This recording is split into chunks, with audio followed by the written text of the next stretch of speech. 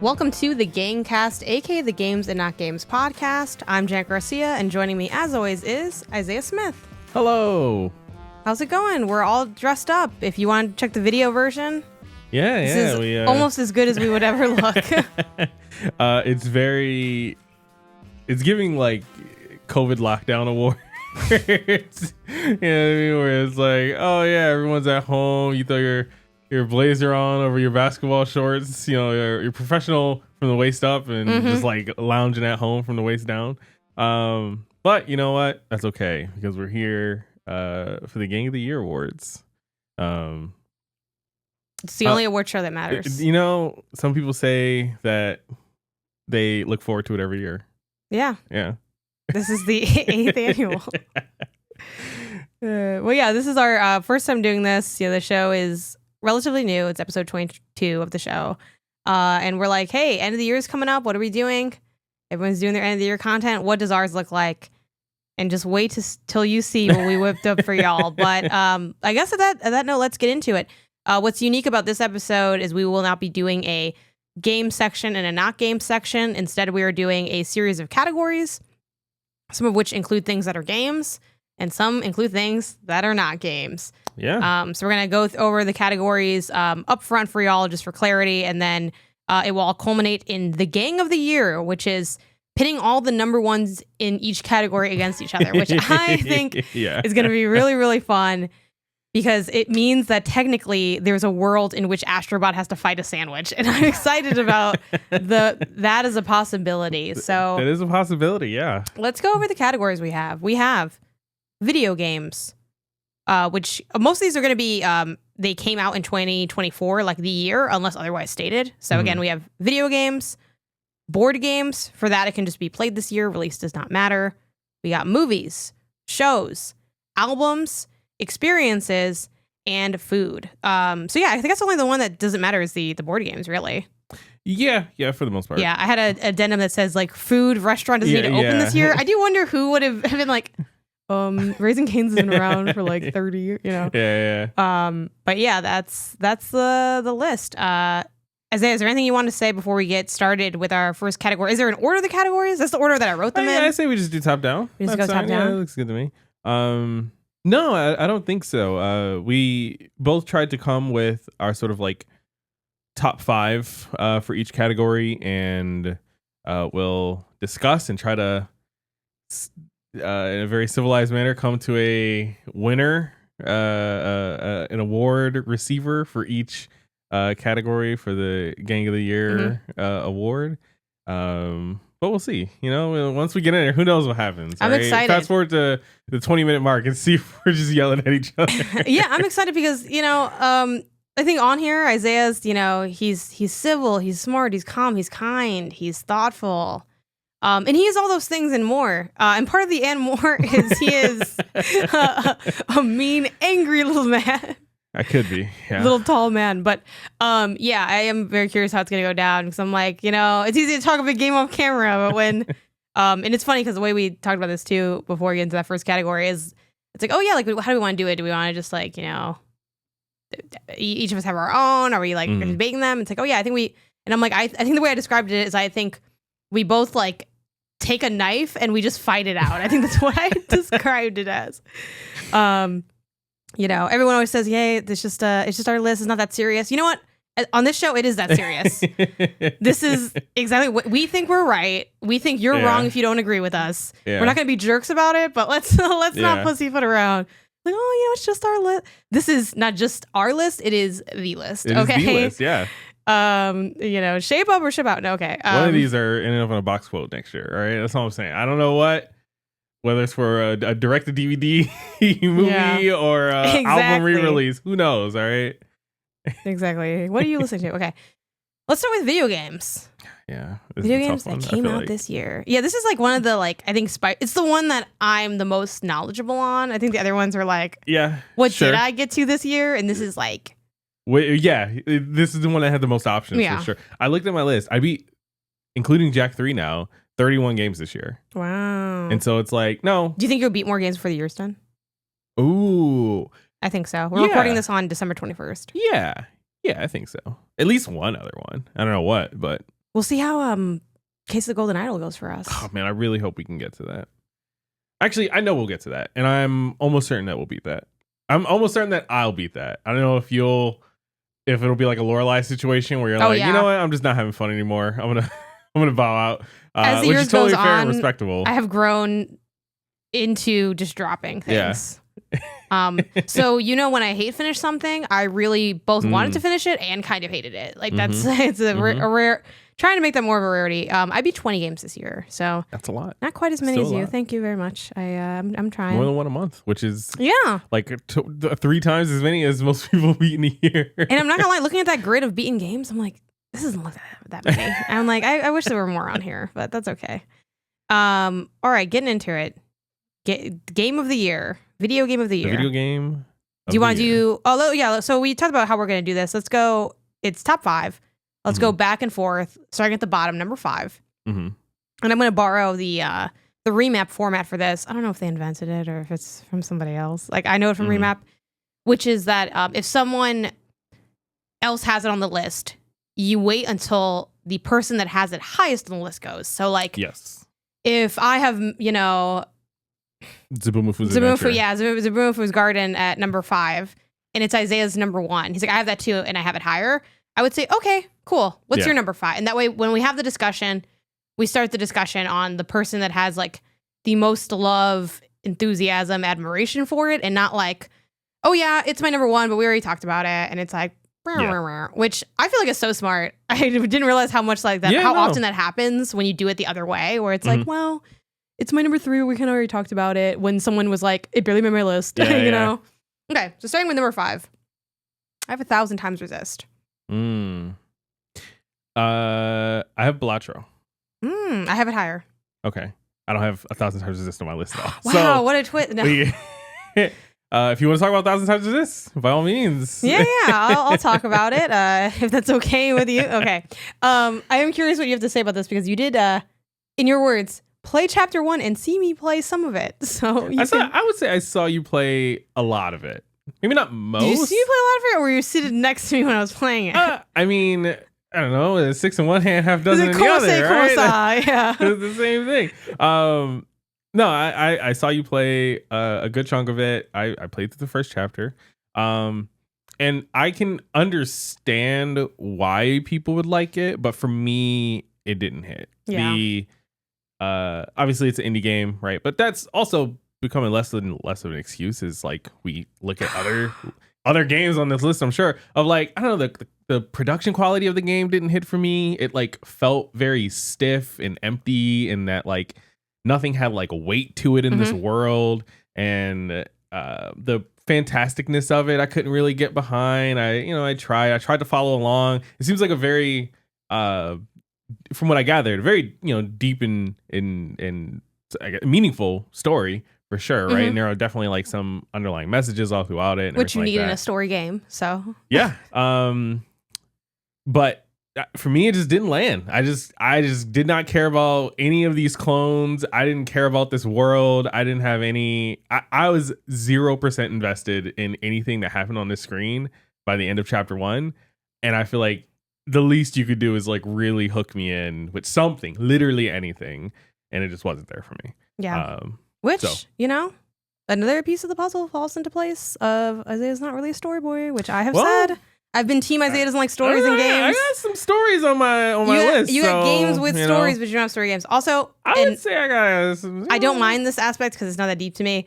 But it is funny that it's like, yeah, we're gonna start with like people's highest passion. Like, let's not have just someone drag this game, and then you're really like, yeah, so you're 5. Let me tell you why it sucked. Well, you asked me about it. Well, I said I'm curious what you will say. Not like, sorry, you gave me an in. Yeah, I did give you an in. No, I enjoy hearing from you to build my case against you ultimately, which is that I don't think you're a story game person. I think when you like a story game, I think it is an outlier, not a piece of your taste. Now, it's possible it's not true, but I'm going to need to see more story-specific games that you like for me to be like, no, Isaiah likes story games. He just didn't like this one. I'm like, I think Isaiah likes Gone Home, Fire, Watch, and then that's it. Like, for story games. But anyway, 1,000 Times Resist. I don't know if we do disclosures on here, but I did do their a Let's Play on their Steam page, which is funny because that remains up. I don't know if it's gonna be up forever, that Let's Play. But yeah, that was like way at the beginning of the year, and then I was like, oh, the chapter 1 is pretty cool. I like it. It's interesting. And then I just kind of never got back to it. I was dragging my feet. I'm like, and then as the year went, everyone's in my ear like, this is such a great story game. Everyone needs to play this. And I'm like, yeah, it looked cool. I'm gonna get to it. And finally, I got to it, and it is quite long. It's like 12 hours, which is a lot of story. But I will say it was like really strong narratively. 1,000 Times Resist is a game that hits very heavy with a lot of people. I will say it hits less heavily with me, which is part of why it's my number 5.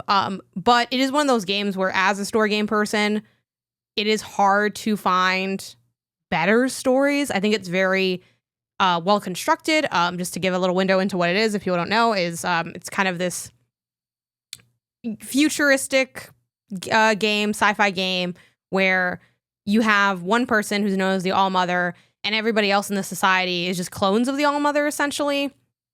And you're sort of going through the game as one of these clones, and you do these things called communions, which are sort of ways that you can see into different memories to like build information, and every clone has its own like function in society.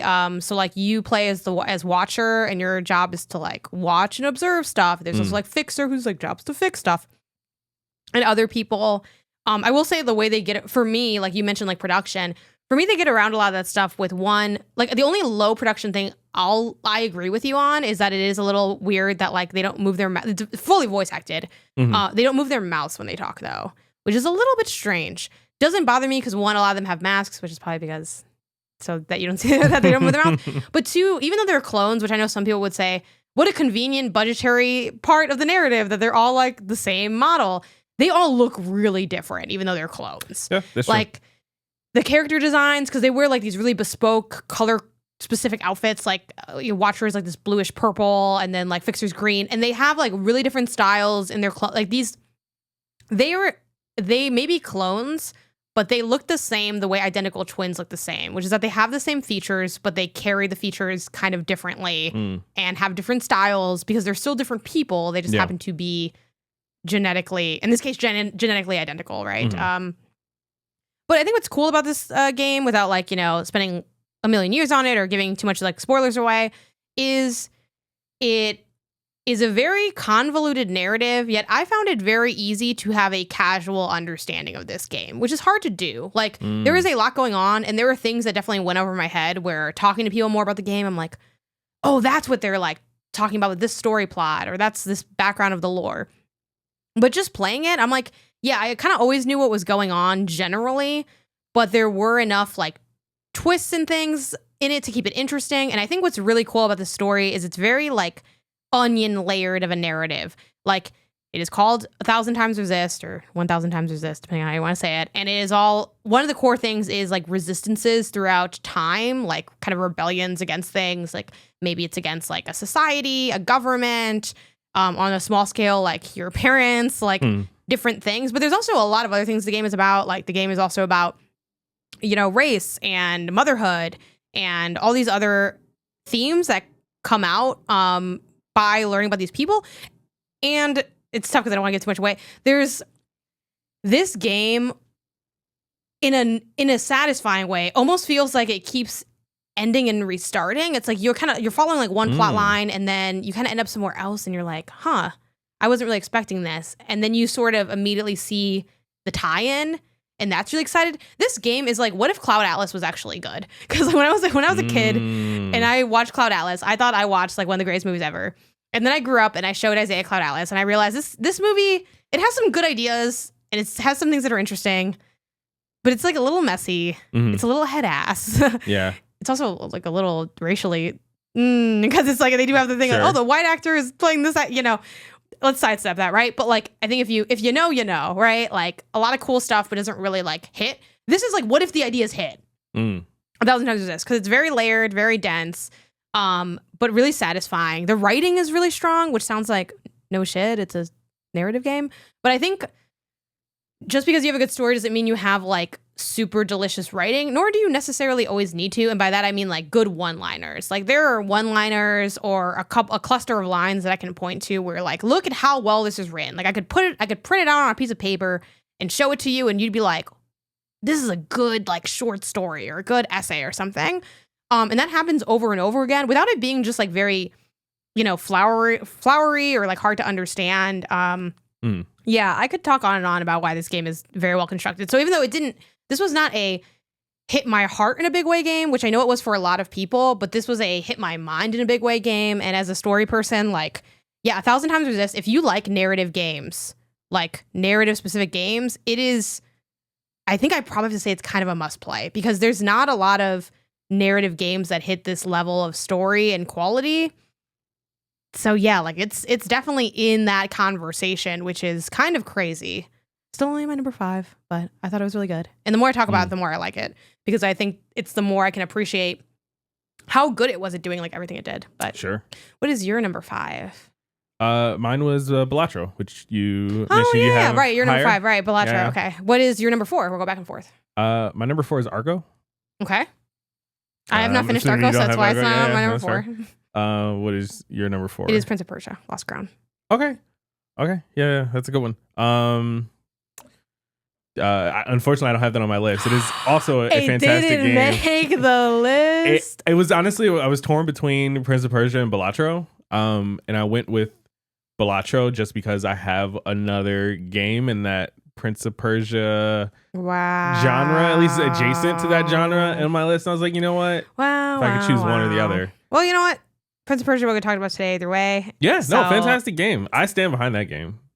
Not enough. Not when it enough mattered. to crack my top 5. You know what? Not when it mattered. But tell me about Argo. I haven't finished this game, but I actually am enjoying it. Started off less in love with it than you did, because you have a lot of love for this game. So tell me what makes this one special. I think Argo, is someone who like does development, and mostly in like web stuff, but dabbling and making my own game and stuff like that. Every once in a while, you come across, I find, when I talk to me and my creative friends, that you come across a project where you're like, man, I wish I had made this project. Like you see something that is like so your wheelhouse of what you like or what you think is interesting, and execute it in such a way that you're like, man, they did a thing that I wish I could say I had did, like with this project. And for me, that's Arco this year, where it is a small indie pixel art title, beautiful pixel art. Like each, it's broken down into multiple chapters, but each chapter sort of tells the like a little almost like vignette story of your character's kind of relationship to this like big bad almost like colonizing company coming into your region. I don't know, your nation, your region, and kind of like how it affects you in your character's outlook and like what it is that they do, and again building that relationship between them and the company. The gameplay wise, it's a sort of I don't know if you could say it's like it's not fully turn-based, but it's not fully real-time either. It's really complicated to explain the gameplay. It's like a mixed turn-based strategy game where basically you time freezes and you have a moment as the player to like set up what it is you want to do during this next like almost like 6-second segment of time.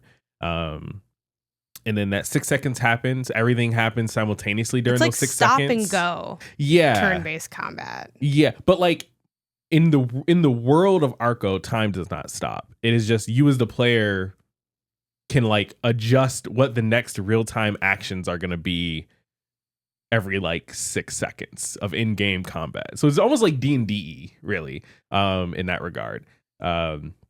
Yeah, it's like a strategy game where you'll see that an enemy is maybe going to shoot you. This other enemy is going to try to like punch you, and this third enemy is like reloading their gun. And you have the option to do some moves like, oh, I can like run around to the person reloading their gun, and then when I get close enough, I'm going to punch them.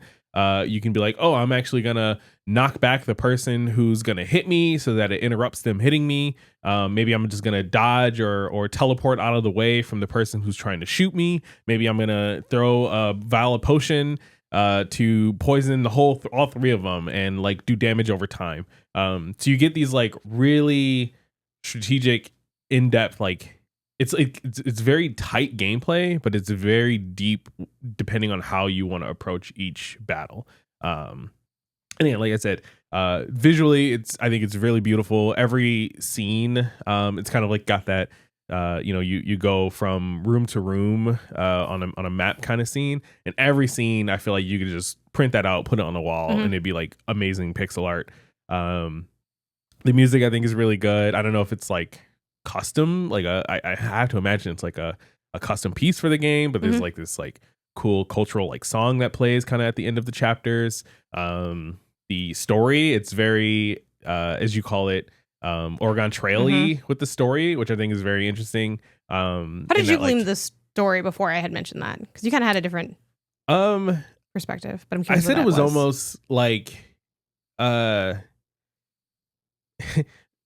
almost like D&D, but for like outside of D&D realm, where it's like, oh, which is Oregon Trail, yeah. I guess it's like, oh, you'll come across this cave, and it's like the game will give the options: ignore the cave or go into the cave. And it's like, oh, I can choose go into the cave, and maybe there's a monster in there. Maybe there's some bandits that I'm looking for. Maybe there's just some left treasure. A box of cookies. A box of cookies, yeah. And it's like, oh, you saw a box of cookies. Do you pick it up or do you leave it? And it's like these like questions that almost like a DM would ask you as you're like exploring the world. But the game reacts to everything you say, and like, sometimes you benefit, sometimes you you take some damage or you lose an item or something bad happens, but there's that like risk reward of like allowing you to sim into these characters that you're playing that I really like. This one has been an interesting ride for me. I'm googling when did D&D start, because I'm like, is everything D&D? Is everything just D&D? Yeah, actually, Oregon Trail 1971, D&D 1974. I was gonna say, yeah, even though like I know the day it was invented is not the day it was invented, but like, this one's funny because I'm kind of, and I think this has a chance of being in my top 10. I don't think it's going to break top 5, but I think it'll be in my top 10, pending finishing it and still enjoying it. I know some people that have fallen off on the way there, but I'm interested in it. The thing that really hit for me, it's funny seeing the different approaches to like getting to almost the same spot, which again, I don't think I would be as high on Arc as you are, but the Oregon Trail D&D aspect is the thing that I really liked about it, where it's like, I feel like it's such a fun exploration game. One addendum I'd put to what you said is I wouldn't say it's room to room, I would say it's screen to screen, only because you're outside a lot in the game. I guess that's fair. Sure. It's not too much of like, I mean, I'm early in the game. I don't know how often you're like, I'm in like a really big cave and the cave has a bunch of room, which maybe that does happen at one point, but yeah, like it's fun to get to explore in this world, which is cool because it's like not really, when you glance at it, it does not look like an exploration game. It just looks like, actually, I don't really know what it looks like when you glance at it, but I wouldn't think exploration. Yeah. But I really feel incentivized to go to each spot on the map I can. I feel the pain of the fact that you can't go to each spot on the map because there's sometimes there's areas that like only move in one direction, and the map kind of has like an overworld look to it, almost like old school like Yoshi's Island or Mario World, where it's like you're a little dot and you can go to like another dot location, and then they like cut to like the scene of what that area of the world is like. But that's essentially what it looks like when you're trying to see, oh, I'm trying to go back here. Okay, I have to move like 3 screens over, which is gonna like move my dot like 2 dots over to like the town or the forest or something. But yeah, I like that part of it. Like I'm pretty early, so I feel like the stuff I have to say isn't too spoilery, but there's a part that I'm at where there's like a guy who's like, hey, I'll roll with your crew because I'm just looking for like work and something to do. And I'm like kind of available for hire to like help you out. And I think he's like kind of expensive. In the world, the currency is like any amount of currency is kind of expensive. Yeah. So he's maybe like only like 10, 15 coins or something, but it's like, oh, it took me like a long time to get like 9 coins. So then I'm looking at like what I want to do. Like another thing I had my eye on was like buying a shovel, because I'm like, I bet I can dig up some like good dirt, and the dirt can have stuff inside it, I took like this ring and it's supposed to be a lucky ring, but it's not worth any value. So I'm like, maybe I should just get rid of it. And then I'm also like, is this someone else's ring? Am I getting in trouble for digging it? Like, there was a really great scene that I came across where I was interrogating someone for information and I had the option to cut their ear off.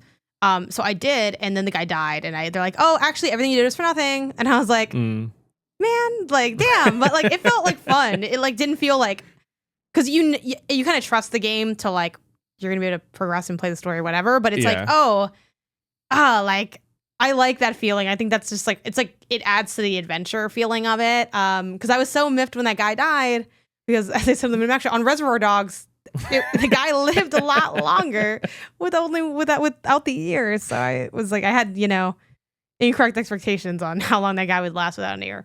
Arco's cool. I'm enjoying Arco. It's a fun one.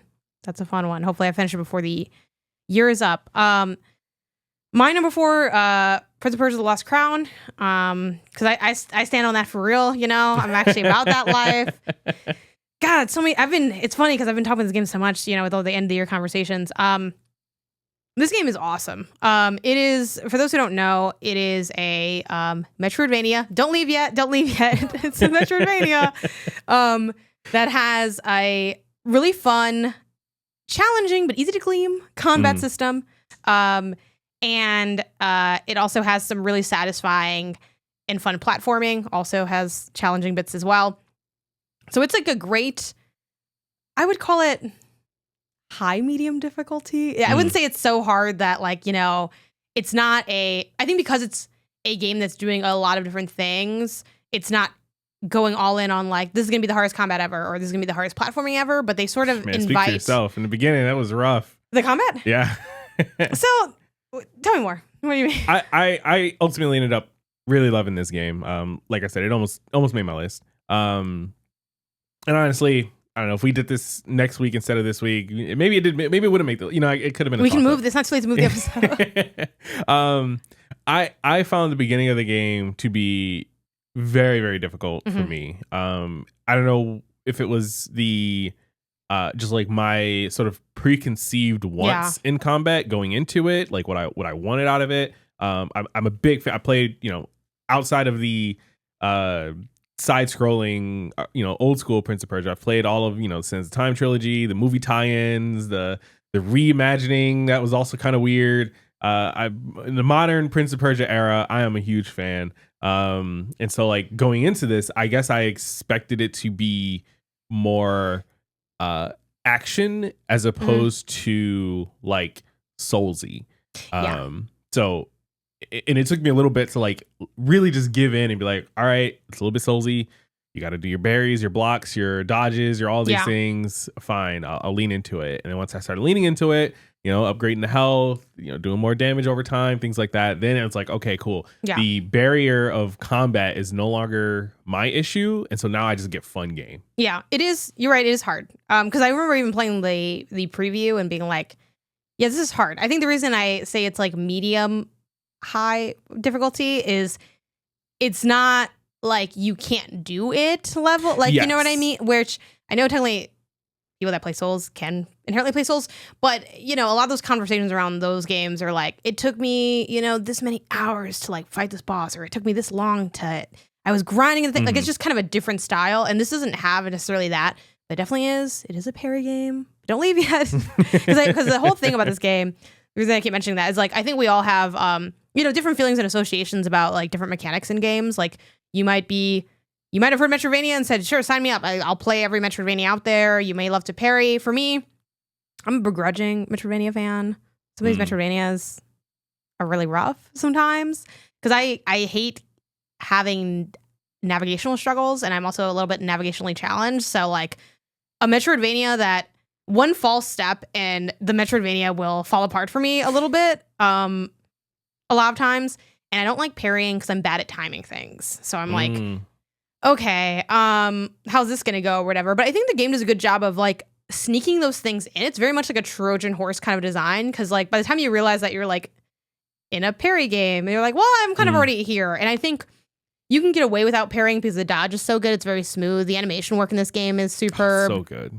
So it's and also you get like a lot of cool abilities, and then you also have different amulets, which I think really help. And this is also where it helps differentiate from like what you might expect when you hear like Soulsy combat or parry heavy combat. Like it has this amulet system where you can equip amulets that essentially have different buffs, or in some cases like debuffs paired with buffs. So if you are someone that's really good at combat, you can take more damage but give more damage. But if you're someone that's maybe looking for a little bit more spacing, you might, up your health, or you might, just take advantage of these different kinds of amulets that you can have.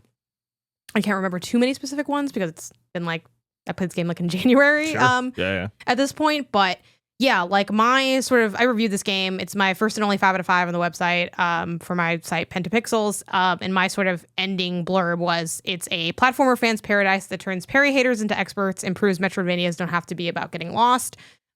Which I still fully stand by. I suck at parrying, and I was really solid at parrying in this game.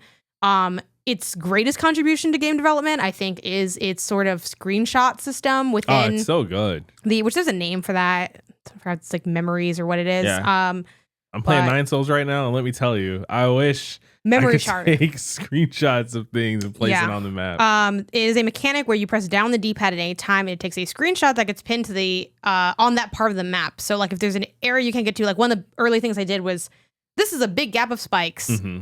Clearly I'm going to get something. Is it a long jump? Is it a jump with the glide? Is it a magic pair of shoes? I don't know. Yeah. Something's going to be here. Boom, screenshot, pins to map. And that's in there. And that was like such a joy. One of the only things I didn't like about the game was its pettiness with the fast travel system, where they only had it like big statue to big statue, which they have since patched to make it every, this makes more sense if you played it, but there's like these little like trees that are kind of act as save points, like and trees, and places where you can also like respec. And there's a good amount of them in the game, which is great. Nice checkpointing, easy stuff, whatever. And I'm like, why can't I go tree to tree at a certain point? Because, when you're doing like cleanup to it in Metroidvania, it's like the map can get really big. So that was one of my only gripes in the game, and they fixed that. So literally an incredible game they made even better.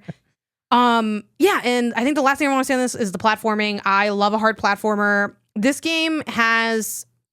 Would you say it has hard platforming even if you don't platinum it? You're pretty good at platformers as well, but I think I'm a little bit more of a sicko than you are for platformers.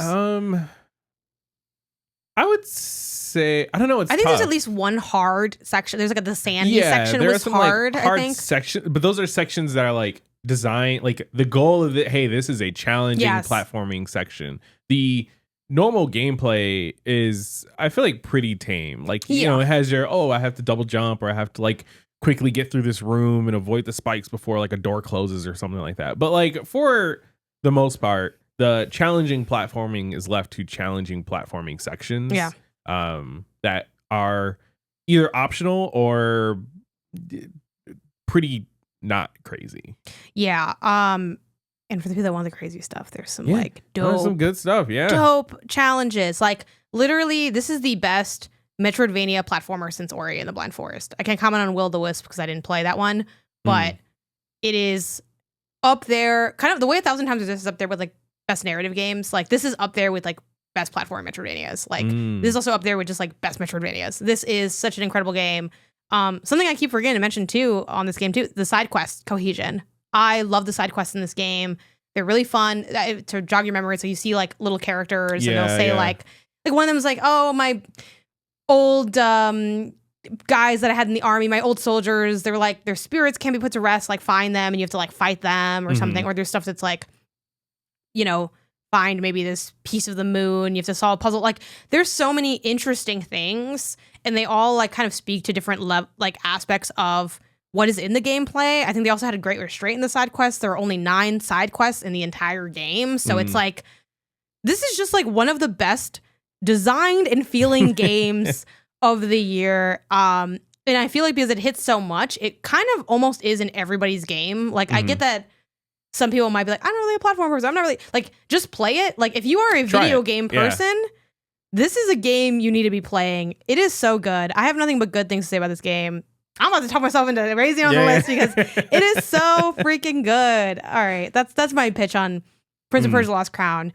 Please buy this game. Buy it and don't play it. I don't really care. Just like, like it is It's really good. Maybe I should have it higher. In my heart, it's like my number one, but in my like mind, it's like definitely not the number one. Or maybe not my heart, but it's really, I just love it. It's so good. It's so good. One of the things we talked a little bit about going into this episode and like making these lists is like, hey, like, are we making a list of our top 5 like most loved things this year? You know, like, oh, like the most iconic, that what we just think is the best, like what? And I think that is what you just said is maybe a part of that, where it's like we're coming up with a list of like the things we think and believe are like kind of the top, the best. Yeah. And like we might love something more while still understanding that other stuff might be more just quality better. And the boss balancing in this game, I take some issue with. I think there are some bosses that are too hard. Did you feel that when you played it? I felt the one. The cool thing about this game, I felt 2 of them.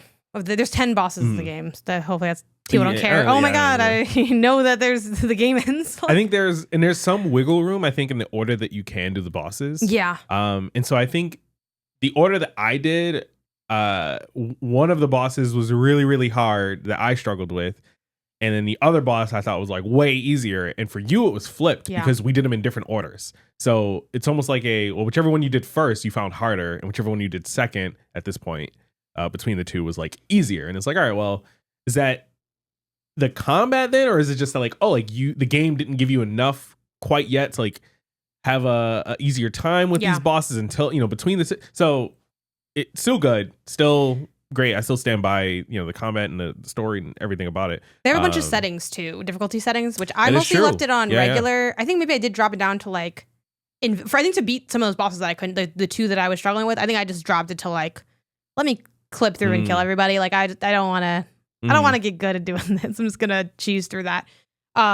And I believe this game has also, I can't really speak to the accessibility of the game because I just don't have expertise on that, but I believe this has been kind of thrown out there for like some of the best accessibility of the year as well. So if that's like of importance to you, that's cool. In there too.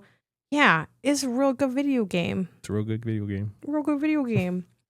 So one could say all of these are really good video games. Yeah.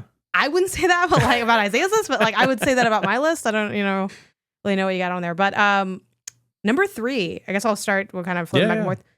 This is where I have Balatro. So we can do our Balatro talk. Sure, so what's your number 3, just so I know already? My number 3 is Animal Well, which is what really kept Prince of Persia off the list. Man, couldn't be me. Okay, well let's have fun together for a change. Yeah. Though Balatro, I'm excited. I'm surprised it's on your list at all because I felt in our casual conversations in our real life, the further the year went on and Balatro was like continued to bulldoze over everybody for award season, the more you're like, now that I look at it, this bitch kind of ugly. Like, what's up with you and Balatro? No. I think the game is really good. And even more impressive, like when this is 2 of the games on my list are made by one person. And so like even adding it, not that like, you know, that doesn't improve the game itself at all or anything, but it does make the project more impressive. As a developer and like someone who's like looking to do this kind of stuff, knowing that like, oh man, like when someone really puts their passion into something, when someone really like, you know, when they turn their passion to a profession, like they really want to do something that they think is just good and like really work towards their craft and make something that they want to exist, you can make some bangers. Like it's insane. Yeah, both of these games are made by one person. This is a 1v1. Yeah. Put Billy and Local Thunk in a cage and just have them fight it out. The more when I first played Balatro, I thought, cool, great. I'm a big Slay the Spire fan. I'm a big Monster Train fan, Floppy Knight fan, like all these kind of strategic cardy kind of games. I'm with it. This game took that sort of Slay the Spire deck building kind of thing and just applied it to poker. I'm not a poker fan. I didn't even know really that many poker. I know like some of the basic poker hands, you know, a straight, a flush, a full house. Once you get into like, the royal flush versus the flush, I think I know it. You know, I thought I knew what that was.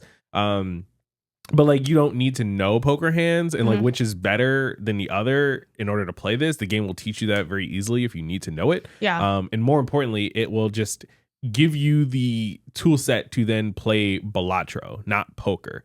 Because the game is on the surface looks like poker, but it's very different. Yeah. Like you are not playing poker, you're playing Balatro, Yeah. and like building these hands and editing your cards in your hand to have like a hand of like 8 queens, and then that gives you like 80 billion points, and like there's so much randomness to each game that it's constantly new and fresh. I got nothing but good things to say about this game. But to your point, it just wasn't.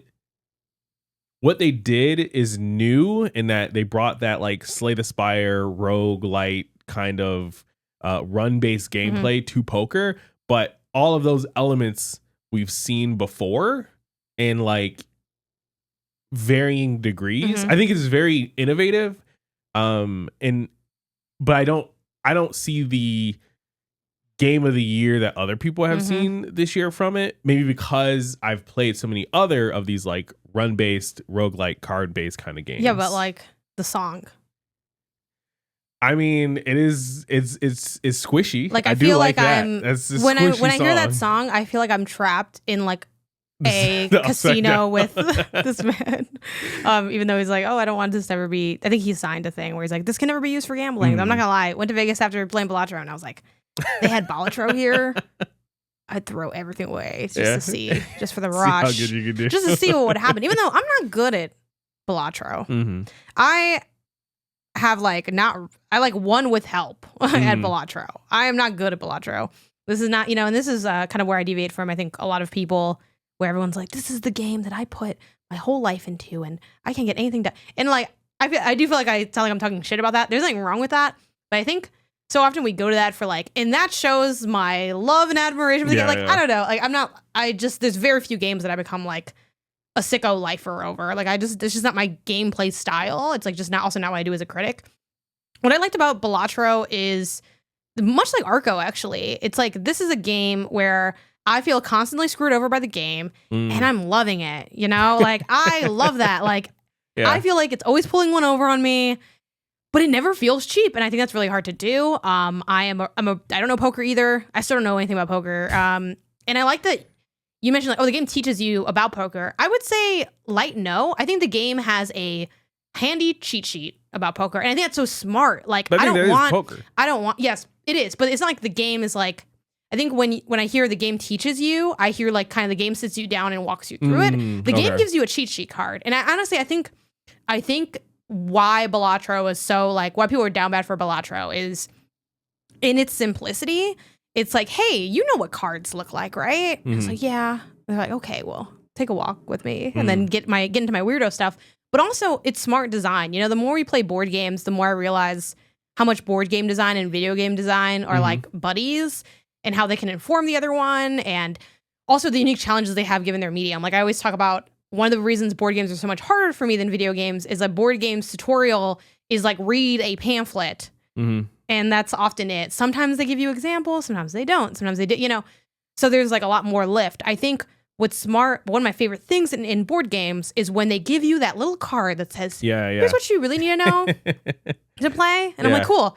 We each get one. Okay. And then I can look at my card. Okay. So, and then I can look and I can make my decisions. And Balatro does that. I feel like so many other deck builder card games, it's like, bro, like, I don't know. You're giving me like 12 things I don't know and I don't give a shit about. It's like, I'm like Slay the Spire. Like one of the things that has put me off from Slay the Spire for forever, and I do want to try it because I am always looking to like, refine my palette and extend and blah, blah, blah. But one of the reasons I don't want to play Slay the Spire is it looks like hard and crunchy. Like I see like a guy, like a weirdo looking guy facing like a monster. Definitely, and he has a bunch of cards and his cards do something, and I don't know what's it's like the story I always tell you about the shortchanging at the register. I'm confused. Like I just feel like they look scary. And Balatro, it's like the card, just everything's the cards are like right in front of you. They're sort of just like displayed in such a way. You got like a nice soft gradient over the TV. They're playing music that the music feels like, what if you slow mode the wacky inflatable tube man? Yeah. And I'm like, yeah. And then they have that good brain juice, like the also too, I think critics of a certain age fell in love with playing that not fake card game because it was like a real made game, but the Mario 64 DS game had a mini game where you were playing cards against Luigi. Like Luigi was like the dealer of the cards. Oh, okay. And I think there's something there too. No one will admit it, but it's like I think that was the best time of our lives. Yeah. We had a lot of fun. And when we sit down to play in Balatro, we were like, I feel like Luigi's on the other side, kind of dealing me in. Another thing I really love about this is in other rogues, I feel like you do good or you don't. The end, too bad, so sad. Yeah. In Balatro, one thing I like about it is that I feel like I am learning and trying different, which you might say is true for other rogues, but I don't feel it as much. I feel like I'm learning and trying other strategies and can also change goals mid-run. Like I can create a goal of, you know what, it's not going good. What if we just like spend our time finding new cards? Because there's like not progression, but like completion elements of the game of like getting more decks and getting more cards and like kind of like you've seen all the cards. Like that's one of the things. Yeah. So I feel like even when I suck, it's like, well, I learned about a new card or I learned this new thing. And I think that's really fun. While so many times, it's funny because it's the same difference, but it feels different. Where the people that like pitch rogue games are like, well, yeah, you don't make progress, but the progress is how you change. I'm like, I don't want to change. I want to show up as I am and be able to play your fucking video game. Which like, obviously I'm exaggerating a little bit the attitude I approach it with, but it's also only a slight exaggeration. It's like, I don't really want to get good. Balatro tricks you into like getting good, I feel like, because it's just like, well, it forces you to try out different things. And in that trial, you have a chance of developing skills. You're not guaranteed to, because like, sure. I'm not very good at Balatro.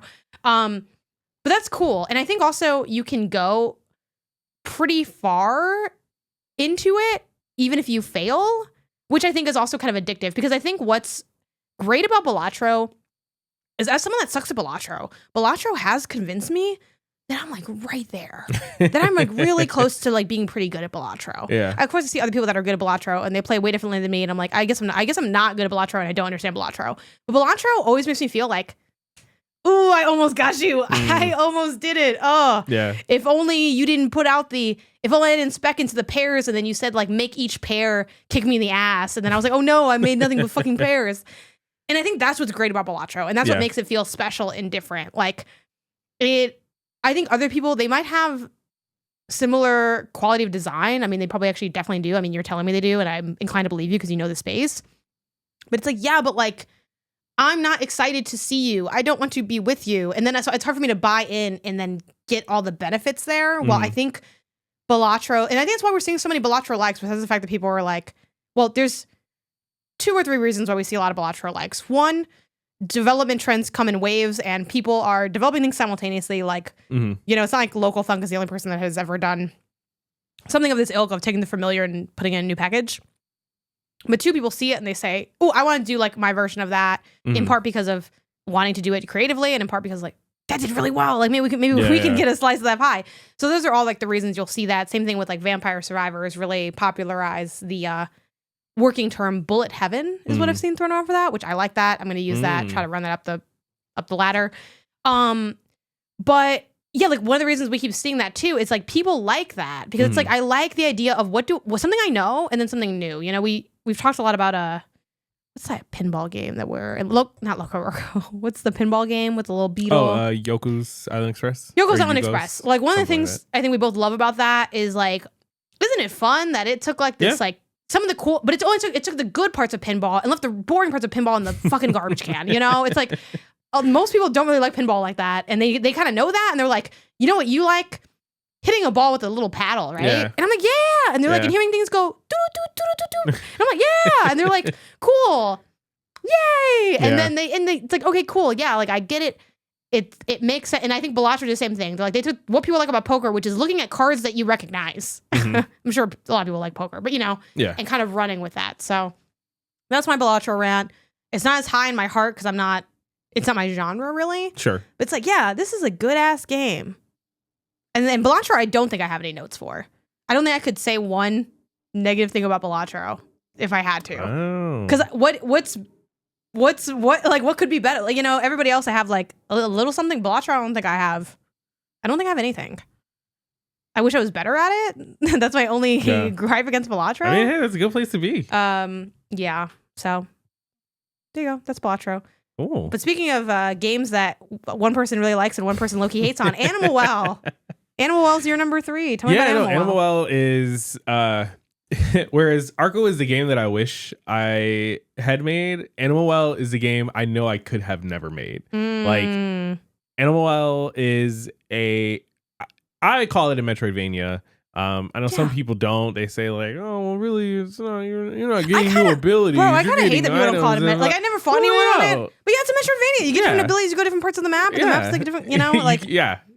Man, I'm lost as fuck in the game. That's a Metroidvania. That's a Metroidvania. And then when I get lost, people say, "Well, too bad, so sad." Yeah, that's how I know I'm in the Metroidvania. Actionless, almost actionless, Metroidvania. Yeah. Whereas you're this little blob who's Very down cute. a little Animal Well. Also, gorgeous pixel art game. It's like a crunchy, gritty pixel art too, where like it's very much gives it's white old on computer black pixel art, which is great. Yeah. But yeah, like you're this little blob creature guy in this little Animal Well, and you're just dropped in there, and your goal is to explore and just figure out what is my objective here almost. Like you are presented with next to nothing, and slowly but surely, you pick up these firecrackers, and it's like, okay, cool, there's these firecrackers. Oh, there's a ghost here.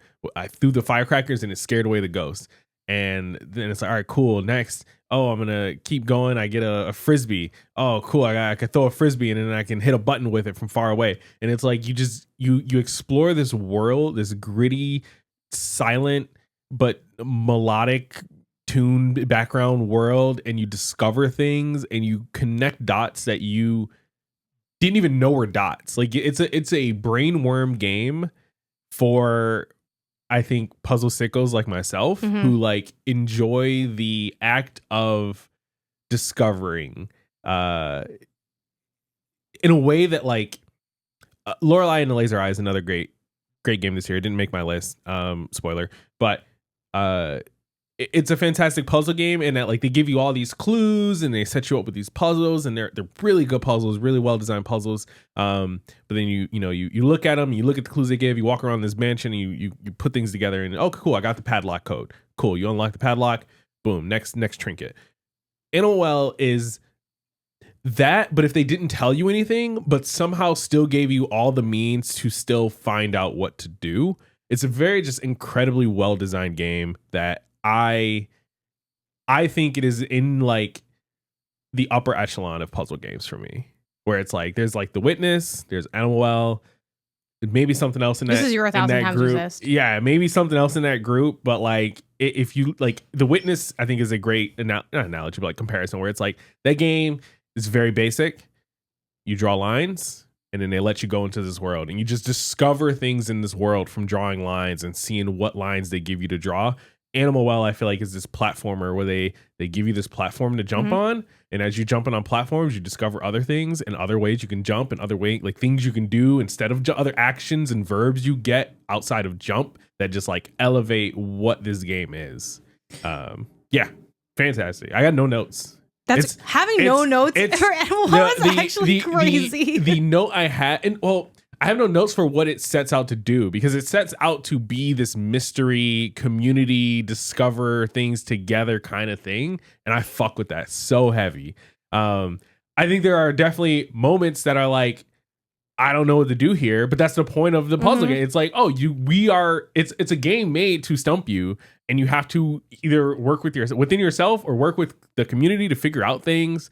And like, to me, that what it sets out to do, it executes it with no notes. No notes is actually insane, but I respect you sharing. Yeah, on this that's show. fine. I'll take that. But you're telling me that firework puzzle, you got no notes. I figured it out. I got no notes. Yeah, but it was okay, so my note on Animal Well, Animal Well's still in my top 10, I believe. Begrudgingly so, because this game pissed me off by the end of it. But I do think it is really well designed. Generally. It's very fresh in all the things that you were mentioning. Like the abilities are, and like Prince of Persia has this to a degree, but not to the same degree, which granted, different games going for different things. But like in Prince of Persia, I definitely felt those moments of like, oh, this is a creative kind of ability to give me. Like I thought you'd just give me a like I think you get the double jump really late, like in Prince of Persia, for instance, and like that feels subversive in a Metroidvania. Like, whoa, like I thought this is how you'd have me solve a problem, and you gave me a different solution, and that was fun and cool. In Animal Well, every solution they give you is like you've never seen it before and you never see it again. Like your abilities are just like, it feels like somebody reached into a claw machine at a county fair and those are your abilities. They're like, we got a frisbee, a bubble wand, you know, we got a magic yo-yo. Like what? I won't, try to name all of them because that's part of the fun is what you get. But even in you hearing those things, it's like, okay, what will I do with that? And it's not necessarily like the second you get it. And I think that's what's fun about this game. A lot of other Metroidvanias, it's like, oh, big gap, big jump coming. And then, and Prince of Persia is like different kind of jump. And I was like, oh, that's cool. And then they're like, no jump at all, just yo-yo, just balloon, you know? Yeah. Here's this isn't one of the abilities, but Animal Well will be like, here's I'm surprised one of the abilities in this game, all the abilities are key items. I think that's what's unique really about it. But like, this is the kind of game that like might as well give you one of those sticky hands where you like, oh, dude, yeah, 1,000 times, yeah, yeah. It's like they're just like weird abilities. I agree with you with like the art and the vibes and the atmosphere of this game.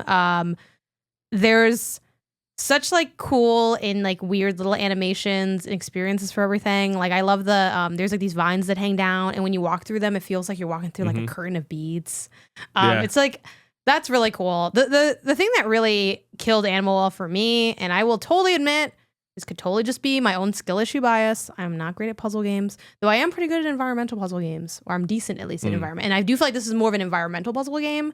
I don't like that there are quite a few times, especially as you get later in the game, where the game sort of closes in on itself, which is kind of inherent to like Metroidvania design. But I feel like because the puzzles are so challenging, it does end up being in a place where like if you cannot do it, you are fucked. And I know it's like, oh, just talk to your community. It's like, no, there's no one to talk to. I'm just fucked. Because one, like because you can go like lots of different ways, it's a little hard to like even know what you need help with to a degree. I mean, you can know like, oh, I'm missing this item because at a certain point the game reveals the structure is like, get 4 of these or something. And you're like, cool, I'm gonna go find them.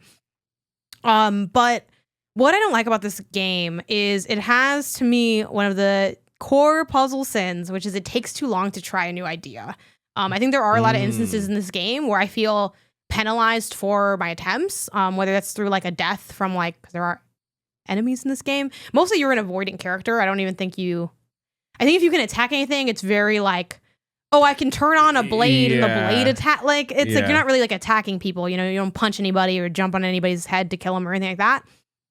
So you are a very weak character. And I think there are times where like stuff is just like overly convoluted, where I think when you get it, you're like, wow, so cool and smart. But if you don't get it, you're like, well, what now? And I think the logic is very sort of random. And I think that is dangerous. I mean, it's kind of our conversation on Grunt, right? Well, for me, the logic worked and for you, it didn't. And I think, again, that could just be different strokes, different folks, right? For me, I see Grunt and I'm like, I know exactly what to do. For Animal Well, there are things where it's like, I hear the solution on some of these things in Animal Well, and I don't know how I would have gotten that on my own. And I think because like it starts with that Metroidvania structure of like, well, just explore, and like through exploration, you're going to keep gaining momentum. That was true for me until it wasn't. And I think once those walls close in on the player and it's like, you cannot put this off anymore. You need to figure out how to get, you know, the blue orb or whatever it is that you end up getting, right? It's like, well, I don't know how to do it and I don't have a way to help. Like, I think this game just doesn't have any guardrails for the player. And I think that does create a dangerous amount of frustration. And I danced with that dangerous amount of frustration and I came crashing through the end of that game. And I was like so done with finishing it that I just asked you for the answers and got them. And it's like, what is the point? Like, I just feel like there are games that I think my beef with puzzle games is I think a lot of them are unnecessarily disempowering to the player. Like, I get that people go to these things for like the mental challenge of putting things together, but not all of us can really like sleep on it and come back. Like, sometimes there's not enough sleeps to form the next thing. And like, what is that there for us? And I think different puzzle games choose different solutions for that. And I think Animal Well is one of many, many puzzle games that says, I don't care, you know, and I'm like, okay, well, you have funny ankles, and that's kind of where I ended with the game. So, yeah, it is just like, I think it was deceptively dumb friendly for a while for me, and then by the time I realized I was not good enough to play it, I was already so far in that I just felt like I got caught in the game's web, and then I left very angrily, covered in spiders. Yeah. No, sure. Yeah, and I don't think you're wrong for feeling that. I think that is a totally valid experience to have with the game. You liked a game that was mean to me. I don't know why. This game was mean to me too, and I still liked it. So yeah, I don't know. You like that stuff. You're like, yeah, hit me in the face with this puzzle book. You know, it's like, okay, like, oh man, sorry, I'm not a genius, Billy. No, Billy seems really nice. The developer of the game, but yeah, still in my top 10. But I'm mad that it's on there because I didn't have fun by the end. That's fair. I felt dumb and I was confused, but it was pretty cool. Not gonna lie. Okay, number 2. What's your number 2? My number 2 is the boy Astrobot. Oh, this is where he is. I'm a little shocked that none of our list is the same for placement. He's my number 1. So I'm gonna guess that hopefully out of our top 6 we have 5 similarities. I know we didn't do a top 6, we did top 5. But it's funny, I feel like we dance around all the same games, but just like where they land is maybe a little off. What's your number 2? It's Metaphor Fantagio, which is there you go. So I expect it. So we just go straight to number 1 and then talk about each of the games because they're flipped. I guess so. Right? Are they flipped? My number 1 is Metaphor and your number 1 is Astro. So yeah. Okay, so now we're at number 1. That's kind of weird, right? How often do you think that's going to happen? I imagine maybe really often. I don't know. I don't think so. No, for the rest of the list, I knew going into this whole Gangcast episode, I knew this was going to happen, and I wasn't sure what we were going to do when we got here. And I'm still not sure, and I don't like it. Well, I think we just talk about number 1s, and then we have to pick a favorite child. Yeah. Well, not favorite child, the best child. Oh, all right. You know? Yeah. I almost don't even know how to. I'm like taking notes on our stuff, and it's like seeing the Astrobot flip is like weird for my brain. Okay, so straight to number 1. So that's number 2. You have Astrobot. I have Metaphor Fantagio, and you have your number 1 is Metaphor Fantagio, and my number 1 is Astrobot. Number 1 reveal. Boom. I guess which one do you want to start with? Let's start with Astro. Okay. A comes first. Sure, because A comes first. I will say too, I have not finished Metaphor Fantagio, so that's. I do wish I finished it because we could have a better conversation. But if you could find 150 hours for me to finish it, then you win a prize of getting to pick Metaphor as the number 1 game officially. Okay, Astrobot. Yeah, this game is really freaking good. It is one of the best 3D platformers of all time. It is made of basically nothing but good ideas, nothing but fun.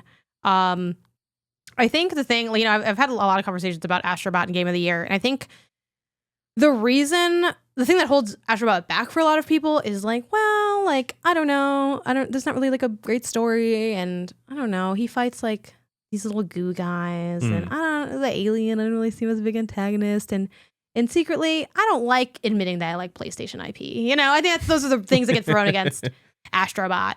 And I think, well, one, story and world construction isn't that core to what makes a good 3D platformer, and also it's early in the IP's life cycle generally. So I think there's a possibility that we gain more affinity for these types of enemies and enemy design as we go on in Astrobot's life, kind of based on like where Astrobot goes as a franchise. But just speaking about this game specifically, one thing I actually do really like about the enemy design is that the enemies are very much created for the fun of using the abilities. And this kind of goes back to my, like, one of my big sort of theses around Astrobot is that Astrobot knows exactly what is at the core of the 3D platformer, which is joy and happiness. You know, Chris Scullion, who's like a game critic, has like one of those like coffee table kind of encyclopedia books that we have in our apartment called Jumping for Joy. It's all about like platformers, and like, oh yeah, that makes sense. Like that is like what that is what the 3D platformer is about. It is about joy and happiness with almost no exception. Like that's just what people come to the game for. It's what the genre does well. You got bright colors, fun, fantastical worlds, and sure, sometimes serious things might happen in those worlds, but ultimately it's a whimsical adventure. And it feels like Team Asobi was like, cool, noted. How do we make sure everything in our game ties back to this? And I think they nailed that on every single level.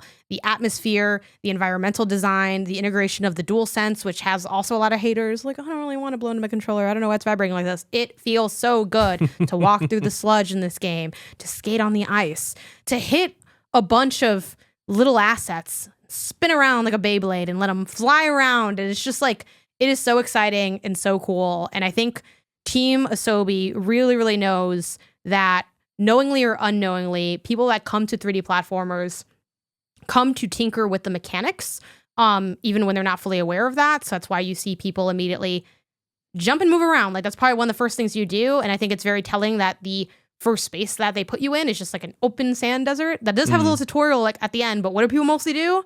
They see everything else. And jumping around, yeah. They're like seeing everything else. They're flying, they're floating, they're flipping.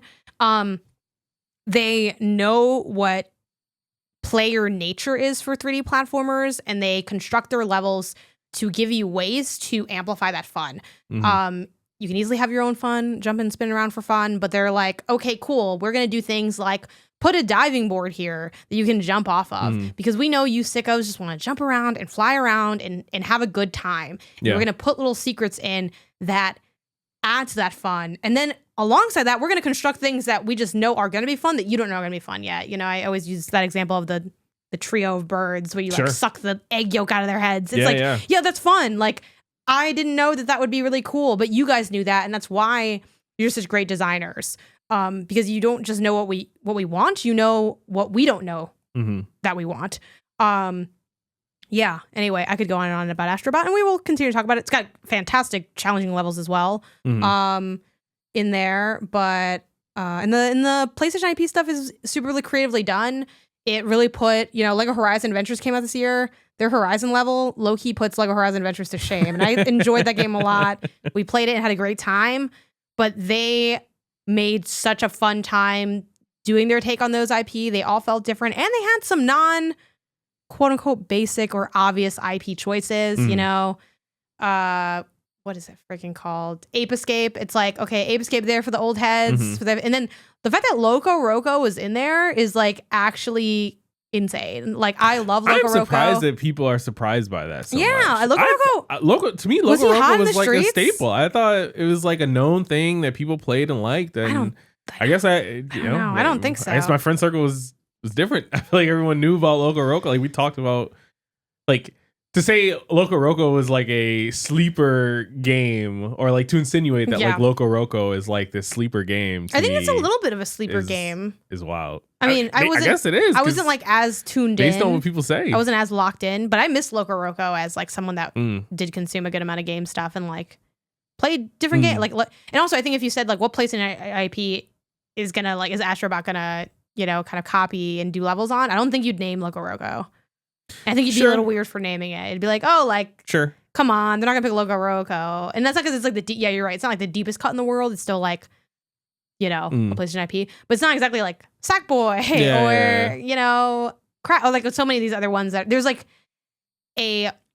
for instance, the reason I say Loco Roco is like a kind of a sleeper hit or a deeper cut is if you did, Jackbox just released a game called Survey Scramble where they like pickle the survey deck, kind of like Family Feud.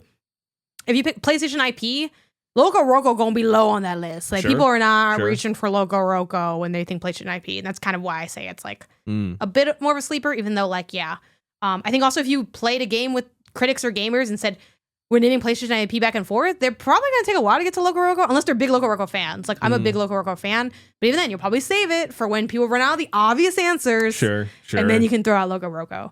But that's my opening comments on Astrobot, but I don't know if you want to add in now or before we tear each other's heads off and stuff like that. Astro is one of the most joyous, I think, moments we've had this year. I think it's insane how much just fun and joy they could pack into a single game. And a lot of that is really just coming from the attention to detail that they have in the game. Like every corner, where you look, every song, every step you take, everything is like every move you make, yeah, in conjunction with something else to just put a smile on your face, right? Everything's dancing, there's a face, there's eyes on everything. If it can move, it's probably moving to the beat to some degree, or dancing along. Like there's just so much goodness in the world of Astrobot. That like the only real cons I can think of, which is not I don't know, surprise to anyone who's played it, is that like the story is weak. It's like, but it's we a determined that story. you don't like a good story because 1,000 Resistance isn't on your list. So. Yeah, the MacGuffin of Astrobot is like kind of weak, right? It would have been nice if they gave us actual Astro characters that we could learn to know and love over time and like get more connected with them. Instead, they do rely heavily on like the PlayStation hardware for you to like latch onto, and like other first and third party characters to like love. And to me, that like the lore of Astrobot is like the weakest part. But the lore of Astrobot does not take away at all from the joyous moments that the gameplay provides. So yeah, no, like I said, it's my number 2. It's so fun. I don't know if I'll go back and play some of those, like they added like the more additional challenge levels. I heard they added a Christmas level. I heard they added a Christmas level. And I heard level. it's really good, so I'm gonna putting that up on. I don't know if and when I'll get back to that, but I know that if and when I do, it'll be joyous. It'll be absolutely fantastic. They took what they gave you with Rescue Mission and Astro's Playroom and built on that to create just like the one of the best 3D platformers. Yeah. And that's why it's our video game. Wait a minute. Okay, so tell me about, getting yelled at on the streets of this game. Yeah, so my number 1 pick was Metaphor ReFantazio. And this is a game, I am new to Atlas games. So everything I say, I guess, take with a grain of salt. That like, I don't know, some people might be like, oh yeah, they did that in Persona Shin Megami Tensei, actually, this is all in there. Yeah. I'm sorry, right? No one played Shin Megami Tensei. I didn't play those, right? No one, but people mention that a lot. This is my intro to the Atlas game, the Atlas genre, the Atlas formula for games. And man, everything about this game I love. The fact that you have a character that I found I latched onto so quickly. Between the protagonist in Gallica, I think it's Gallica. I never know how to pronounce it because the fairy, the fairy, your fairy companion. Like right out of the gate, I'm like, oh, I love these two guys. They're just having fun. They're going on an adventure. They're doing something. I don't know what it is, but we're on a mission here. The world they introduce you to and like how it works. There's like it's fantasy, but there's also like a little bit of sciencey stuff to it here and there. They're using science to like manipulate the fantastical elements of it, and I'm like, that's really cool. You are introduced to a gang of characters who I think this game's like bond mission. So you find people and you sort of like, they join your cause, right? You form bonds with them. And when you form bonds with people, you can then have these like story moment beats that happen to like level up those bonds. I think the bond sort of like story moments you get are better than the narrative of those moments are better than like what most games put out. Like the characters have such personality to them. I love these characters. I feel like I know these characters. Whenever I got the option to see more of these characters' stories, I wanted more of the story. And then the bonuses and perks that you get from leveling up their bond was like a bonus. Like they could have given me nothing and I would have wasted in-game days to just see more of their stories. I think the gameplay is also really great. It's a JRPG, so and it works on almost like a strength and weakness system between elements. So you have like fire, ice, electric, wind. You can punch, you can slice, and you can like dice. do some other stuff. And it's like oh, some enemies are maybe strong against fire but weak against ice, or resistant to being punched but weak to being sliced. And like you end up building a party of characters with like these different archetypes, which is almost like classes basically. And like some of the classes have these same like sort of strengths and weaknesses to different elements. And like you're building a class of these characters, you're going into these dungeons, you're doing fights, you're developing the story. All of it I feel like is to a degree that I have not seen before, and I feel like it is what I think most people have experienced when they like think about their childhood gaming. Like when they think about that being that 12-year-old playing Final Fantasy VII for the first time, and they're like, oh my god, the story's so great, the gameplay's so great, this, that, and the third. I feel like this is an actual game that encompasses that in a modern era, to like a modern standard, which is, for lack of a better word, a higher standard now that gaming has evolved. And so to me, it's just like incredible execution on an idea that can so easily have dropped the ball in one way or another, and they didn't. They executed excellently on everything. Yeah, and I don't know. You had a little bit of time with it. You've played some of the other Persona games. Curious to hear your thoughts. Who cares? No, I'm just kidding. I like this game a lot. Well, here's the thing, Isaiah. How is this not just an anime? You know what I mean? Like, if you want the best anime.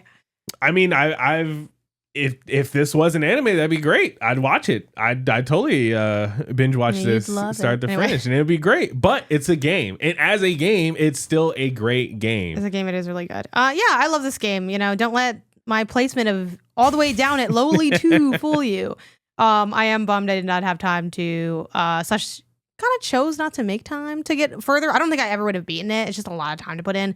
I play these games really slowly. I do think it'll go faster for me than my current playthrough of Persona 5 Royal, in part because I'm not reading a bunch of stuff to chat, in part because it's a lot easier to gleam to me. My brain works a lot better with Metaphor Fantasia's archetype system than Persona's Persona system, at least 5's Persona system. And just like what I like about this game, because I'm more in the mechanic side still, just because the story is still developing. But even early on, like the thing I always say narratively about Metaphor Fantagio is they said, what if we made a party where no one was annoying? And I think they're the first studio to say, what if no one was annoying? Because genuinely, and you know, I don't know, I'm not really sure if it's meant to just be a traditional thing to have someone that you hate. Because I know that's like very common in JRPG like groups, even just like RPGs in general, or like groups of people in anime and shows. Like, why does someone need to be, I don't know if they think like the audience needs someone to hate. Like, I don't want to hate anybody. I want to just enjoy these people, and they can still be different and have things that frustrate you about them, or, you know, like they can be people, but like, why do they have to be annoying? They made the first fairy maybe in a game that isn't annoying when they help you out. Yeah, the characters are interesting people. They're likable in their own ways, and they have like really different backgrounds and vibes to them. You already know I'm a big fan of Hulkenberg. That was my Halloween costume this year. Part of the reason I didn't play more of the game was I was busy making that costume. I was going to work making that costume because she is so cool. Can't help but notice there was no Astro costume in this house.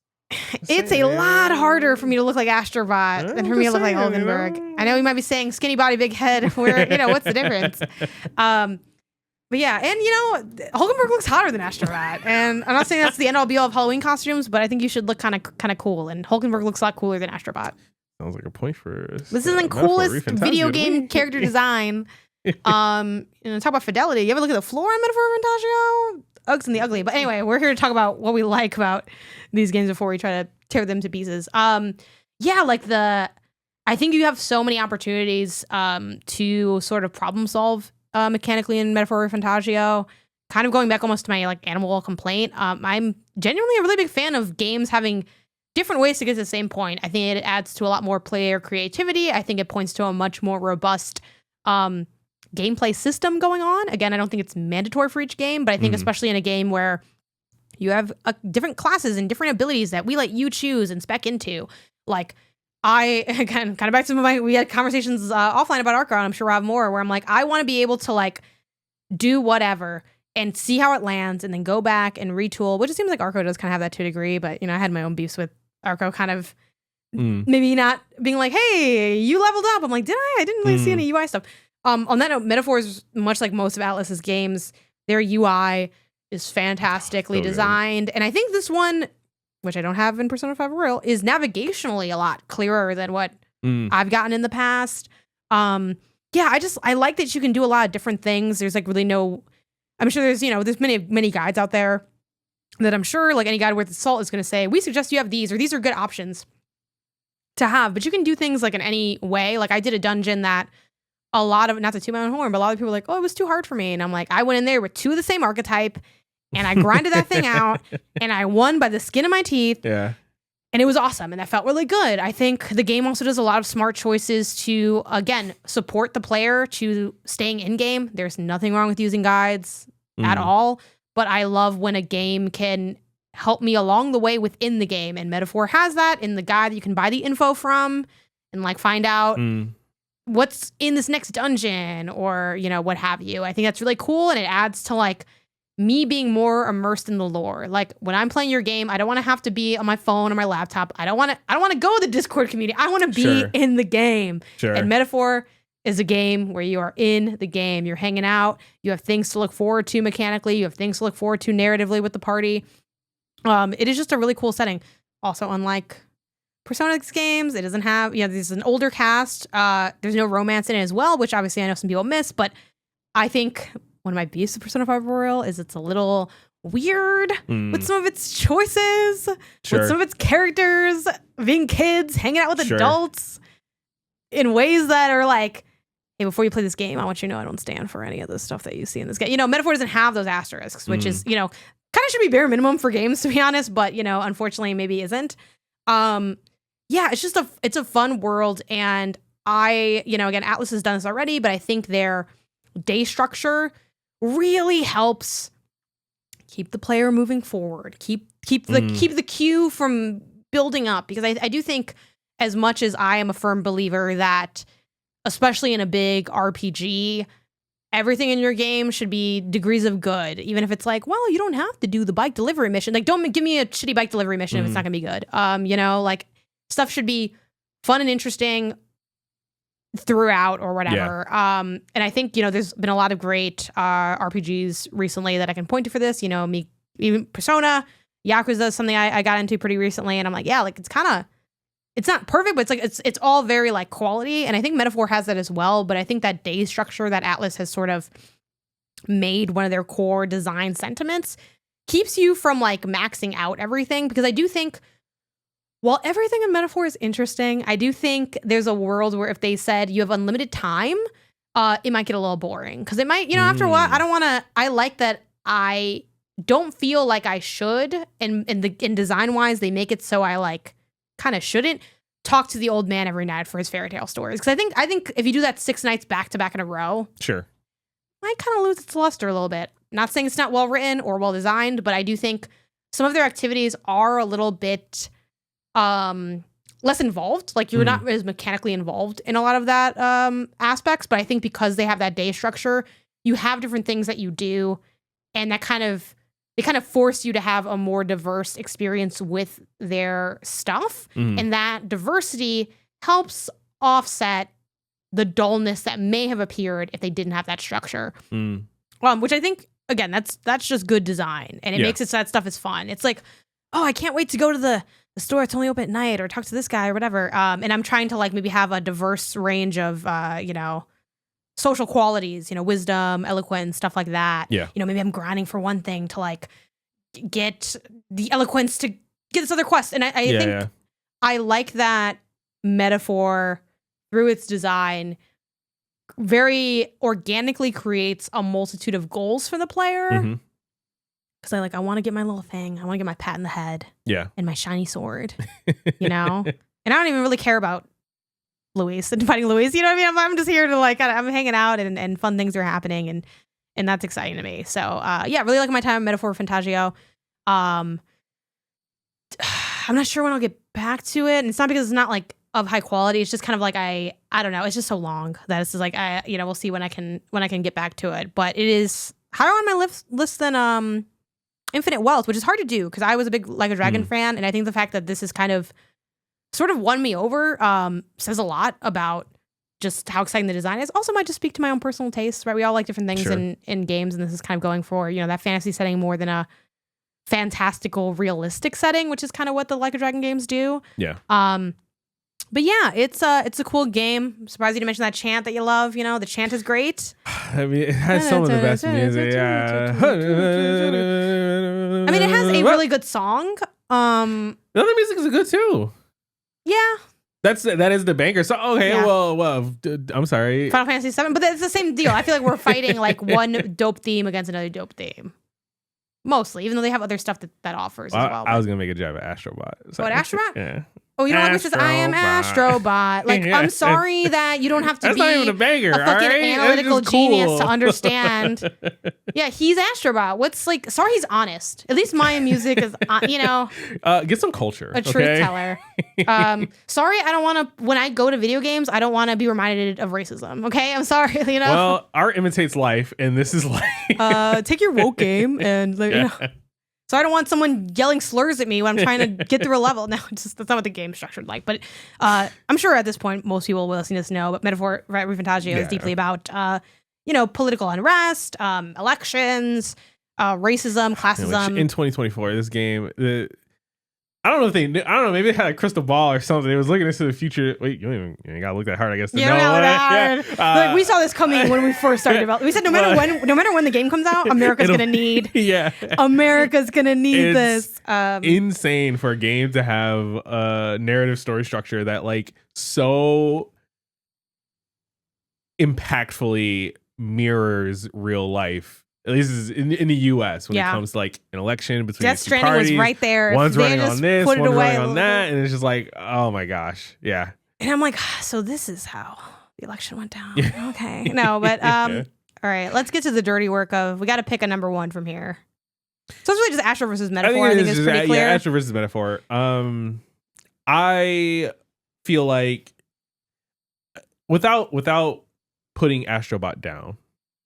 Right, because I'm gonna take the high road here. It's so much easier just to shit on there for this game, though. I mean, come on. Well, it's hard to shit on either game because they're just so good. I got some stuff. Me too. I think what Astrobot gave us was the peak of Astrobot. It was the playroom we got before with the launch of the PS5. It was the rescue mission we got before in VR, but just elevate it to the next level, right? It was the Tears of the Kingdom to the Breath of the Wild. Both of those games are fantastic. If it was undebatable, which it seems like some people do pick Breath of the Wild for some reason, but I'm a part of those people. I think Tears of the Kingdom is better, but I think what Breath of the Wild did was more impactful, and so it is better for that reason. Yeah. I kind of agree with that though, to be honest, a little bit. I think Astrobot, I wouldn't say it, but I would think it. In the same way Tears of the Kingdom fell lower because of the success of what came before it. Mm-hmm. I think Astrobot's incredible game falls short because we've seen them do this incredible game already, just in a smaller package. I'm sorry, is Metaphor Fantasio not just Persona, but there's elves? I mean maybe, but they're literally the same character. Like even that's a different IP. Yeah, but Astrobot is in all three names. That VR game. All right, fine. They play Playroom. We're half the people we played Playroom. Everyone's played Playroom when it came with the PlayStation. I do think Playroom is more of like a demo experience, which is that's why I stood 10 toes down on like, why is this on best games of the year? Guys, this was like a quick romp. I think these are the people that stand PT. Do you want to be alongside the PT people? Because I don't want to be there. No, and I'm not. Well, I feel like if you're like standing Playroom like it's a standalone game, that's like, you know what I mean? Because it's like a little dip. It's got trophies, and you can put trophies on anything though. You know what I mean? You can't. You can only put it on games. Actually, you can't put it on demos. I guess I have to say this thing is a game, but I would say that Radiohead experience on PlayStation, does that have trophies? Because that is like, I don't think you'd say that's a game. And I think I only say it's a game because it's on a game console.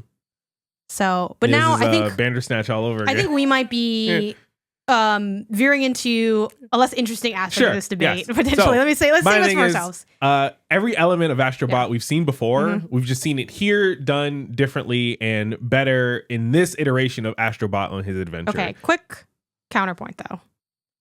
Is this best game or newest game? Because I feel like if we're awarding innovation about, because it's like which game is the better game, quote unquote. Mm-hmm. And I don't think quality is necessarily a one-to-one with novelty. Sure, I agree.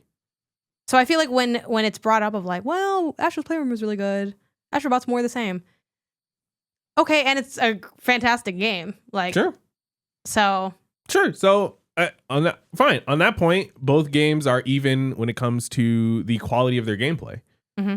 Whereas Astrobot is the peak of 3D platformer. Now I see where you're Metaphor going. Refantagio is the peak of Okay. JRPG. Now let's compare everything else. We have the music. We have the world that we live in. So we you want to go full the narrative that you love your narrative. How can you say that? Look, here's the thing. The narrative of Metaphor does not help elevate it. We are immediately actually just going into let's just dog the this game, which I'm all for because I think it's the easiest way to go about it. 2, you brought this up. Sometimes you want to sit down and play a video game and not just have to like just, I think Metaphor would be harder to bully if they let me know when them 2-hour cutscenes are coming. Because sometimes I want to sit down and play a game, and the thing with Metaphor is I do think, and I genuinely actually kind of do think this, I do think sometimes the pacing of gameplay versus narrative can feel a little rough to me. I do think the story is fantastic, and I enjoy watching those cutscenes. I don't even mind they're long, Grew up on Kojima, I said, roll the tape.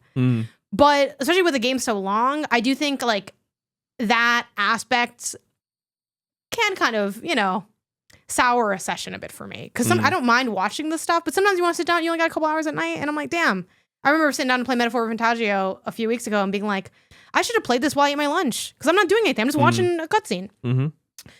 You sit down and play Astrobot, you're knocking out levels left and right, baby. You're going, you're moving, you're grooving. Yeah. I do think Metaphor Refantagio's pacing can be a little not my favorite in that regard. I don't know if do you have feelings on that aspect? To me, they very quickly established the language of you get these meteor cutscene narrative kind of elements, like sections of the game whenever you visit a new town. They do a lot of work to set up the, progress the story, set up the characters, establish what the goal is while you're here. And then they let you go and, hey, do what you need to do by the 18th. And it's like, all right, cool. They let you free. You could play a day, you could play a week, you could play a month, you could do whatever you want. Then just know that on the 18th, we're then going to go back into progressive story mode, give you another couple cutscenes, establish some new characters, new MacGuffin, things like that. So I don't have a problem with that, but I can understand not knowing that is the structure to things and like it coming at you from the side and like taking you by surprise. So that's fair. I'll give you that. Cool. I do agree with you though that the structure doesn't reveal itself. My beef is that sometimes I wish there were like, and someone argue, well, that would break the immersion more. I would want a little bit more of a. Sometimes there are those bits where it's like, how close can I get to that cutscene before I like, because like it's like, oh, like, let me just do a couple things, and then like you might trip and then you fall into a lot of story. And I'm like, well, I kind of just want to get some stuff done today, if you don't mind. Yeah, I guess here's a question for you. How do I want to ask this so that I get the answer that I want? I'm gonna be honest. I gotta be so for real. I'm like, how do I ask this where I know you're gonna need to? Well, you might still want to say Astrobot, but maybe it pushes you a little bit more. I mean, I guess you already rated. I'm like, which one do you rate? I mean, you already rated Metaphor high, so you think Metaphor Refantagio is a better game than Astrobot? That's what your list says. Yeah. Wow. Yeah, it's not by much. How not much? I can just so where I'm at with this, and trying to be aware of time and everything like that, is that for me, I feel like this is. I almost wish you had given Metaphor the Final Fantasy treatment, where it's like, even if you didn't like it, or even if at the end of the day you still thought Astro was better, I wish you had just played more so that the argument could be more on equal footing. You know what I mean? Let's just pretend that I didn't finish it because I thought it was dumb, and then we can just pick Astro.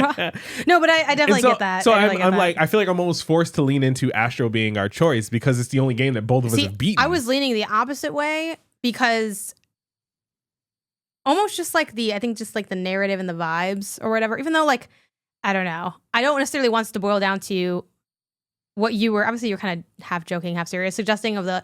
Well, they both have great gameplay, but one also has a great story. So this one wins. Like this has more things to like enjoy.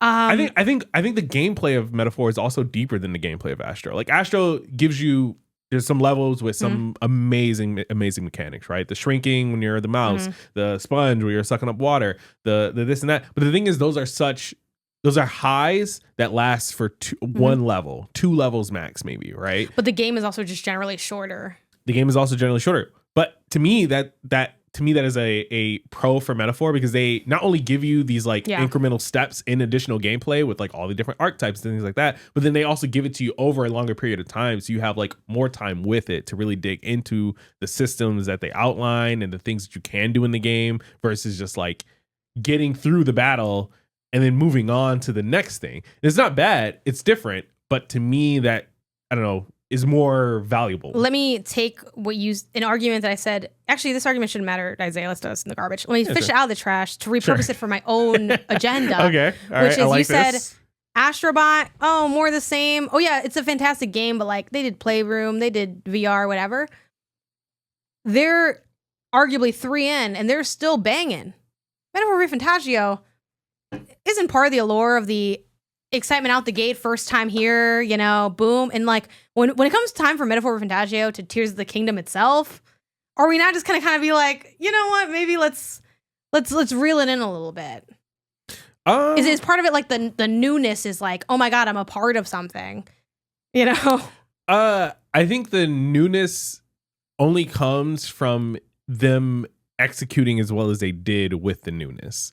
Yeah, that's probably true. Because again, if this was everyone's Persona ready 6, to say a JRPG is kind of bad. If this was Persona 6, right, the same game but Persona 6, I think people would like it, and admittedly, but it probably wouldn't be as wow, because it's following up on something that people have already established is good, and it's like, oh, it is the Tears of the Kingdom then, right? Like they took this thing that everyone knows is good, everyone agrees is good, and it like made it better somehow, right?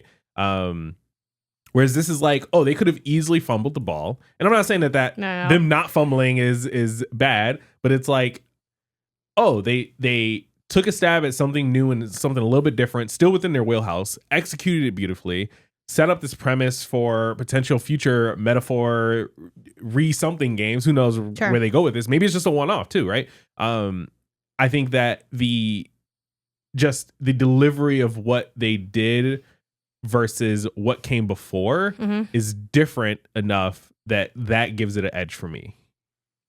Okay. I will say that in Astrobot, you can punch a worm and then you pull it out of the ground with your fist. That is true. So that's got to be worth something. You can climb a tower of PlayStation IP robots. And another small ding, quote ding to Astrobot is that I do feel the unfortunate side effect that of you're like, racist against 2D platformers. No. So much of Astrobot, I'm not even gonna say so much. A decent chunk of Astrobot's joy comes from outside sources.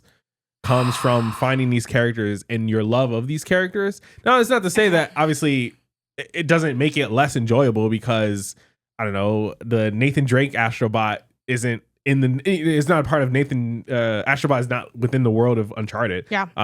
But it is a double-edged sword, because as much as I love the Horizon one, as much as I love the God of War, as much as I love Sly Cooper and all these other things, it's like, oh, I'll get somebody who I don't even know who this character is, and it's like, all right, well you're just a body to me now. You could have been a regular bot for all I care. But I think that's I think they can be.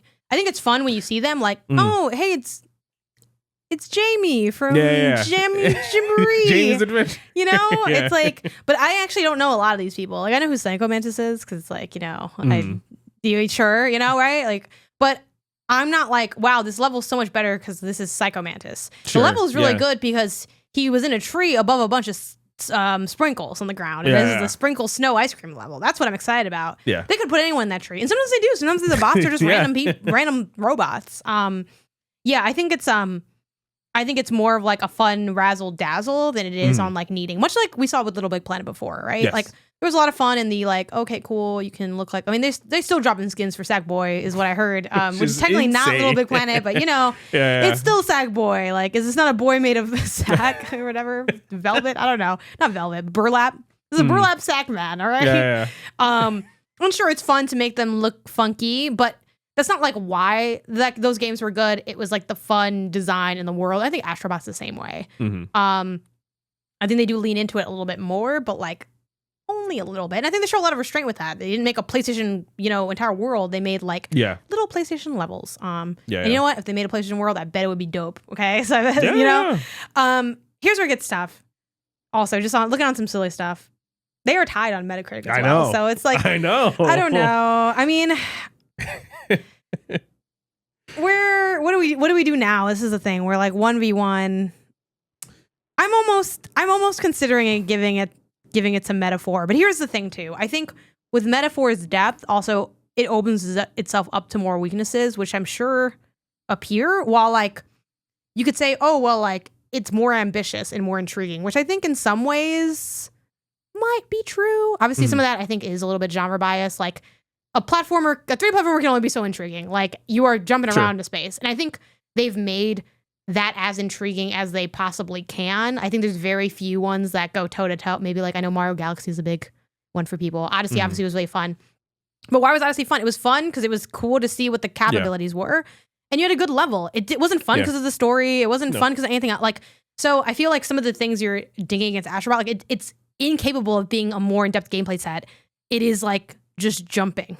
Like he jumped as good as he can. You know what I mean?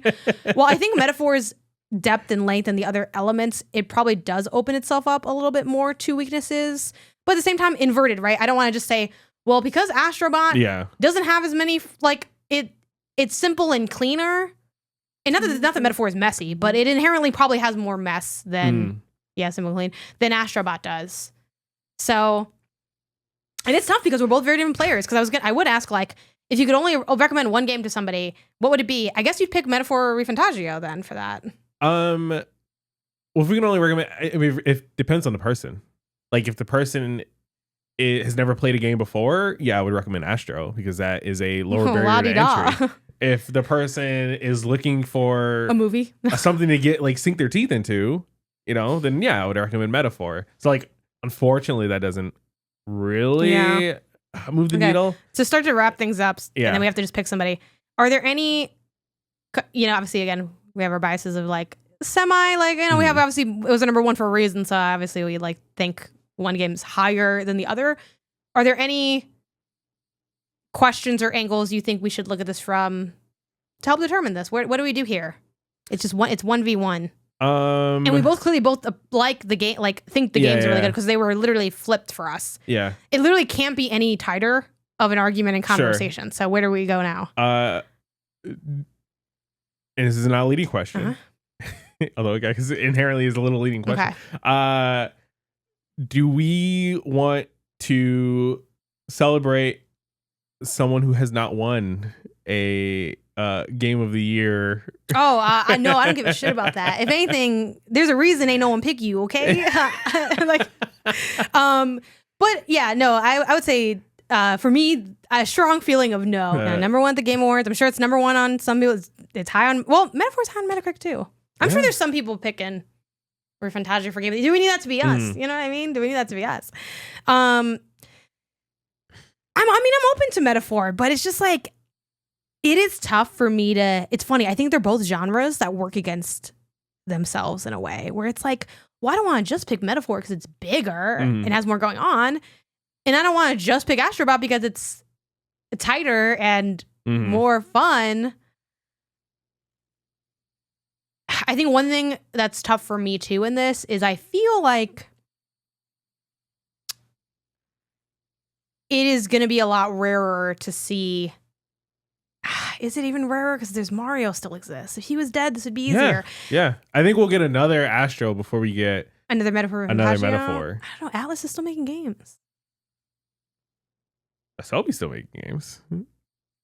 Yeah, but like I feel like Atlas 2 at this point, they also have a lot of different games in this genre. So by that I just mean that they're very like in their bag with this. I also think there's worlds with like where the Yakuza games also kind of compete with Metaphor as well. So neither of us really got into Infinite Wealth this year, so just that could have also been a contender for sure. But again, I don't want to just be like, oh, it's just which is the better game. Do you really like Metaphor? You were gonna say something. I don't want to. Again, like I said, I am happy to concede. Well, not happy to concede. I am willing to concede. from the basis that it is the game that we both have beaten and know that we like and agree that it's good. It is not the game that I think is the best, but it is the one that we know is at least up, like the strongest contender. You know what I mean? See, so if we're coming together for a Gangcast nomination, I'm inclined it would be to give it Astrobot. to Metaphor Fantagio because I think this is tough to gauge. And it's not like you've been like, oh, gun-ho crazy, but also you're not trying to like just yell at me about things. I think there's a chance that you like Metaphor more than I like Astrobot, which seems unusual because I do love 3D platformers, but I don't know. Like, you seem like Metaphor really did something for you this year. I would say I don't think Astro is my number one 3D platformer of all time. Metaphor might be my number one JRPG of all time. Like, I don't know of a game that I think a JRPG that I've played that I'm like, oh yeah, this is like, I think Metaphor beats most JRPGs that I've played. Like, I can't think of one off the top of my head. I think Odyssey is better than Astrobot. I think I think that Super Mario 64, even though I don't like it. Nah, you do not. You think I think it might be better than Astrobot. No, you don't. I hate Mario 64. Yeah, but I can still agree. I can understand that. Oh, it's better. But that means you don't think it is better. That was the thing. But I get what you mean. Whereas for me, in that same vein, I don't know of another JRPG that I would put for me that, oh, I think this is better than Metaphor. I think let's give it to Metaphor Fantagio. I think the thing with Astrobot is there are more things I could pick apart, and I kind of just don't mind it. Because again, I think the whole point is the platforming and that feeling good and exciting and interesting. And I think they do craft really incredible levels. But one critique I have about Astrobot that I haven't mentioned as much, because obviously, you know, I decided I waited and decided it didn't like matter to me as much. Ultimately, when I was thinking about Astrobot versus Metaphor, I think other things that make me say Metaphor is that I feel like you've had Metaphor at your number one kind of since it came out. And Astrobot, I did have to think about a bit. And honestly, if I beat Metaphor, there's a chance that it's different. It's not guaranteed, but there's a chance.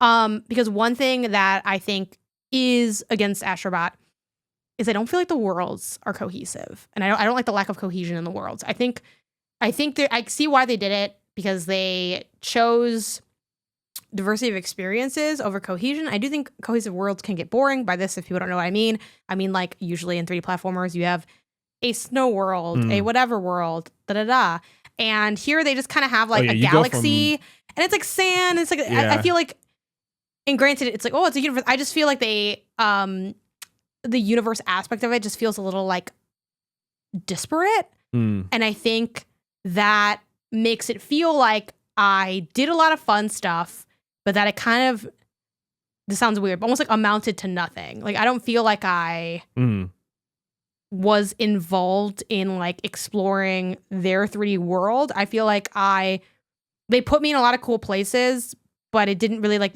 it's kind of just all disparate pieces, but they're all great. So that's why I still say, oh, this is like, you know, my game of the year, and it still is that. But that's a weakness it has against it. But on that note, too, I also have, you know, my critiques of Odyssey to bring up that just as another example. I think you get the moons too easily. Insane.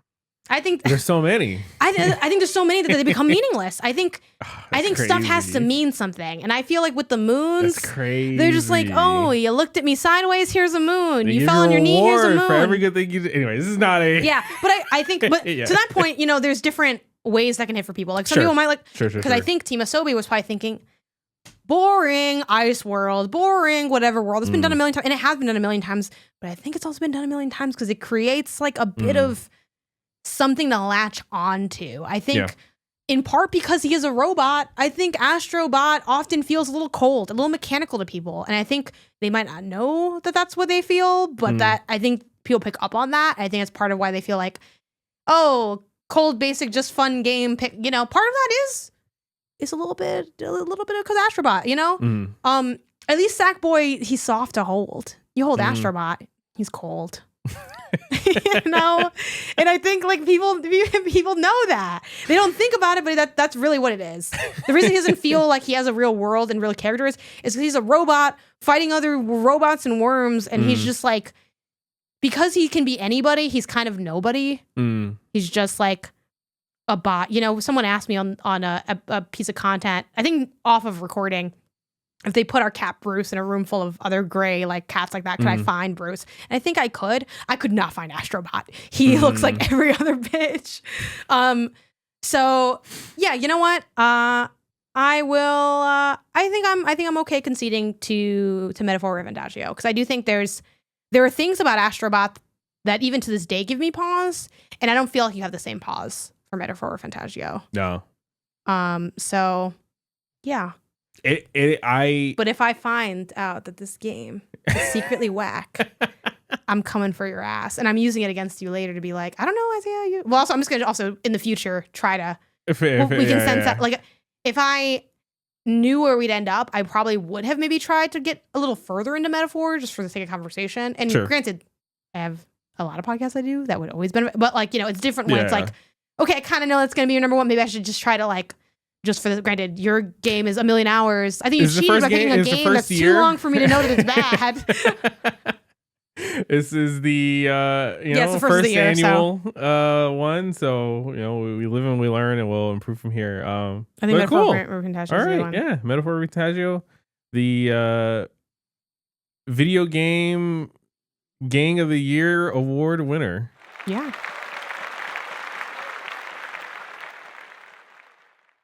All right, let's move on to board games and our last games related category. Yeah. Again, I always think about like maybe should sports be in games, but it's kind of different. It's just kind of different. Anyway, board game. This is just played this year. We're not chasing release dates. Maybe in a year not too far away, we become board game. I would love to get to a people point can start sending me board. If you guys send me board games, I'll play more board games. Yeah, that'd be awesome. Yeah, we not quite so much now. For this one, let's rock same format, 5 up. Maybe we shake that up a bit as we get into later categories where we have like less stuff to list in a way, or you know, yeah. So let's start with a 5 up. I had a hard time ordering these. I did too to a degree. I think my lower half and my top half were clean, but then within each of those, it's like they can really switch. Yeah, I'm not as passionate about my order. In this, but I'm going to start with my number 5, which I don't even know if this is this year only if we got this game, but I feel like it got popularized in our apartment this year at least. Scout was my number 4. Okay. Well, let me just follow the same form. What's your number 5? My number 5 was Cueless. That's fun. That's my number 1. Which right. I know is not going to win for like us collectively. I mean, hey. But cool. I guess we'll hold those till the highest person. So now we got these numbers given. I'm gonna start tracking it in our doc. That's such a funny. That is so funny. Okay, yeah. Let's give me your number 4. We'll probably have more discussion than near the top because I think we'll have more of the overlaps hit. Yeah. Yeah. What do you got for number 4? My number 4 was Scout. Okay. Right. And then my number 4 is Lorcana. Oh, that's my number 2. Okay. All right. Well, let's get into Scout. Yeah. We've done an episode talking about Scouts, so we definitely don't need to spend as much time. But give me a quick pitch explainer on what Scout is. So Scout is a small card-based game where you are essentially trying to the lore of it is that you're trying to put on a circus show, and to do that you need to play cards from your hand that are a higher value than the cards that were previously played on the table. And so by that it means like, a pair of 2s is higher than a pair of 1s. But a run on of 1, 2, 3 is higher than a pair of 2s. So the more cards that are in your set I guess hand set is the more value there, and then from there you know the higher value cards kind of is like a secondary value maker. It's a fun quick game. It's easy. It's hard to describe but easy to learn. Like if you play it for 5 minutes, you know the game, Yeah. whereas it would take 15 minutes to describe. Yeah, I think to describe perfectly accurately. But I think Yeah. your description is generally pretty good. Like you're kind of beating existing sets. Yes.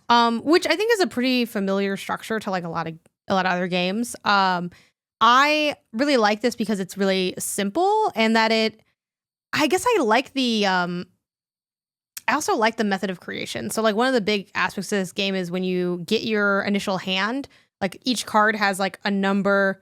If you pick them up, you see a set of numbers displayed, and you can also turn them upside down, and it's a different set of numbers displayed. Yeah.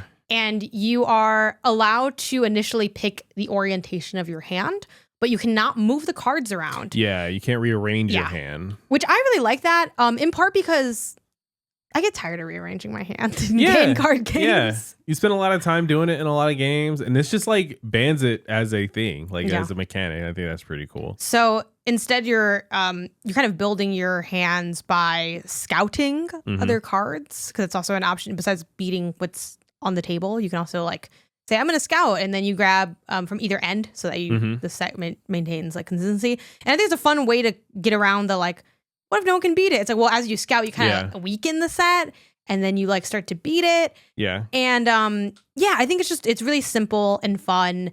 And I also like that it's rounds based. You do I think different rounds based on number of players, but let's say 3 rounds, and it's you kind of add up your points each time. So it kind of has a bit of a surprise factor of well, who's gonna win? Because at the end, when you tally your points, if you have cards still in your hand, that counts against you. Yeah. So you can have a good round and a bad round. And no matter what round you have, Isaiah wins by a little bit, which is why it's my number 5 and my number 4. No, I'm just kidding. And I like that it's so small and compact. I got this game from someone I met a while ago at a meetup. Bonds is their handle. Bonzinator is what she goes by on Twitch. Does a bunch of board game content. And she brought this out at the meetup, was this is one of my purse games. And I was oh, it's such a fun way to think about board games, purse games. And I think that's really cool. Love the tiny package, and it's a lot of fun in a small box. Yeah. And now that I have my more medium-sized purse, you Scout can start fits carrying so it around. easily. Yeah, I need to start bringing Scout out. Maybe next time we go to the or we want to go to more breweries, maybe that'll be that'd be fun. one that I bring out. That'd be cool. Yeah, Scout, it's really fun. And it'd be nice to, the more we know it, it'll be easier to teach other people and make them play with us. And then you said you're number 4 higher, so let's go to our number 3. Yes. My number 3 is Wonderland's War. This was my number 2. Okay. So we'll save it a little bit. And then my number 3 was Gloomhaven. That was my number 1. Okay. Yeah. This is so weird. Okay. Cool. So then what's your number 2? Was Lorcana. Was Lorcana. Okay. So now let's get into the Lorcana chat. Yeah. So Lorcana is a quick rundown. It's basically Disney's version of Magic the Gathering, where it's a little bit simplified while still being very mechanically rich and dense. If you get into it, you have all the Disney characters you know and love. They have a sort of color faction associated with the card, with each card, and you have to. Instead of mana, you're building a ink pool and tapping ink to play cards or perform actions on cards and things like that. For me, it really just I wanted to find something for us to get into that scratched that Magic the Gathering itch without being as complex and as deep as you can get with Magic the Gathering, just because it's been around for years, and so there's so much to it. And I know you can just play standard or this and that, but so much of Magic the Gathering is built on just playing Magic the Gathering, that Lorcana being a newer game felt like a fresher start, an easier barrier to entry to get over. And for me, it was just, I don't know, I really enjoyed our time with it, playing it, had a lot of fun. Want to play more. I know we want to get more cards and go to a card shop and check out some more stuff and start making our own deck. We're using some pre-built decks right now. I think it'd be really fun for us to really lean into it and play more and build our own decks and things. That's what I'm excited to try maybe in the new year. But for 2024, Disney Magic the Gathering was not on my bingo board, and man, did it hit. Yeah, I like it for the same reasons you do. It's simple, so at least to me, it's simple-ish. Mhm. because Magic was just too scary to me. I have a lot of friends that are getting into Magic. I know Sarah's a big Magic fan, and she spent a lot of time being like, "Why don't you guys just play Magic?" And I'm like, I'm scared. I gotta be honest. Like, it's like Slay the Spire Balatro. I'm like, not that Lorcana and Balatro are the same, but they kind of occupy the same mind space for me. Yeah, it's just like, I'm trying to think of what's a good way to surmise like what made it kind of instantly like I knew it would be on my list.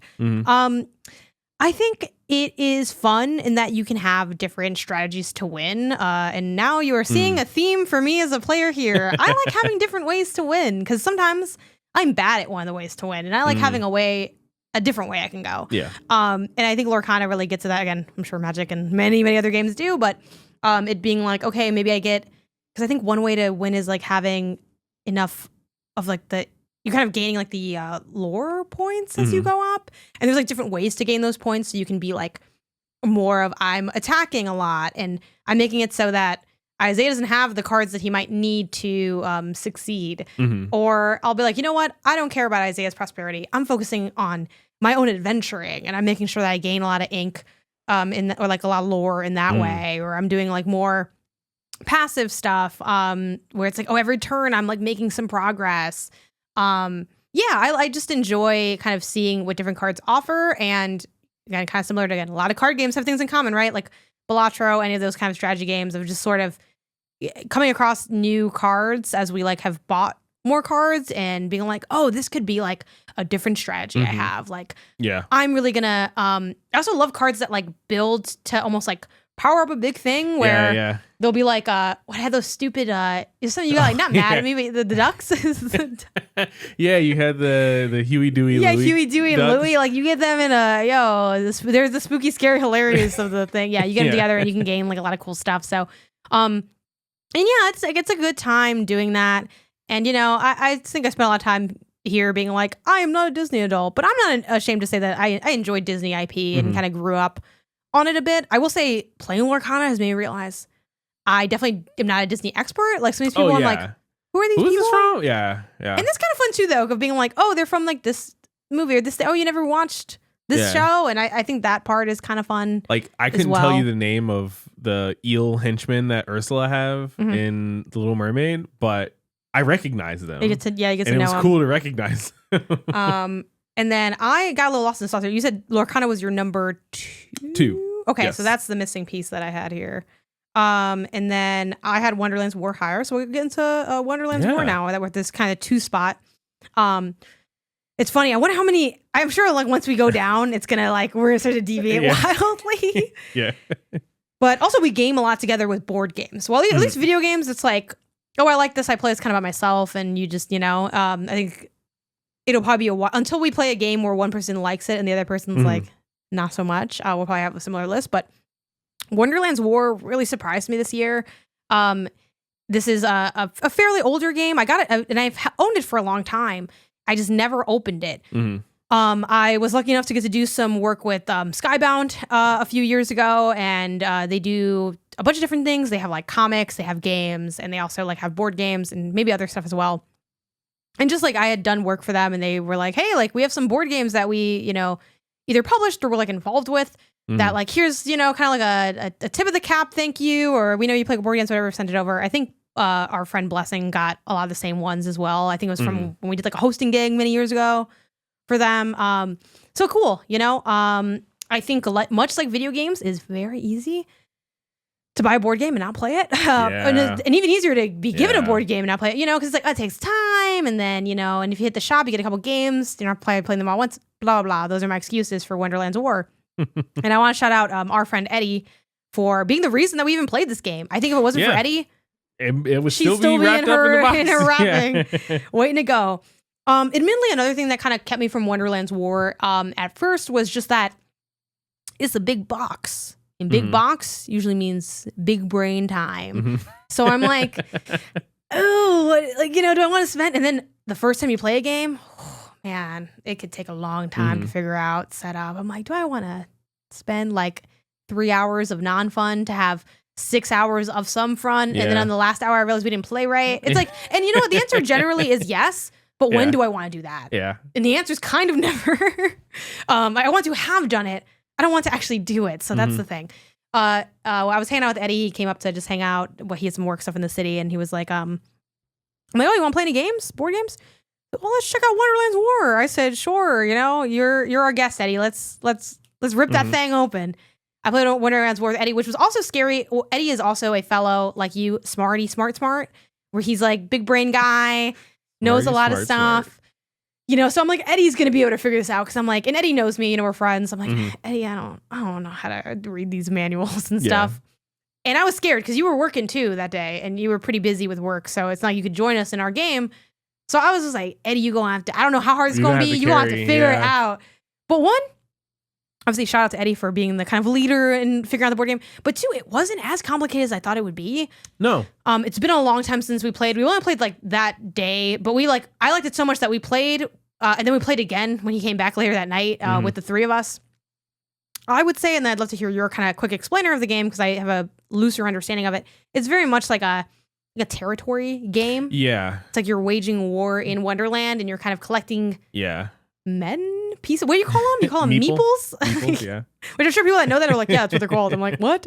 You have like little like men meeples kind of placed on the board. And that's like a big component of it. I'm sure I'm missing a lot of else what the game is. Can you kind of maybe fill a few of those gaps? Yeah. It's so there across Wonderland, there's like these, you know, seven-ish different like locations, and basically you take turns sort of placing your factions characters in each location, trying to build up strength in that location, and in a like clockwise fashion you go from location to location and sort of settle the battles that are happening in each location.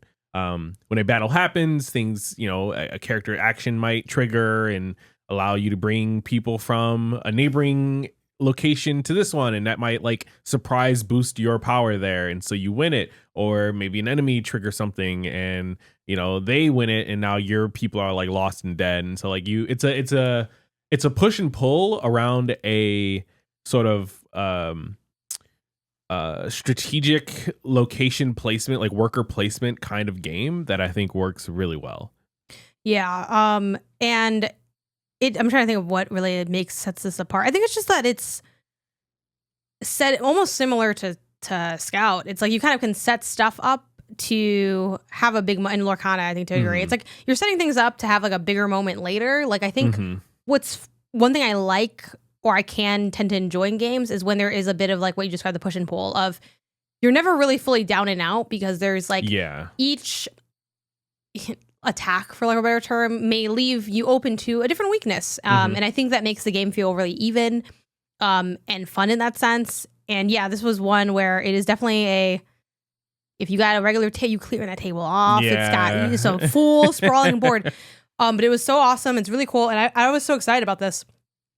And I really want to play it again. It is a little bit long, admittedly, but maybe over the break we can play it. But I was so excited about this. I started looking into it. I'm like, yo, y'all heard about this Wonderland's War? And apparently I am late to this party, because this is a pretty acclaimed board game, and it was, I guess, a limited kind of run type. Like they made a print and that's it. So it resells for like a lot. But I would never resell it because I think it's really fun. Yeah. So definitely it's and it was funny. Like I had posted about it. I'm like, you know, y'all heard this Wonderland's War? It's almost like the people who like maybe are more casual in the games, which I never played Disco Elysium, but being like, this Disco Elysium's really thoughtful. Like it's like kind of felt like one of those moments. Yeah. Where people were replying to me being like, oh, I've been hunting for this game for years, because it's like, they're like, oh, and it's really as good. I'm like, oh, it's so good. Yeah. Like, because something that I think we've never talked about, which maybe is an episode in itself, is how we like get new board games and find new board games. Because I realized what we do is like maybe kind of chaotic. Because I was asking like one of my colleagues, Kato, they are very into board games. They have a lot of board games. They buy a lot of board games. They're all in on it. And I'm like, oh yeah, like what's your, I think I asked them like what their methodology was. And they're like, oh, well, I'll watch like a kind of a playthrough of someone playing it and I'll see if I think it's fun. I was like, yeah, that makes a lot of sense. I don't do that at all. And I also don't really want to do that. I like going into the shop and just being asking like. The workers are my. The workers are really fun. But also just reading the back and looking at it and just vibes. Yeah. And I think we definitely take out maybe more L's than we would if we were more thoughtful. But I like this looks cool. Yeah. Let's do this. It's like what we used to do with video games, but we do it with board games. I really like doing that. But that's also why we don't take as many swings, I think, because they're expensive and they're expensive swings. So it's like and we're not exactly like researching things at all. I don't follow board game content ever. It's just like I'm just out there flowing the ether, getting to know the streets, and it's a good time. So yeah, Wonderland's War was my 2, but honestly, the whole top 3, I really was like, I was shuffling them over and over again. Yeah. So I don't think I'm missing any for us to go to 1, am I? No, okay. I think we're set to go to 1. Number 1. What is your number 1? My number 1 was Gloomhaven, Jaws of the Lion.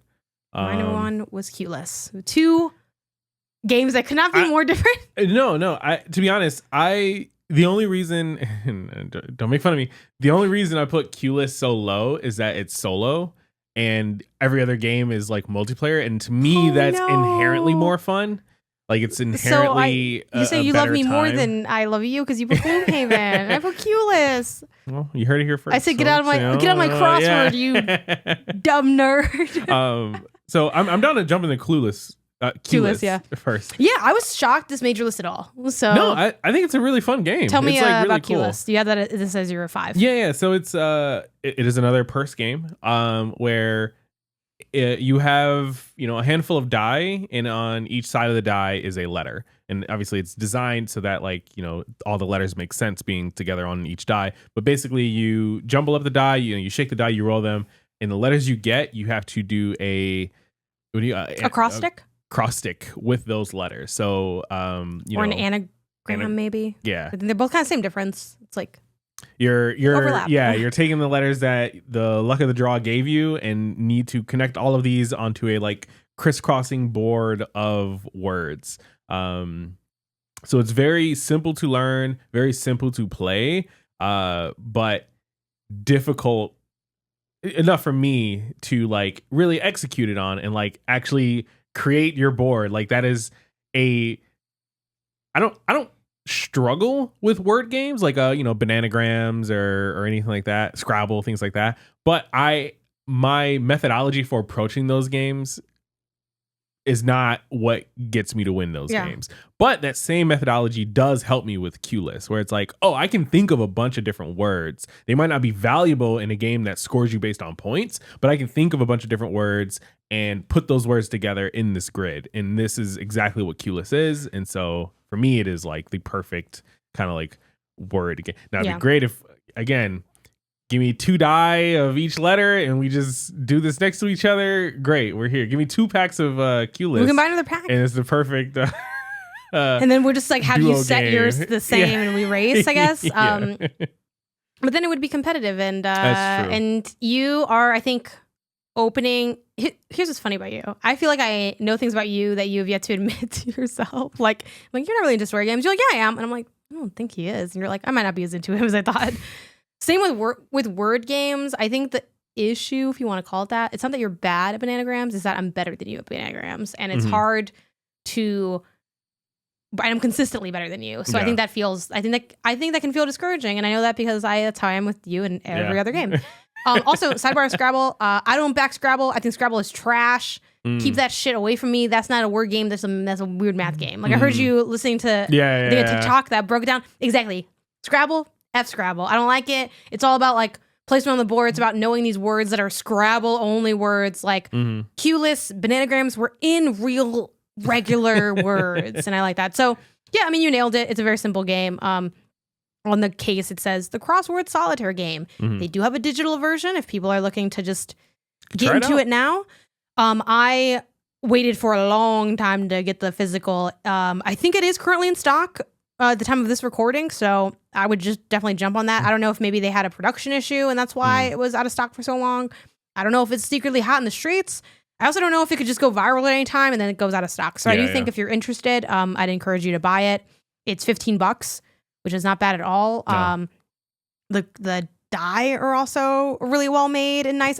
They're solid. Yeah, they have a good quality. I got a confession to make. I was so down bad for this game for so many months where I really wanted it that at one point I did go to the devil and I went to see this. Someone's got to be making a bootleg of this on Amazon, right? Right? Like I really want to play it and I don't have it. So I bought a bootleg one on Amazon and it was fucking hot garbage. So don't do that. If you've ever done that, you probably already know shit is hot garbage. not only was the quality, once I eventually bought the real keyless, and then this is also bad, I just threw the other one in the garbage. Yeah, no, which I know is great. I know the reduce, reuse, recycle girlies you're already coming for my throat for many of my consumer activities, but it was just bad. It was just bad. It was ugly. It was badly made. And also like the letter, they didn't get the letters right, which is like really important. It was basically unplayable. Yeah. Just wait. Just always wait for the real thing. Cause and I know sometimes there's good dupes out there for things. This is not one of those times. Yeah. Anyway, but yeah, Keyless is awesome. It's just really fun and simple. And I like that it's, again, they have a digital version, but the physicality of just like, I kind of fell out off of my like little run I was going on. But when I can make the time for it, just like, I've also been really big on the last like maybe year or half a year being someone who's like, I'm going to drink and enjoy my coffee in a isolated sitting instead of just being like, I'm going to take my coffee and drink it throughout my 4 hours of working in the morning as it gets cold.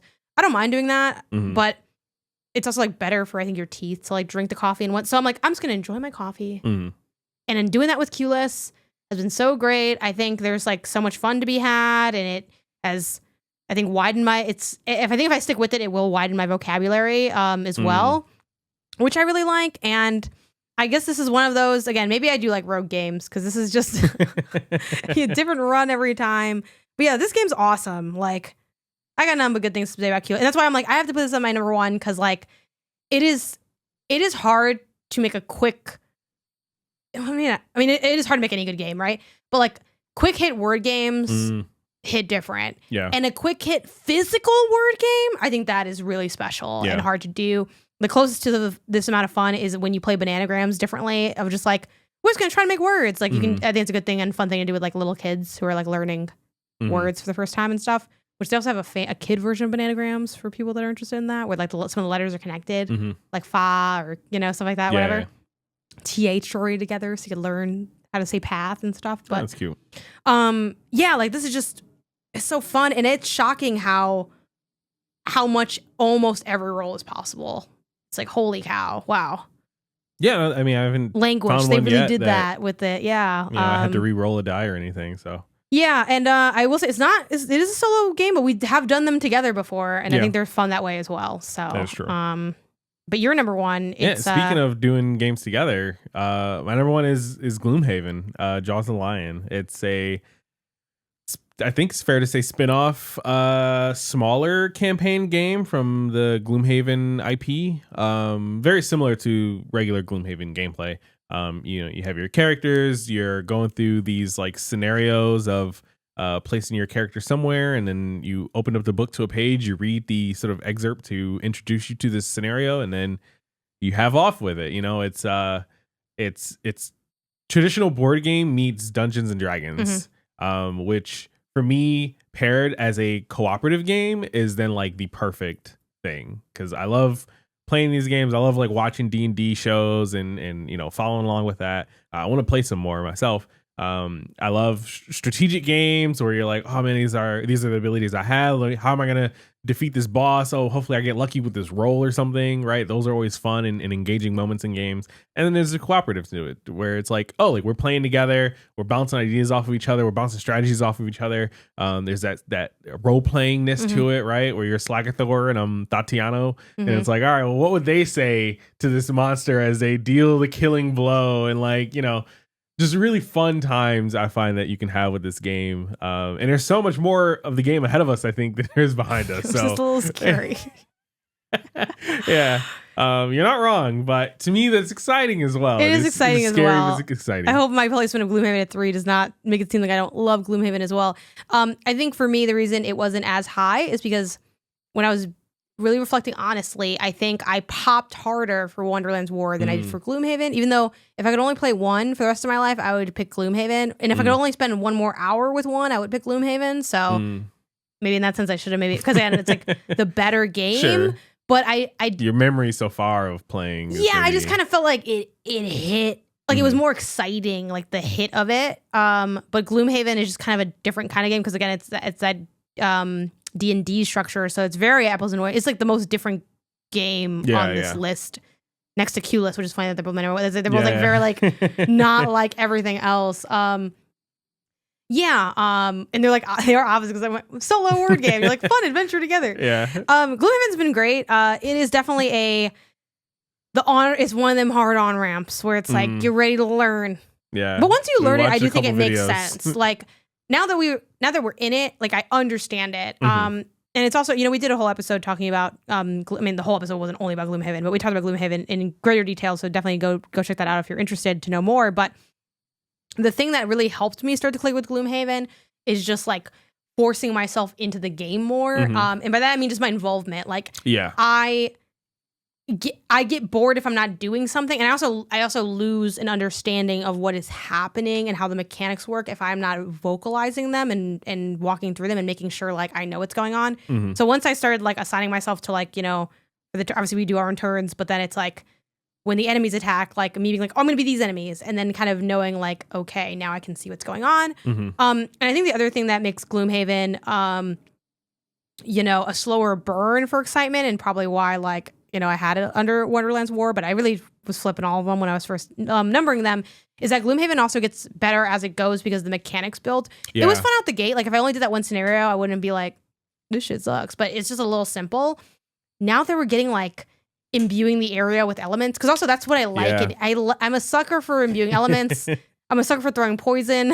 There's a couple other things I really love to do in games, and the fun of having to figure out like, okay, well, if I imbue it though in this turn, though, I won't be able to use it and it'll be gone by next turn. So okay, well maybe instead I want to do this thing, or like it's been really cool, and I like that they've all they're again introducing more and more as we go on. So now we're at the point in Gloomhaven where they have stuff like secret goals that we each have, and it's fun at the end to be like, oh, well, I couldn't tell you, but I couldn't tell you, but my secret goal is to make the most money, and you're fucking you're a thief. You're a thief by class. So I had no chance, and I couldn't tell you to stop opening these fucking chests because you love to steal, because that's what you did, and that's why your community ostracized you, And I had my own problems as Slagathor as the what am I, a red guard? Yeah. Or the red guard, whatever.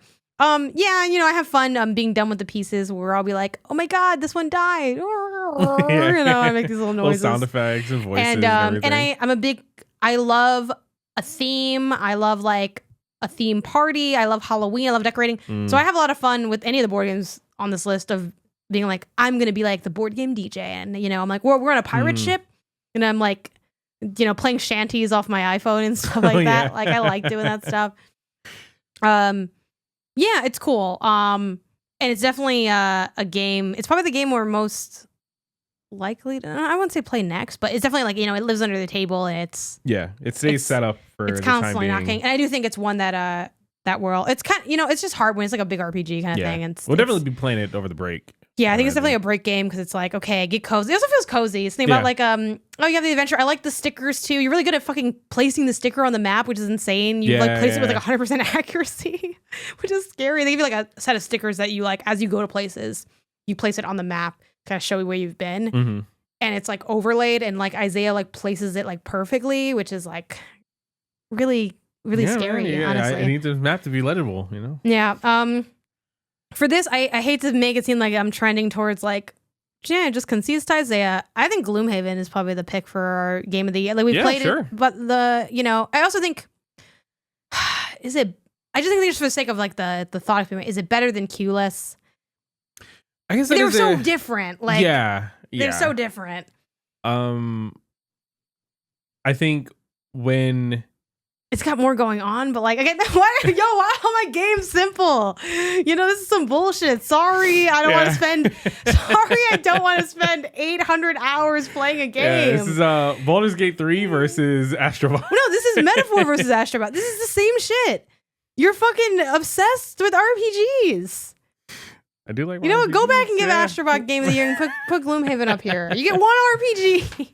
Go ahead. I was saying, obviously Gloomhaven is my number one. I could also see us doing Wonderland's War because we did both really. I was looking at that too as a potential one. It's neither of our number ones, so it'll feel a little weird having that be our pick. But I mean, hey, wherever it lands is where it lands. Yeah, I think I do think I lean on Gloomhaven in the sense that I had that at my number one for like a set. Like I considered it in there, and I don't think you ever considered Q-less to be. Not for number Your one. number one? I debated it being better than Scout for sure. Was Wonderland's War ever on your number one table? No. I actually forgot about it until like we sat down to start recording, and I was like, oh wait, that's a fifth game. Oh, okay, yeah. I think Gloomhaven. We both are really glowing on it. Again, it was my number one for a second, but then I was trying to really tap into. I guess that a thing I low key fumbled. Now I'm looking back on it. Is it's like if we're ranking based on best, I think Gloomhaven probably would be above Wonderland's War on my list as well. But I was kind of like thinking about what I was more into, which is kind of a different list. So I kind of got a little. Yeah. It's also harder because we know games so much. Yeah. It's like all I do all year is think about the order of my game list and my board game list. I thought about it when I sat down to make the list. So I think Gloomhaven, even though part of me is like, Isaiah, you gotta let these RPGs go. I found is your movie just like a fucking giant documentary? No. What do we got? What are we doing here? No, my movies are normal. Sorry, I want to just have a fun time. Are normal. I want to have a fun time and then go about my day. I want to be able to walk away. Everything else is normal. Isaiah doesn't want you to ever watch. He's like, you're like those people fucking scamming by the Eiffel Tower. You're putting the bracelet on, not letting go of the wrist till I give you some money. Yeah. Enough already, Isaiah. God. Anyway, so board game of the year goes to Gloomhaven. One thing I forgot to do is let's do a quick bottom up just for reminding people. Number 5, we had Q-Less and Scout. Number 4, we had Scout and Lorcana. Number 3, we had Wonderland's War and Gloomhaven. 2 was Lorcana and Wonderland's War. And 1, we had Gloomhaven and Q-Less for our kind of individual so collective cool list. That our 5 was the same. It's just in a different order. Yeah. That's cool. Which will not be true, I think, moving on. Though there's some I think overlap. It could be. Yeah. Gloomhaven, really, really fun one. And very, whether you go best or love or whatever, easy argument for either. Yeah.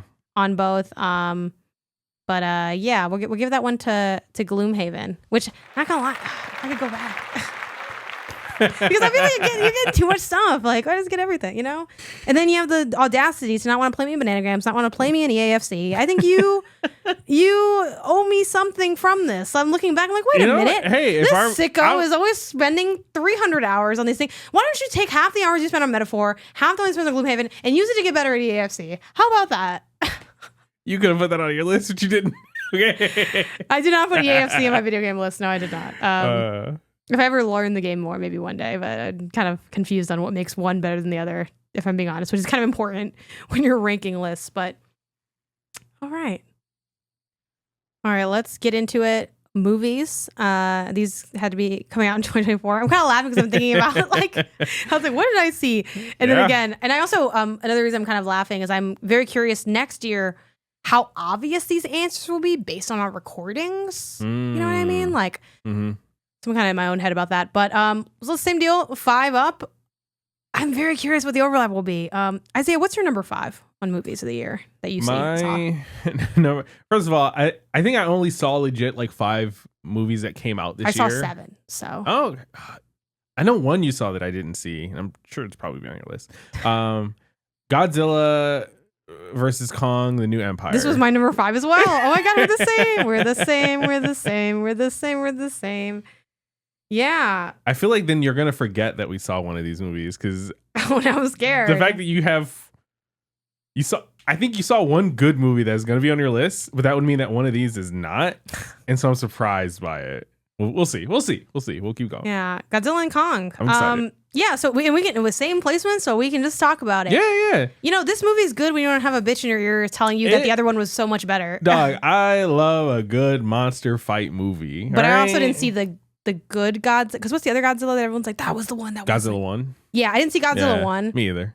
And I think that means I'm untainted to enjoy Godzilla and Kong: New Empire. Yeah. Everyone coming together. You gave Kong a fist gauntlet thing. You give Godzilla. yeah.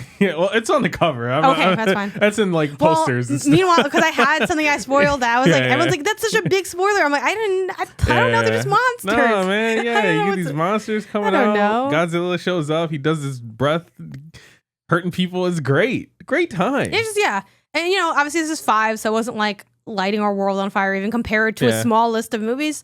But it's like, you know what? This was cool. It was honestly, a lot of this was like the order was a little bit process of elimination for this, where I kind of ranked this above the ones that didn't make my list. Where I'm like, I like this more than those other movies. And I thought they were like better.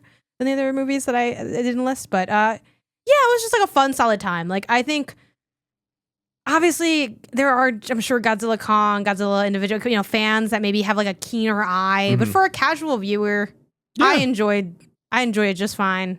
Yeah, good times at the AMC for us. Number 4. Mine was Twisters 2. Oh, that was my number 3. My number 4 was Dune Part 2. Oh, I forgot that came out. No, I put it as my number 1. Really? Yeah. Wow. Okay. To be honest, so we'll hold Dune for my that. 2, 3, and 4. Shout out to Letterboxd, because that's how I went back to figure it out. My 2, 3, and 4 were all could have gone in any direction. I knew what my number 1 was, and I felt pretty confident that Godzilla was number 5. 2, 3, and 4, you could throw those Which I guess, in a blender. I'm sorry, I should clarify. That's Twisters, not Twisters 2. Twisters. So how much did I like it really? I don't even know the name of it. Okay, so Twisters is your number 3. That's my number 3. So I guess we'll get into my number 3 and we'll save Dune for when I get to number 1. Okay, so my number 3 was The Wild Robot. See, which I know you can't have because you didn't see it. Yeah, I didn't see it. That's okay. Okay, so I'll talk about Wild Robot, and then I'll also fix this list because I think I messed up parts of the order. So The Wild Robot, it's just a solid ass movie. I think the reason it didn't go higher for me, because I kind of constantly go back and say, should I rate this higher? Like, it was pretty damn good. But there were some parts that dragged a bit. Where I was like, I got a little bored at some parts. I know Hayer's going to say, oh, it's a kid's movie. And you can shove it, because I think that's a dumb reason to not critique something.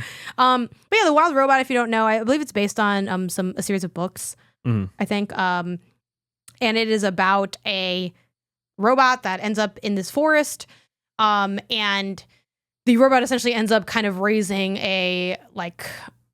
Yeah, I guess it was like is it a duck? Yeah, it's a duck, flies south for the winter kind of thing. Is it south for the winter? Is it west for the winter? Where they fly for the winter? They do their migration. Yeah, birds fly south. They do their migration. You know what I mean? I should have prepped for explaining the Wild Robot better. Show, right? My bad. I fucked up. Okay, So it's like raising this like animal, and the movie, I think what's so strong about it, one, some kind of wildly good fight scenes in this movie. I didn't think there would be any fight. There's fight scenes in this movie? Yeah, maybe that's kind of or like kind of I mean that's a little bit of a spoiler, maybe I should say. Yeah, there's like the animation work and the sort of the way, I mean there are kind of fight scenes in this movie. Yeah, they're like this, the way the action in this movie low-key hits, which is surprising. And it's not that there's like, I don't know, I don't want to spoil the movie, so I guess I don't even want to say what there isn't, but yeah, there's like some really great cinematography in this. The animation is really beautiful, but also I think the story is really good and really heartfelt. And I think what I love about this movie is it takes place in this forest of animals. So obviously there's like lots of animals involved, and like you get to know different animals in the forest, but I think the movie does a great job at having restraint. What the film basically ends up being is very much focused on this trio. So you have the robot, the kind of like a duck, there's a duck mallard or whatever, and then the fox and is involved on kind of bridging the gap, because like the robot's like, I don't really know like about animals, and the fox is like, I can teach you about animals. But also the fox kind of has his own thing to fox. Sure, yeah. But also they like kind of they play with that a little bit, but it's not like in a crazy way. It's not like it's not what you might expect, but that's kind of the dynamic of the film. But you do get to know other characters, and at different points the other characters kind of have like their little like character moment. And I think the film has a lot of restraint with like, they could have easily just done like, and we get to know everything about all these animals in the forest and all their lot, like, but they were like, nah, like just enough. And then we weave them into like the core narrative of this trio of animals, or of creatures, because the robot's not an animal. But yeah, and it's very much a movie about parenthood, and it's weird to say like the robot is like feminine, but I mean like they are voiced by like, well, they're kind of like take that mother role. Sure. The robot does. So it is very much like a movie about motherhood, and like, and it's very beautiful. I think if I had kids, I would have cried during this movie. I almost cried during this movie because I think it was very moving. I think they had great writing, and it really just had like that gut punch of, I think, what a lot of people talk about when they talk about parenthood, and a lot of media portrays about parenthood, which is like what it means to like be a good parent and to sacrifice for your child in the ways that a child may or may not be appreciative of it at different moments. but also the validity of the perspective of the different parties involved of like parent versus child. There's also, it's a bit of an outcast story too, because like it's weird that this like that, you know, they're paired together as like parent and child because they're not the same species. So there's like a bit of that layer, but also them individually kind of being outcasts together, but kind of coming together. But then there's like, and how almost like the power dynamic of like, well, the robot's kind of just fine as is. And like this, like, you know, again, I got to look up, is it a duck or is it a, like, it's a duck, right? Yeah. Like, yeah. I was like, I don't know why I was so worried that it wasn't technically a duck. I don't know who on the internet would be like, actually, this is like a different type of mallard. Yeah. The duck needing to like be able to fly. And that's like a big kind of, again, I don't want to give out too much of the movie, but it's kind of like a big point in the movie. And they're kind of like learning to fly or whatever. Because like the duck needs to, also the duck is an animal. So it needs like stuff to survive. Well, the robot doesn't need certain things to survive, but it's still a robot. So like there's obviously like that kind of, not power imbalance, but like that's why they're also like parent child, like one depends on the other. And then, yeah, it's just like, it's a really good movie. Like I can't imagine anyone watching this and being like, shit was mid. Like it's good. And now how much do you think it's good? I think that is obviously up for debate. I think I easily could have ranked this even higher than I ranked it. But I was like, I think this is kind of where it lands for me. Because I love the highs, but there are parts where I'm like, I found myself kind of being like, okay, I know the runtime of the movie and how, you know what I mean? And I think that dings it. If I'm kind of like, and granted, you could say, you know, I'm fucking fried patience-wise. But look, I've had, you know, I think we all know that feeling of, hey, no offense, I don't want to be rude. I'm curious how much of the movie is left. Sure. You know, and it's not a lot of parts. It's not like a terribly long movie. It's like a 100 minutes or something like that. But there were parts where it lulled a little bit for me. And that dings it a bit.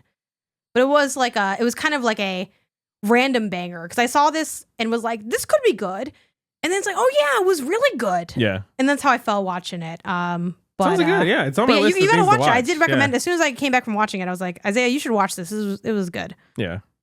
Okay. Which I guess brings us to Twisters. Yeah.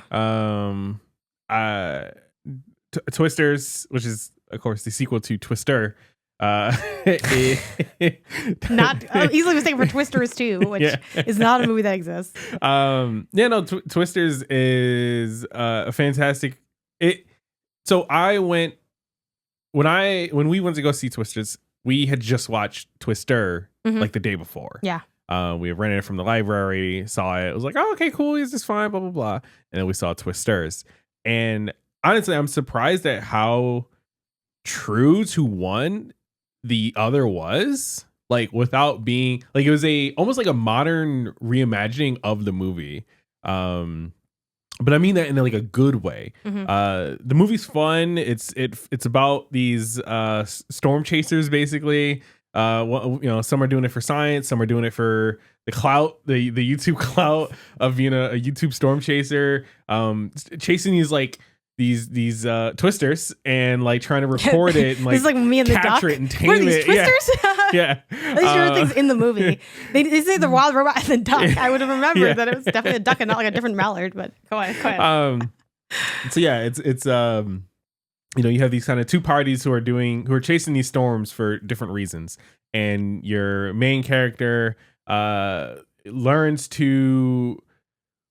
learns why the other group of people are chasing storms and what it means for them and starts to reflect on what it means for her own self. And like, you know, you start to kind of develop this story and go through her journey following in her parents' footsteps and you know, doing all of this storm chase. It's such a weird premise to have a like movie that ended up actually being like pretty her good. Parents chasers? No, right? Well, her aunt at least was like familiar with like the knew original the weather or Twister something. Yeah, people. like it's like there's some connection. I think she's related somehow to the original movie characters. I think it's either her aunt or like her grandma or her mom or someone. I know they're both using like was there some of they have like shared technology to a degree. There's like a Dorothy version, but either way, I think it's kind of getting in touch with like you know, either way, it's like getting in touch with why she kind of started like chasing to begin with. And I think this is a movie that, to add to your point, it's kind of on the surface of the film. It's we dumb. know we know as like the viewers and the different characters know like why the other people are doing it, right? Like, oh, they have a YouTube channel. Oh, well, they have like a science thing they have going on. But then we get to like the real why. It's kind of, you know, And it's a film about this woman who's like the main character discovering, getting, I think, in touch with her why. Because she kind of like gets drawn in of like, oh, like, we're getting the band back together almost. I'm trying to like do this. I need your help. You're the only one. You're so brilliant, you know, like chase again. She's like, no, I live in New York now. You know, I take the subway. I can't go chasing, you know? Yeah, and there's definitely some fun tie-ins to the movie. Yeah, but so you kind of like a different, like, for you, this movie is like, in lovingly just dumb. Like, is it kind of a little bit? Yeah. Like, I mean, it is I think the character arc that we see and the, you know, character growth and, you know, the stuff we discover and everything like that is all fun and games and like good, a good story to follow along with. But on its side, I cannot get over the dumbness that they're storm chasers, and like, not that is, I guess, inherently dumb, but it's just like, why do I like? It's a real job, is it? Okay. It's like how Top Gun Maverick had no reason to be as good as it was, but it was that good. Yeah, I feel that way about Twisters, where it's not as good as Top Gun Maverick, not. But it's like, this doesn't have a reason to be good, and it's way better than it needs to be. Yeah, I definitely went into it, I think, too, not worried because it wasn't that deep, but like kind of worried of, you see a lot of movies, especially like modern films, try to pull off like the integration of like modern society practices, such as like being a YouTuber. And a lot of times it just feels like a little cringe, a little like it misunderstands like what being a YouTuber is, which granted, if you look at actual YouTube, the monetization model of that channel is a little like, there's no way you're making that much on ads only, and you only have 1 million subscribers. 1 million is actually not that many subscribers. Maybe they had more than 1 million. I don't remember how many they had. But the math was not mathing. But also, we all know there's probably other, you know, there's probably ad revenue, you know, they probably brand partnerships. Like, I don't know. But they were selling their own stuff, you know, but that, hoodies and but then you find anyway, it doesn't matter. But like, so on its face, like, I don't know. It's like, it's a little tropey, a little cheesy, which obviously the OG Twister movie is that also. But I think I think it is a great modernization of it, where it's like still tropey cheesy, but with a lot of heart, a lot of exciting, like, you got love interest in there, you know, it's like got it all. It's got like it's very tropey, but in a very satisfying way. I think they pull off things really well, and I was very invested in like the action of the movie. Also, all my stuff is secretly action movie, but and I know, like, I think for you, seeing like the Twisters, you're like, this looks a little dumb, and for me, I'm like, oh my God, is little Timmy gonna be okay? And you're like, this is stupid. There's like a tractor flying in the air. And I'm like, you know what's harder than wrangled in one Twister? Two. Yeah, like I buy in. I buy in a bit more than you. That's why it comes off as less dumb to me because I'm more bought in. Sure. So the drama, like, I'm like, it's theater, Isaiah, you know, but I mean, I get it. I mean, you know, I'm not mad that you think it's a little bit dumb positive, while I'm more like, no, it's like, it's less dumb. Yeah. But I think either way, we kind of enjoy the movie near the same amount, right? It was my, my number 4, year 3, which I think brings us to 2 now, right? Yeah. This is always a little harder when it's only like the 2 people to keep track of. Okay, so my 2 was Inside Out. Really? I'm guessing that's your 1. Okay, yes. Well, Inside Out 2. Damn it. I don't know what any of these fucking movies are, guys. So then what was your 2? Deadpool and Wolverine. Didn't make my list. No, that's fair. You want to talk about a dumb movie? Let's talk about Deadpool. Okay, go ahead. No, again, we'll get to Dune when we get to number 1. My 2, 3, and 4 were completely interchangeable. You can't win a number 1, Isaiah. We gotta go back. You gotta give me Astro because you're winning too many number 1s. It's not a competition. It's supposed to be a decision, but it's not fair. Go ahead. Sorry, Deadpool Wolverine. Deadpool Wolverine was, you know, again, it managed to sort of capture a little bit of that Marvel magic that we got in the previous phases of the MCU, where it's like, we're getting these characters. We know these characters exist. We've seen them work in their own universes and do things on their own. And now we're starting to integrate everyone's story together and cross the threads and bring people in and do all of this. You know, seeing the Wesley Snipes and the Elektra come back, and the Gambit come out for the first time in this, you know, with this sort of idea of the character coming back to obviously Deadpool himself, right? You know, Deadpool's always it's a fun, jokey, immature romp of a time. You know, he's gonna make his quips and things like that. Wolverine, seeing a Wolverine, you know, Hugh Jackman do again, put on the Wolverine claws and come out and do his thing. But he's a different Wolverine than we've seen before. He's much more like kind of closer to that comic book accurate in a lot of ways that I think was just really exciting for people. And again, all of this brings Deadpool, which is like that Fox property that Marvel or Disney bought Fox, and they're merging all the things together. It's like one of the biggest, at least like in the more recent era, Fox properties in that like Marvel universe start to integrate that back into their MCU proper timeline, and it's like that's exciting. Like now we get to really see what's the next up is. Is it Fantastic Four? What are they doing with that? Is it going to be something else? Oh, who knows? Like we can really start to see them integrate these things that viewers have wanted for such a long time back together into the MCU, and it's like. Cool. And it was just fun. It was just a fun, dumb jokes everywhere. Action. Talk about action. Oh man. I mean, I didn't see the Wild Robot. I will find it hard to believe it had better action way scenes. fucking better than Deadpool. I mean, maybe. I'm not gonna argue that, but man, I want to watch Wild Robot now. If it's going toe to toe with the action in Deadpool. There are some fun moments, but the thing about and obviously I know that's Deadpool's whole thing, but Wild Robot isn't gonna jerk itself off the whole time it's playing. It's good. It can just be good. Every time Deadpool and Wolverine does something good, they have to look at the camera and say, "This is the good part." Yeah. Because if you didn't tell me what the good part of that movie was, I wouldn't know because it's not that good of a movie. No, anyway, but yeah, Deadpool Wolverine just like it kind of barely missed the cut. It's like I like Godzilla and Kong more, and it's just like I was not into Deadpool and Wolverine. Didn't hate it. Didn't love it. Inside Out 2 was actually was my number 2, so we'll just jump straight to our number 1s because you had Inside Out 2 and then I had Dune Part 2, which not gonna lie, it's tough because Dune Part 2 in reflection it blends a lot with Dune Part 1 because we also watched Dune Part 1 right before watching Dune Part 2. But I think the big thing for me is like it is a bit tougher of a watch than like Inside Out 2 because it's just like it's very meaty, it's very dense, it's a lot of nouns because it's sci-fi, but it's like remember like good ass sci-fi stories. Fuck yeah, here's another good ass sci-fi story.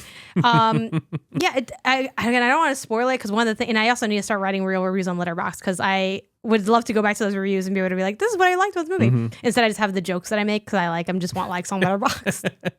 So maybe my notebook, I'll write real thoughts. But I think I just enjoyed the drama of the movie and the spectacle of the action. I think carries a good way, and I think Dune does a good job creating curiosities without feeling annoying. Like I think it is kind of a bit of a denser.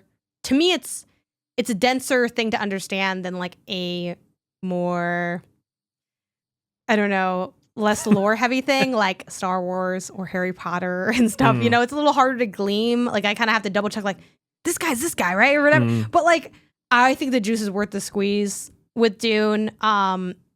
And it was like, I don't know, like I think for me what really delivers a bit with Dune besides like the spectacle of it is getting to the end of it. Like I really felt something for like the ending and being like I don't want to even say anything about it because I don't want to spoil it, but I felt invested in the outcomes for the characters, and I felt like the glory of when there was good and the pain of when there was bad, just to make it so like you don't know what I'm talking about when you go see it. But it's like, damn. And I also like how much Dune 2 explores kind of fate in a way. It's like this idea of, well, I don't, want to be seen as like, kind of not evangelized, but sort of like seen as this god. And I know that if I go here, this will happen. And then, but then we try to avoid it, but then in avoiding it, whatever. And I have to. It was very much a like defying your fate kind of theme to it. But then can you? Maybe not so much, right? Or maybe yes. Like I don't know. Like so, I think the drama of that is cool. It would be an easier decision if this was like I think Dune 1 because I love the beginnings, and like Part 2 is definitely like.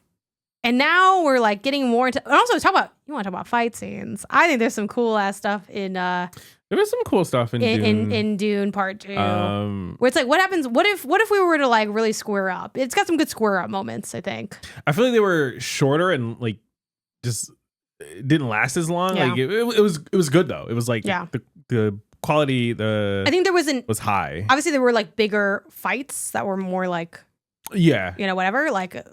wider shot, right? Yeah. But I think when they did more of a square up thing, there was a real intimacy to those fights, and I think that was pretty cool. I if this was like ranked on more like the cinema-ness of it, Dune would have been my number one for sure. It's not too late because we do have to pick only one of these movies. I mean, my number one is still my number. It would have became number two easily. It wouldn't have become number one easily. I still think Inside Out is the Inside Out 2 is the like just best movie I've seen this year. I just don't like that we like, and it's like I know I'm involved, and it's like when I made this decision with the game thing, I was like, we could all agree Metaphor Dungeon was good, so yeah, sure. But now that I feel but the thing is, I'm fine putting Dune 2 as our choice. But I don't even want to because I almost put Inside Out 2 as my one also, and I loved Inside Out 2, which also. And and people can let me know in the comments again, I'm sure. And I kind of know the reasons, but I don't get the Inside Out 2 hate. It's a good ass freaking movie. Good. Yeah, it was so compelling. So, but I don't need to sell it. It's your number one. So mentally stable people, I guess. I don't know.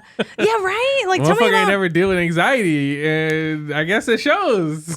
And I do think Inside Out 2. Well, obviously, Dune Part 2 is just like kind of more of a convoluted thing, but Inside Out 2 stuck more easily in my mind. But also, we watched it more recently than Dune Part 2. Dune Part 2 came out really early in the year. Comparatively, I mean, Inside Out wasn't like that late. Damn, was it? Were they next to each other? Dune Part 2 when did that come out? They came out February. I want to say Inside Out was like February/March, or maybe they were around the same time. All right, I stand corrected. We watched them around the same time. Yeah, I thought Inside Out 2 June. I just really liked what they did with anxiety. I think one thing that Inside Out the franchise is really good at is creating like a breadth within what is inherently like, talk about archetypes, right? You got anger, just got whatever. But I think they create a nice breadth within those characters, which are representative of just like emotions, where there's like more to it than just like what you might think on paper. And I think anxiety was like, oh my God, one of the best like representations of like the spread of what anxiety is. Cause it's also such a much more not generalized, but like a lot goes into anxiety. Well, I think like on its face, like happy. Well, you're happy, right? Or you could be like, like tears of joy, right? That's kind of the rate. Like, and even sadness. I know, like part of the first movie is the idea of like sometimes you need sadness to like be a person that makes sense. Like it makes sense to be sad, and like sadness can create catharsis, and that's kind of what that first movie was about. This was about like, oh God, it was just like really looking at the ways anxiety can manifest. And I think looking at that manifestation was really fascinating. And I like to look at, I feel like sometimes there's maybe too much reverence for like childhood in media. And I liked this is still childhood because she's still very much a child, but it's like the other stages of childhood that aren't just like, you're a kid. Yeah. Yay. You're starting to like learn how the social like aspects of the world work. The mess of becoming more than a child but less than an adult. Yeah. It's like, I'll tell you what, Inside Out 2 made me excited for whatever it is they do with Inside Out 3. You want to see what happens to Timothée Chalamet. Dune Part 2 didn't make me excited to see what's next. Yeah. There's a whole show out right now for Dune, and I ain't even interested in watching it. No, but I probably wouldn't watch an Inside Out show either because I'm lazy. That's fair. I can go either way. I think I scored them the same. That is honestly so like, talking about how did you rank these or whatever. I was like, well, we're ranking on like the best ones, right? And I just kind of looked back on my review scores on Letterboxd, and I used that to try to like rank them. And I believe Inside Out 2 and Dune 2, I think Dune 2 was maybe ranked like they were ranked identical. I gave them both 4 stars. Which I will say, it's funny because I thought I liked Dune 1 more than Part 2, but I ranked Dune Part 2 higher than Part 1. So maybe I did like Dune Part 2 more. It's a little confusing. They kind of blend together, and then they're all very like, it's so chonky. Well, Dune Part 1 unfortunately had the job of doing a lot of setup. Yeah, but whereas Dune Part 2 could just come in. I love setting up. But usually it's better when you pay off, because even me, like I love Batman Begins, but what I love more? Dark Knight, yeah. Dark Knight, yeah. I don't know. Maybe I should like. It's tough because I think I like Inside Out 2 more. But so maybe I should just like. Should I just fight for Dune Part 2 so people don't think I'm like a pushover bitch? It's like you don't have to fight. We can do. I again. It could have just as easily been my number 2 as it was my number 4. So like, Yeah, it really could have gone either way.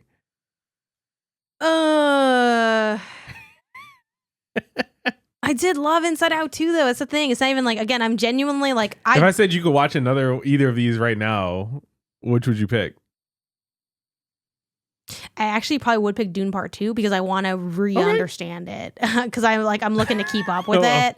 Like, I want to keep up, and I think I need to like Dune require, and not like it's more complicated, so it's better. But Dune requires a lot more like study, thought, and understanding than like Inside Out 2. I don't need to watch that again because I already watched it once. And I do think like, again, replayability does not make like a movie better.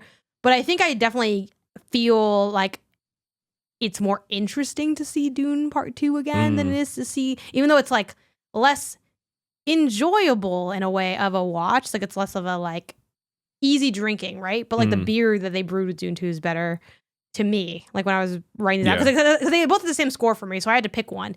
I'm like, I think I'm going Dune Part 2 because like Dune Part 2. Yeah. And that really surprised me too because I was really hesitant about Dune as a franchise in general. I'm like, I don't know, guys. I don't know if I want to try to learn all these words. You know, it seems like, is it like, I was kind of, I'm a little adverse to, it's funny because it's like everything is kind of lore unless it's based on reality. So I don't know what, but something about like I don't know, these big stories based on thick ass books. I'm like, I don't know if I want to be involved, guys. Sure. I don't know if I want to be involved, even though some of my favorite movies and books and stuff have been that. But I was sort of hesitant going to Dune, and it converted me in a way that I wasn't really expecting. I think it also like kind of weighs a bit for me. So I don't know. I'm fine going with Dune. But are you just doing that because you're seeing what I'm seeing? Like, no. I don't want to. That's the thing too. I want to be true to the format, but it's just like, why are all of Isaiah's picks being our number one? You know what I mean? I think. But you don't really fuck with Dune 2 like that. You put Honorable Deadpool and Wolverine though, which I think is crazy. I put it intermixed with Deadpool. Again, 2, 3, and 4. I threw them in you could throw them in a blender. However they come out is how they come out. I think they're all better. They'd all be blended together. I think they're all better than Godzilla. I think they're all worse than Inside Out 2. But where they are between each other is whatever. I'm fine with Dune 2. I think it's a fantastic movie. I enjoyed it. Like you said, there were like, and honestly, I do think it was the most like, again, cinematic, like going to a theater to watch a movie experience. It probably was the best. I was thinking that too. Was so but good, when I tried to do the scream, all I could think of was the Bugsnax song, so I didn't do it. It's Bugsnax. Yeah. Who among us didn't pretend to sandwalk? You know, Yeah. I love doing that. Like, zoo, you had that popcorn bucket. Yeah, best it was breaking bucket. culture. You know what I mean? Like it was everywhere. I'm totally fine with Dune 2, Dune Part 2. Okay, that's not just out of pity though for me, is it? No. And your voice went up a little bit when you said that. I don't think there's no way I could have said it where you would believe me. That is true, but you made it easy for me not to believe you. I say we go with Dune Part 2. Okay, let's do Dune Part 2. But I will say, like, Inside Out 2, banger film. Yeah, definitely. And motherfuckers are hating. I don't know why y'all hating. I don't get it. I don't get it. I don't get it. Yeah, I don't know, man. I don't get it. I don't relate to you. Okay, cool. Yeah, all right. Dune Part 2. Congratulations. All right, and now let's get into these shows. Mm-hmm. Isaiah, you have an addendum to your list. Yeah. I watched a good amount of shows this year. I'm lumping anime in with like other traditional TV shows. Mm-hmm. But a lot of what I watched actually didn't come out this year. I only got to it this year because I'm either catching up or I'm just doing my backlog or whatever, right? So I only actually have 3 items that I felt I would want on my list mm-hmm. In the spirit of all of that this year. So we're gonna, I think, start with you for your 5 and 4, and then I'll jump in at 3 and we'll go from there. Yeah, it's funny too because I spent a lot of time, and even now I'm kind of frantically double checking to make sure that all of mine are this year, because I watch a lot of like crime stuff, and it's like this either came out right now or not right now. So I'm kind of always like double check. Yeah, I think I'm pretty good. I had checked all these earlier, but now I'm like, oh, did I miss? Especially with different seasons and stuff. And for these, my general rule is that presumably it's a show, so it's like episodic. Yeah. If the last episode of the season or whatever series came out in 2024, it could have started. The last episode. It could have started in 2023, but if it didn't finish until 2024, I think all of mine probably started and finished at the same time, so I don't think it's too relevant. I'll go through my bottom 2. I have 5. They were, I think, the only 5 I even actually. I don't know if they're the only 5 I watched. I think they are though, because again, I do a lot of all this also older stuff. Like I don't look at date because I'm not trying to keep up with shows. I just kind of watch shows. Yeah. In a way that's different from like games. I'll start with number 5. So this really gives you some insight to my TV. American Nightmare. This was. All right, which murder show is this? I watch a lot of murder stuff. I watch a lot of crime shows. I don't do any true crime podcasts. I'm not just interested in that content, personally. At this time, maybe that changes later. I don't know. So yeah, because I'm also a big fan of like documentary type style things, and a lot of documentaries are crime ones. I do enjoy them though, definitely for sure. Like I'm not going to pretend like I'm just a documentary fan and all the best documentaries are all about crime. Like, there's other documentaries that sometimes peek through, but I believe this year I went to my Netflix watch history, which I had to Google on how to access that, which is also when I realized like I didn't know you could do that. Yeah, and then I felt kind of bad because I'm like, my brother Edwin stayed here to like, watch the apartment or check in on our cat and stuff sometimes. And I'm like, I feel like I'm spying on him by like, what did you watch? Yeah, because I know he hates like being perceived with technology, and I'm like, sorry, but I'm like, I didn't watch like this like movie or whatever. But that's he usually thinks we're always talking, so he like has literally told me about rewatching all of those. But I'm just like, oh okay, like it's just like it's just funny to be like, I don't think I watched this. But American Nightmare, it is. What is their pitch for it? This one was basically. I'm not sure if they have like different seasons that cover different things, but the one that I had watched was about like. It was retelling the story from 2015 of someone who experienced like a home invasion and kidnapping, and it was going over the fact that for a while they sort of didn't believe that this had really happened, and it just kind of unpacks like just the media coverage that went down on it. It seems like really almost crass to be like, I don't want to spoil the crime, but like obviously watching it is seeing it unfold and how it happens It's interesting. It's interestingly presented. It's obviously a really sad and dark story of this woman and her family's experience and the people around her. But also, interestingly enough, maybe not that interesting, but a definitely through line watching a lot of crime content is it's usually the story of how like the police kind of fucked up at doing their job. So I don't know, take that for what you will. But it kind of just unpacks that, and I think it divides it into parts in a way that's well constructed and interesting without, I don't know, being weirdly interesting. Like it's still like a crime essentially. And then my other number 4, that's my number 5. My number 4, I had a hard time ordering these two because it's tough to order stuff. I had Worst Ex Ever, which is also like a crime thing. This was yes. This is like in conversation. I assume it's from the same people. There's also like Worst Roommate Ever as a documentary series, and it's looking at like. So they're not the episodes aren't related. Like in American Nightmare, it's telling one story and they have like part 1, part 2, part 3. This is telling each different stories, but the theme. So they're kind of like anthologies. Yeah. Of like shitty exes in different ways. So they all go over like different terrible things that like partners have done. And yeah, I don't know what else to like say too much about it, but it is just interesting and messed up to see, so much of crime that happens is like interpersonal. And I think it's just kind of an interesting look at that from different angles. They have like, again, Worst Ex Ever, they have Worst Roommate Ever, but that came out like last year.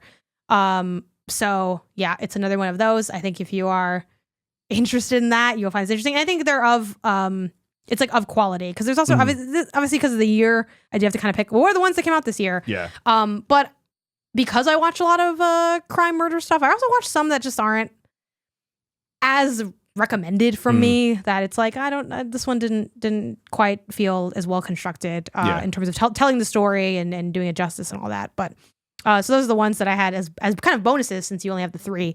So I'm sure we have 0 overlap. But what is your number 3? I have to imagine we have I had this overlap. one. I feel really good that we don't overlap. But my number 3 is Reacher season 2. It's a Amazon Prime show. It the last episode aired. It just made the cut. I think the last episode aired like January 8th or something like that. So it did just make the cut. But Reacher is he's like a ex soldier, and the show so far, each season has kind of been like it's kind of like he's like post. He's out of the military now. He's like back in like civilian life, and he's just kind of like he's like a loner almost. He's just like kind of going from town to town, exploring the country that he helped protect and serve, and he's fighting crime in a weird way along the way. So he kind of like for season 2, he arrives to this town or the city. I think New York City, and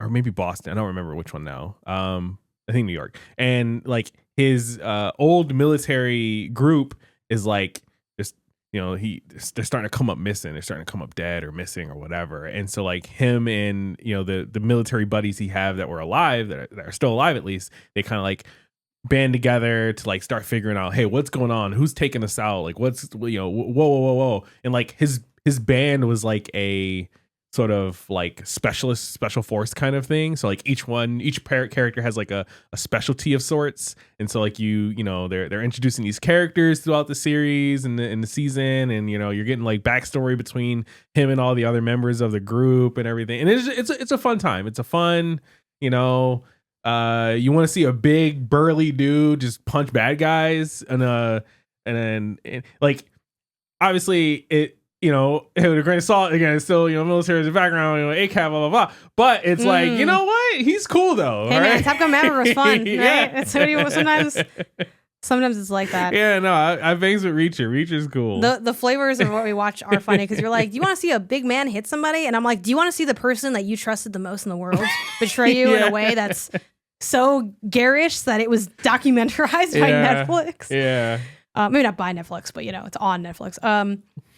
Okay, that's your number 3. My number 3. It's funny, we didn't even check that they have the same. No, mine is Owning Manhattan. Ryan Serhan's real estate show, which sadly did that really come out this year? Yeah. Oh man. Yeah. Okay, that one was 2024. Good. I thought that was like June actually for some right. date. But I forgot if it's not getting picked up. That might have been my number 3 if I. It says owning. Okay, it says it's returning for season 2 according to this random website that I've never visited before. Mm-hmm. So hopefully that's true. Ryan Serhan. Okay, so the lore, not the lore, because I don't know him. I do not know this man. I've never met him. He doesn't know who I am. But I know of his content because I first found out about Ryan Serhan from $1 Million Listings, which is a show I used to watch quite a bit. Edwin Conant, my brother Edwin, put me onto that one. So when I was kind of just like perusing Netflix, and I think maybe Edwin, I don't know if he recommended the show, maybe he mentioned the show, because I do remember kind of re-recommending to him, and maybe he watched one episode. I don't really remember the through line there, but that's how I got put on my radar, and I'm like, yeah, this seems cool. I love this show. It is like, it's got a lot of what you might want from a show like this, because it's a real estate show. Yeah. So it's about like him now owning his own like real estate firm, and it's like documenting like him and some key employees working at the firm. And what's cool about it is that you get some of the fun of seeing the real estate, but also you get to know the, obviously again, it's a reality TV show, which means like it's reality with an asterisk, right? Inherently, when you're kind of doing something like that, it's never going to be like, it's not like, oh, we know these people, right? But you get to know like the coworkers, the colleagues, and like kind of the drama, and you can kind of develop the like. I think they do a great job. And again, you could say, oh, they do a great job because it's fake or whatever, right? Let's kind of put that part aside. But I did want to kind of put that disclaimer of course, it's still like an authored piece of work. But I think they do, the show is constructed in a way that it's fun to see like the dramas unfold. And there's real through lines for a lot of them. I do think my biggest critique of the show, though, without like spoiling it, is there are some aspects that are really interesting that kind of happen just off camera and are just sort of written away, which is also why it's not higher for me, where it's like, I'll make it up. It's like if they did a show about our lives and then they put like, at the risk of, I mean, you already mentioned on the show, so it's not a secret, but like at the end, they're like, Isaiah, got, like, ended his time at GOAT, and now he's doing, it's like, whoa, that's like a big thing. Oh, yeah. And I don't know if it's because they didn't know if they get a season 2, but it just kind of feels like, and obviously, again, if this is, the realer it is, the more you are inherently getting into people's buffs. And they, like I just felt like there's some things that kind of felt very like they took the is it Twisted that made the I'm hopeful for today? Yeah. They kind of took that a little too far with some of the where the people ended up. I'm like, I don't know. I feel like that should either be in the show or in season 2. Like, I don't know. So that's my only ding. But it's fun. It's interesting. I guess there might be a world where, and this is kind of more just to share for people who are wondering if they should pick up the show. I know some people really hate the almost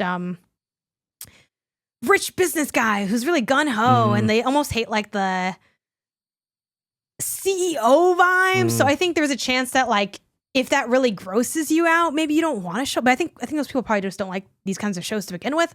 But I don't have a problem with that. I kind of like the I love to see a toxic grind. I enjoy that. It's cool seeing him deal with the dramas of the workplace, and I think it's a fun show for insight into what it's like to have a workplace, because something that this show does reveal, or at least like show the viewer, is like the stuff that people sometimes either don't talk about or they act like doesn't exist, which is like, parts of his job. Like he has like a guy that's used to be his assistant that now is like a realtor. And I forgot his name. We'll call him Dave because I don't remember. But he's like, Dave is like, he's like my, we go way back, and we see from Dave's perspective, and he's like, I'm kind of like still Ryan's like main guy. So when it comes to like him wanting to know what's going on in the office and like if people are happy, like he's kind of like the office snitch, basically, essentially. Not like but also he plays the role of like snitch, but he can't be such a snitch that he's not like confided in. So he's kind of like a double agent, but like he's a double agent as like a worker. Or at least you should, because it's like also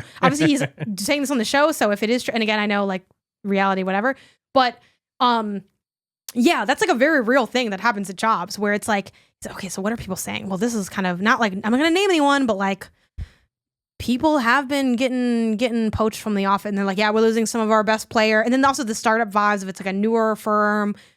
So there's like more competitive firms that are trying to like kill his firm because it's like a competitive market. So it's like drama of that. Like you see stuff like there's a very like Ryan says this like straight out. He's like, I need to make sure my biggest people stay happy and want to stay working here. So he takes them out to like this bougie ass dinner, gives them an expensive ass fucking like Rolex crazy watch, and like the people that he's whining and dining are people that like a few seconds ago on camera were like, I gotta be honest, I like working here. I like, I do my hustle, but like, I'm not a sucker. Yeah, like maybe I would. And then they're like, it's nice to say, but they also know that they're being, so it's interesting to see like those kinds of dynamics, because even if you're not freaking selling, renting a apartment to Bad Bunny, these things happen at jobs, and it's like kind of cool to see like, it's like the office politics, but in a more glamorous setting.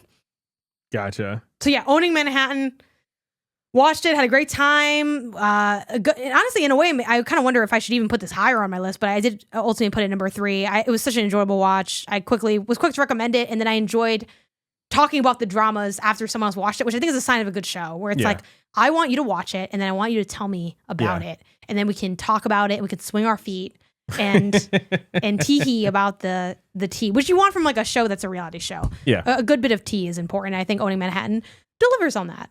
So that's my number 3. All right. I forgot it came out. I didn't know it came out this year. Yeah, you kind of you saw me watch a lot of it. Yeah. I would check in. If there's, I don't know how many episodes. If there's like 8 episodes, I maybe saw like 5 where it's like, oh, I'm in and out for some episodes and blah blah blah. But cool. For me, number 2. Can't believe you missed this year. Demon Slayer season 2 or season 4. Sorry. I'm still catching up. Yeah, I haven't started. I didn't say I started. I said I'm catching up. AKA the Hashira training arc. It's really good. It's Demon Slayer. It's if you know the show. It's about like this world where there are demons and a clan of people who are out to slay them. Yeah, and the protagonist, his family gets attacked by this demon and killed, except for his little sister, who just gets kind of turned into a demon. And so now he's signing up to become a demon slayer himself and join like the Demon Slayer Corps kind of thing. But he also is trying to protect his sister, who is a demon, and so but she's like a good demon. Like she's a demon, but she's like sort of still has her humanity to her, Okay. to a degree and everything. And so it's just like, there's a little bit of drama there. And then the final, or the season 4 that came out this year, it's like the preseason is the season before like the shit really hits the fan, where they like go up against the big bad, the Thanos. Do you know that because they said like we're only doing 5 seasons, or do you just know that from vibes? Like what's it's like this season was like the end of Infinity War, and so it's like, okay, well, clearly the next thing is gonna be the culmination. Like everything is all set up. Like, Thanos. Was it like similarly dramatic, or was it more like? I would say it was similarly dramatic, because like the season actually had very little action for the most part. Yeah. It was very narrative driven, where like they're doing a lot of setup of characters and progressing like, their skill set. Like they're telling you where people are and their skill set, and like, what abilities they're going to be bringing to a fight that's to come and stuff like that. And yeah, no, it was good time. Recommend the show. Nice. Yeah. this back and forth is just so funny. It's like I got to laugh. So my number 2, I'm going to go with Mr. McMahon, the documentary series about Vince McMahon. I remember you watching that. Yeah. This one, I would say, if you like documentaries, I think you should watch this. I think it is worth the watch. The reason it's not higher, and one ding I have before I give its praise, is actually, I think I'll go in the different order. So what it is, if you aren't from Vince McMahon, the WWE guy, and it kind of is looking at, it's a documentary on him. So it's like looking at who is Mr. McMahon, right? Who is this guy behind the WWE? And it's a lot about how the WWE came to be, and also like his childhood as well, and how he kind of got into that scene. And his dad had like kind of gotten a lot of stuff, to make a long story short, or like also to not spoil the content of that. Because part of what I like about documentaries, I will definitely watch a documentary on something I know, but I totally like watching them for stuff I don't know, which I think a lot of people do as well. So I don't want to give too much of like and then, here's all this stuff. But like his dad was in wrestling before, and it kind of shows like how, also what wrestling was like before the WWE, and how much the WWE has impacted like what we know as the modern day wrestling scene, and how it got was able to get like a stronghold and a foothold in the scene to like, not totally dismantle, but to essentially like make it so that when you want wrestling, you come to you watch the WWE. And then it kind of also shows like you see other arcs in wrestling, like you see I forgot the name of the competitor for WWE, but that like comes up, and then they lose talent there, and then the dramas and all that, different like other things that happen, like lawsuits, stuff with talent. It obviously features a lot of wrestlers talking about their experiences. A lot of like wild stuff that happened, like at one point, like a lot of stuff goes down with the WWE, to make a long story short. But where it kind of like gets dinged for me, and they do a good job of also showing the like many fucked up things about Vince McMahon, who is like not a good man. And that's not just because he owns a big business. Like, but though, try to find a guy who owns a big business, there's a lot. Yeah, right? Yeah. So yeah, like you see a lot of like the, of course, different like sexual harassment stuff comes up and all that. But there's a lot of interesting arcs there as well, of people leaving and suing and maybe coming back, and then they make it, and also like the way they orchestrate storylines in the WWE as well is kind of explained, and the involvement of the different like members of the McMahon family, which I kind of forgot was a thing, of like how his wife is involved in like the skit, and he kind of got all his kids to be like characters in the WWE. And this gets really interesting when you think about the fact that was it Linda McMahon is the wife's name? Like she was part of like when Trump was first president, she like had a role in his crap or whatever. Yeah. And I think that's like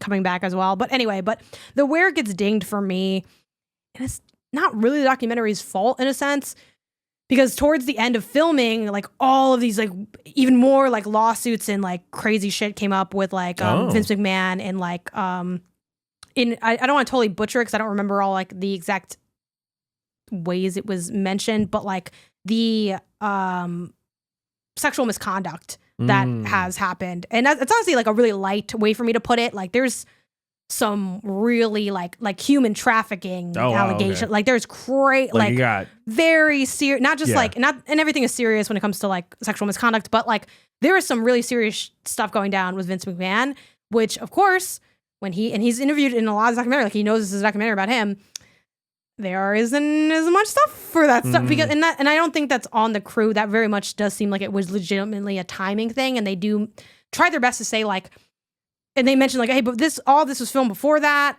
so then now we have kind of like these gaps to fill in like the storyline with certain things, and I think they struggle to land the plane on what they're looking at. Ultimately, I still recommend the documentary because I do think what they kind of went with at the end was like, who is Mr. McMahon, right? And they kind of leave it to, that's like my perception of what they delivered. I don't know what their intention is because I didn't ask or look it up, but like I felt like this documentary is about unpacking who Mr. McMahon is, who Vince McMahon is, and he is, you know, many things in some, you know, potentially fucking criminal, you know, a boss, a CEO, a son who had like really bad daddy issues. Like he has a fucked up relationship with his father. So, and I think, and one thing that I did enjoy about what they did with the struggle of like, what do we do now with this like final episode is they did talk to other people and kind of ask like a little bit about like, who is he to them now kind of in relations to stuff. But it just felt like, and sure you could say like, well, they kind of got dealt a bad hand in terms of trying to construct the story, but it just kind of felt like that last episode did feel a bit rushed and inconclusive. And I think they were maybe always doomed for that because of like when all of these like suits came up. Sure. But it just kind of made it so that it just felt very fast. They were like, and where's the WWE now? It's kind of okay, sort of. Yeah. Like, and you know, they do go a little bit over the like the fall of like when Vince McMahon stepped down. Because he like stepped down because of like a lot of the allegations, and then like would he be involved? Like, but then yeah, it just kind of gets it feels a little sloppy for that final episode. Which is also like, and again, I don't want to make it sound like, oh, now it's really interesting because there's other wild stuff that happens throughout and intriguing things that happen throughout, but it just the landing I wasn't in love with, so that's why it's number 2 and not number 1. But I think it is a documentary that I recommend to people, and I didn't know much about, like I had heard like in passing casually like Vince McMahon's a shitty dude, but like getting to see, and this is more than just like a documentary on Vince McMahon being a shitty dude, but it really just does like dig into and unpack a lot of stuff. And I'm not a WWE person. I did grow up watching some of the WWE, so like it's not like I'm totally removed from the fandom, but like this is an interesting documentary. The end, you don't need to be like interested in the WWE. I also like, and it had like just a lot of like interesting tidbits. Like I didn't remember that like he was, I forgot, either involved in or owned the XFL stuff was him. Yeah. I kind of forgot about that. And I forgot about that too. And I like how a lot of this stuff pop culturally, you may have gotten bits and pieces, but this is, I think, a good package of putting it all together. Again, I'm kind of talking in circles now, but in part because the story sort of is ongoing, it just kind of made the documentary like, it just kind of sort of was like, and now sure, well, I don't know. Yeah. And I'm like, okay, I guess we're done. Like, but I really enjoyed watching it. I thought it was very fascinating and pretty well done. So yeah, that's my number 2. Cool. What's your number 1? My number 1, I'm gonna have to spell this for you. Frieren, Beyond Journey's End. I just tried to spell it. Yeah, no, that's it. All right, you got it. Oh shit! Here we go. I can spell. That's right. Hell yeah! I'm dunking on you in bananagrams, even though you can't use proper nouns. But okay. Frieren is a sort of slice of life anime that dropped this year. That is, man, it is like one of the best animes I've ever seen. It is. While there is definitely like action moments to it and everything, it's more Your Name than like Naruto. Yeah, where I think it's it's a slower telling a story of these characters, not necessarily the adventure they're going on. Like the adventure of these characters is secondary to the development of these characters. And so it is something I recommend to everyone. If you are new to anime, old to anime, you wrote it off, you didn't hear about it. It is, and it's like, I think 18 episodes, something like that. Oh man. I wish I had looked that up. Frieren, we got 20 26 episodes. 26, 28, I think 28 episodes. Man, incredible 28 episodes. Like each, they're like the 20 minutes thing, right? So it's not super crazy long. Like, it's definitely a little chunky, right? You're going to be watching it for a little bit, but you're going to enjoy, I think, from start to finish. The characters are also charming. The story they tell is so charming, and it's like it's not the story you think you're getting. Like, I went into this knowing that it was going to be like a little bit more of that slice of life kind of thing. Mm-hmm. And I was still like, oh no, this is not at all what I thought it was going to be. And I'm enjoying every minute of it. So, and for the action fans, there are action segments. Like, it's not without its action. It's not without its fights. It's just that's like not the primary focus of it, which is also, I think, really cool. All right. That actually does sound cool. I think 2025, it'd be fun to hit a little bit of an anime arc. I don't know if I'll get there, but yeah, Frierin's one of the ones that I'm like vaguely familiar with the name, which is probably why I could spell it. I didn't. I guess it's. You said it's Frieren? I think it's Frieren. Oh, but I have no idea. Yeah, so, but, I'm watching it with subtitles, and half the stuff I'm not even like really listening to as much as just like reading. Sure. So I don't know. So my last one is also it's another documentary. Mine's Lover Stalker Killer is my number one of the year. These are serious stories. Okay, no, I get it. It's just different funny. than American Nightmare. You were laughing at me, not the content of the thing. To be clear. Yeah, I mean, what is the gap between the two, right? So for me, I mean, genuinely, like and it's funny because now I Googled it and then someone's like, they shouldn't have tried to make this an interesting twist or whatever. But yeah, I thought it did have some interesting twists in it. And it was compelling to see. Again, I'm trying. It's like, how do I explain this show? I guess let me explain what it is. So it's about like, what's a good way to explain it without giving it away? This guy does online dating, and he ends up having a woman who is basically obsessed with him, and that's it's Lover Stalker Killer. So, it is unpacking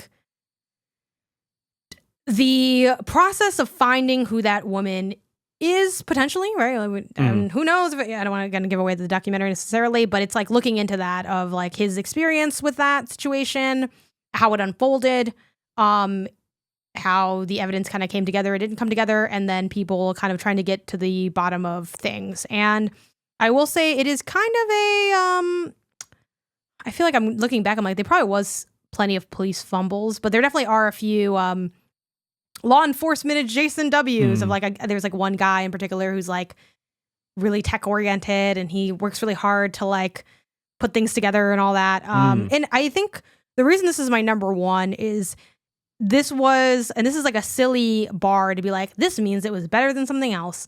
But it was something that I watched when I wasn't just doing chores. So even though Owning Manhattan was also that. So maybe I should have had Owning Manhattan higher. Because Owning Manhattan, I was just like kind of watching on the sofa. A lot of times, and I also just kind of like using these as like, I throw on, when I want to throw on a show and I fold my laundry, like I do that. Like, and we do that with games too. I don't think it inherently means that the quality is weakened because like you had to listen to a podcast when you did it, or you had to fold laundry and watch the show. But this was like, at night, I'd be like, wanting to see what else was going on. Like I was kind of, it felt a little page turnery to me. And that's why I have that as my number one. So there you go. Definitely. If you're a fellow crime person, I got the list for you. And if you're an anime person, Isaiah has the list for you. And if you're neither of those people, you're probably not listening to the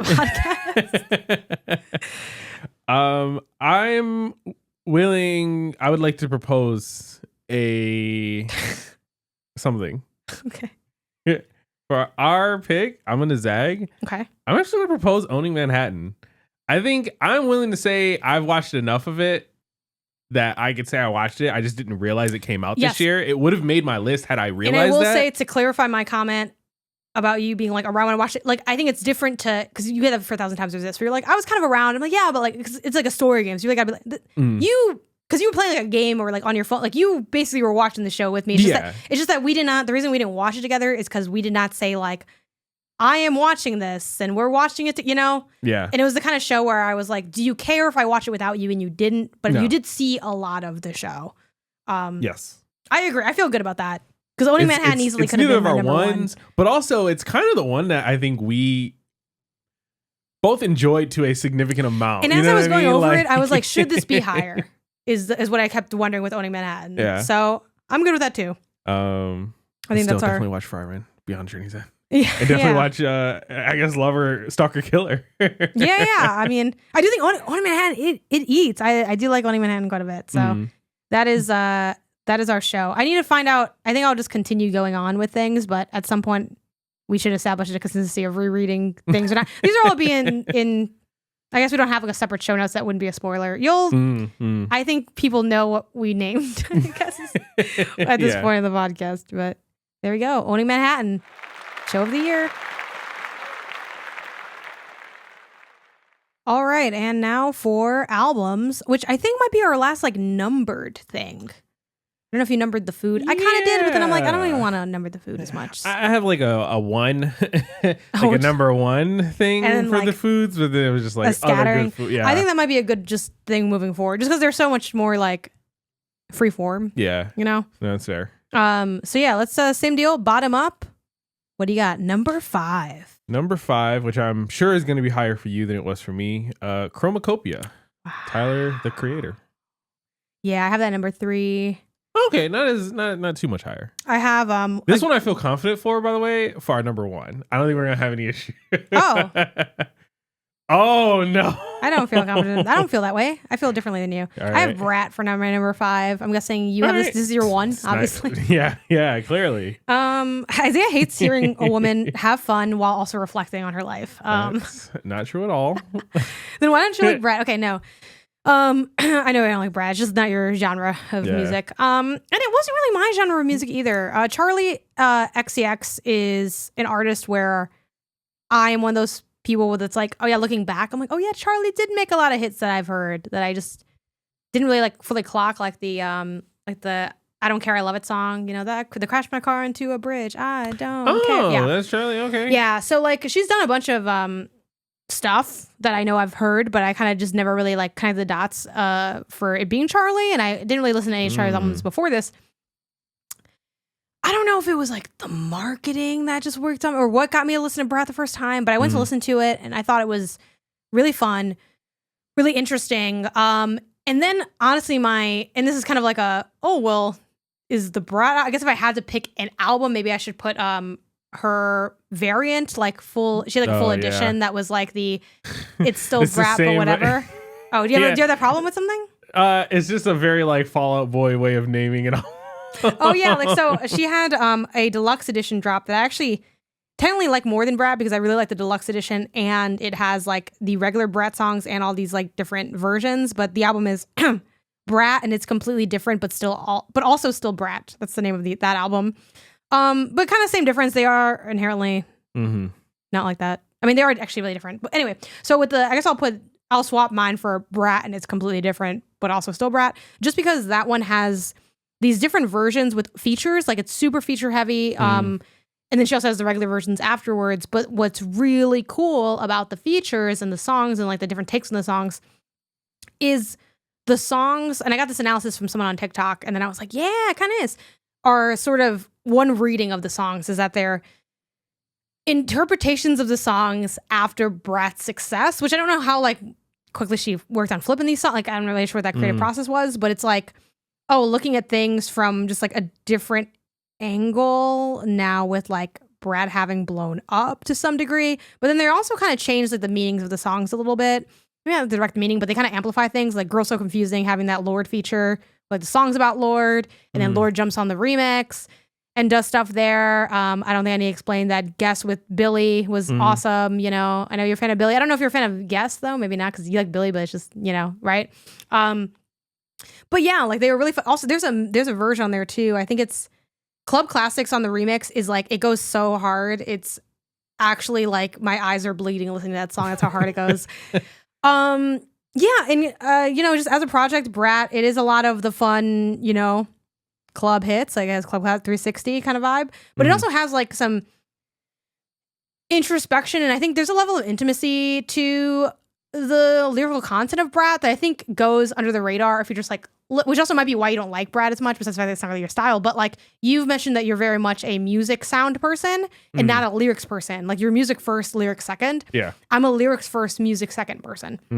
Okay. More often than not. And like her having stuff like Man, you love your words. I love words, you know?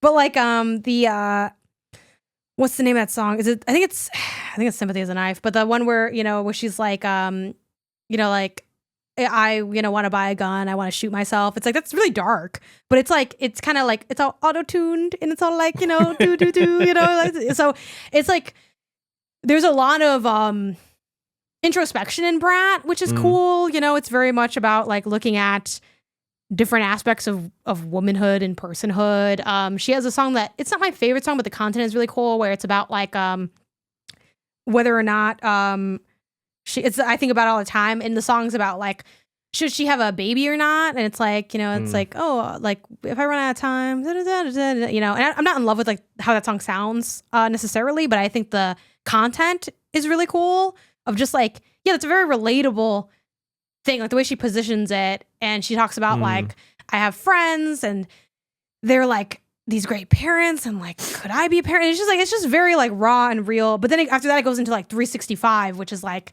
now we still at the club, we still, you know, like I forget. So I think I love an album that feels like, yeah, baby, this is an album, this is an idea. It's not just a bunch of songs that you put together. It's like I feel the concepts and all that. I think that really amplifies an album for me.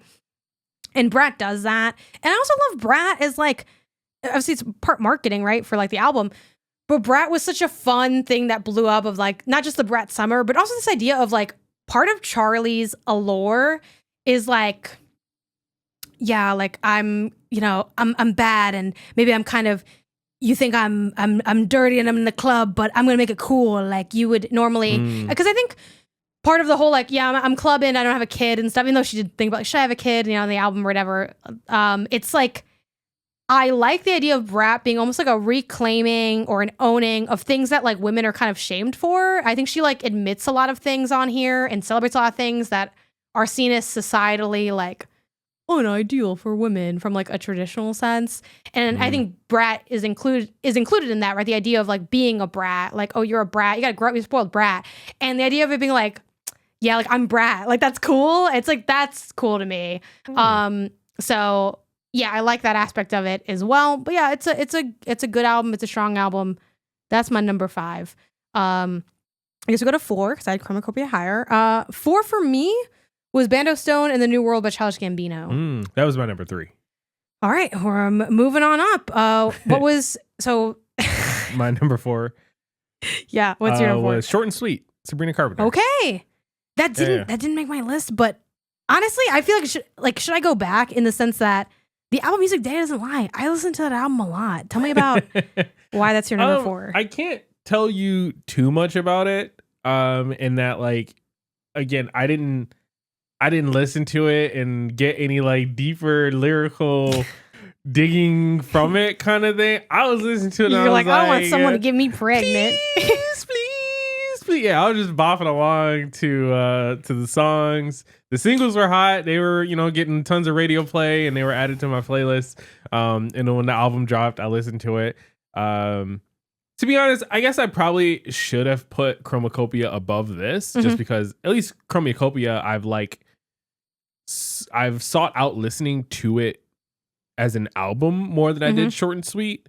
But in my head, Short and Sweet probably got like more. It's got a little bit of an easier listen to it. Yeah. And so I put it a little bit higher for that. But it really could have gone either way, now that I think about it. Yeah, I like Short and Sweet a lot. It's a little bit less, I think maybe this is part of why I ding it as an album. It doesn't feel as like, the bundle is just that like, it's a short album. I'm like, I don't feel that's enough. You know, I mean, it is definitely in her, she's really come into her sound of like, I'm cute. It's cutesy girly pop, but also like, softly raunchy, like that's Sabrina's style, where it's like I'm singing about, you know, sex essentially, right? And it's like, but it's like kind of very like almost radio friendly, but when you listen to it again, you're like, is it, you know, it's like she's very she's like a flirty, sexy sound. Yeah, I like that album a lot. I think it definitely it crossed my mind when I think about albums I liked and that I listened to a lot in 2024. Short and Sweet is definitely on there, and Apple Music would say this is one of my favorite albums of the year. I did listen to it a lot. I did listen to it a lot, and you know what? And it's good each time. Mm-hmm. So then now that brings us to our number 3s. Yes. Which you have Bando Bando. Stone, Okay. And you have Chromacopia. I have Chromacopia, yeah. Tell me about Childish Gambino. Oh no, well yeah, right, yeah, that's yours. Yeah. Mine's 4 for that. Yeah, for me, I'm gonna be very honest with you. I think the what was the last one? Was it Awaken My Love? Or was it the song on the album? And now I'm blanking. I can look that up while you go. Cool. That album was the album, yeah. Okay, yeah, I thought so. I love that album. It was like such a different sound for the time when it came out. That was really when I started listening to Childish Gambino. And then I tried to go back and listen to older Childish Gambino, and I was like, oh, this is fine. He's almost having like a Tyler arc in a way. A little bit. People like, I think, really stan old Childish, like that 3005. That I do love that album. Yeah, I mean, it's fine. It's fine. It's not. I don't think it's his strongest work. And then when this album came out, I was also so worried because it's like, oh man, he also just came up with this Mr. and Mrs. Smith show. He, is coming off the heels of Atlanta. Like he's been doing other stuff outside of music for a bit. Maybe Donald Glover's, maybe he's busy. I don't know. What are we gonna get? And he came out with it, and I started listening. I was like, oh no, this is beautiful. This is great. I feel like a lot of this album was almost like the emotional pet project thing that like Andre 3000 wanted with that flute, with this like flute album, but I got it with this, where it's like I'm just hearing sounds that are interesting, and on top of it I'm getting some lyrics here and there that are like bop lines, and it's like, oh, but then we're right back into like a nice beat where you can dance and groove to, and it's just like, you know what, this is just a fun time. It's an album that I'm gonna be putting on in the coming years. Like, you know what, I want to listen to? Bando Stone. Let me throw Bando Stone on. Yeah, I think the only thing that dings it for me, and this is like literally just a personal thing, I need to go back and listen to it more. I think if I listened to it more, it could have been higher for me. Because what's the I'm trying to grab the runtime. A little bit of a runner. I know it's a bit of a chonky. It's a bit of a chonky project, and so I find myself reaching for it less. And I think I know, I forgot if he's done this yet, but I know he's either going to drop all visuals for this or make a movie. There's like a movie version. Like there's like, I'm totally botching whatever that project is, but there's like a component to that. And there's already some visuals for some of the songs, which I did check out, which were also wild. I think one of the reasons I don't go for this album as much, and this is not to say it doesn't have like, it's actually only an hour, but it's 17 tracks. So it's like, which I think feels longer than it. It's a dense album because sonically he's all over the place, and I think for some people that in itself is a ding, but for me, it's actually what I like about the album. I like how sonically diverse this album is, but because it's so sonically diverse, I kind of forget what I'm getting. It's kind of like the Astrobot of albums, not in necessarily the quality, but in the idea of like, here's a cool idea. But because of that, I'm like, when I think of the album, I think of it's good as fuck, it's artsy, it's weird, but I don't latch on to like other aspects as much. Like it's hard for me to remember individual tracks, and that's why it's like lower for me. I reach for it less, but I listened to this album and I was blown away by it. I thought it was like, it had so many just beautiful moments to it. Like, this is a fantastic album. Yeah, it was my number 4, but again, I think with more, actually those top spots are really competitive. It might have always been stuck at 4, but it was a dope album. That's fair. I remember listening the second I heard this album, I'm like, this needs to be up for like album of the year at the Grammys, which it did not make it. The fact that it didn't even get nominated, I think, for like hip hop album. No, or like, even though he labels it as a pop album. Oh, okay. I would still, right. I don't care what you want to put it for. I think this album is fantastic. And I know, low key, I feel like this album, and maybe it's just like the 3 people I talked to about this album, this felt like it got Inside Out 2'd, where people were like, I don't know, I thought it was like, I'm like, no, like, it's awesome. Like, what are you talking about? What are you talking about? It's so good. Maybe I'll listen to it today when I clean up later tonight. Yeah, for tell me about Chromacopia. Yeah, Chromacopia. I will say that March, that like that hits. Yeah. I have literally, I'm not joking, in the privacy of, we have different rooms in the house, I've definitely been like, I've done the little march to it.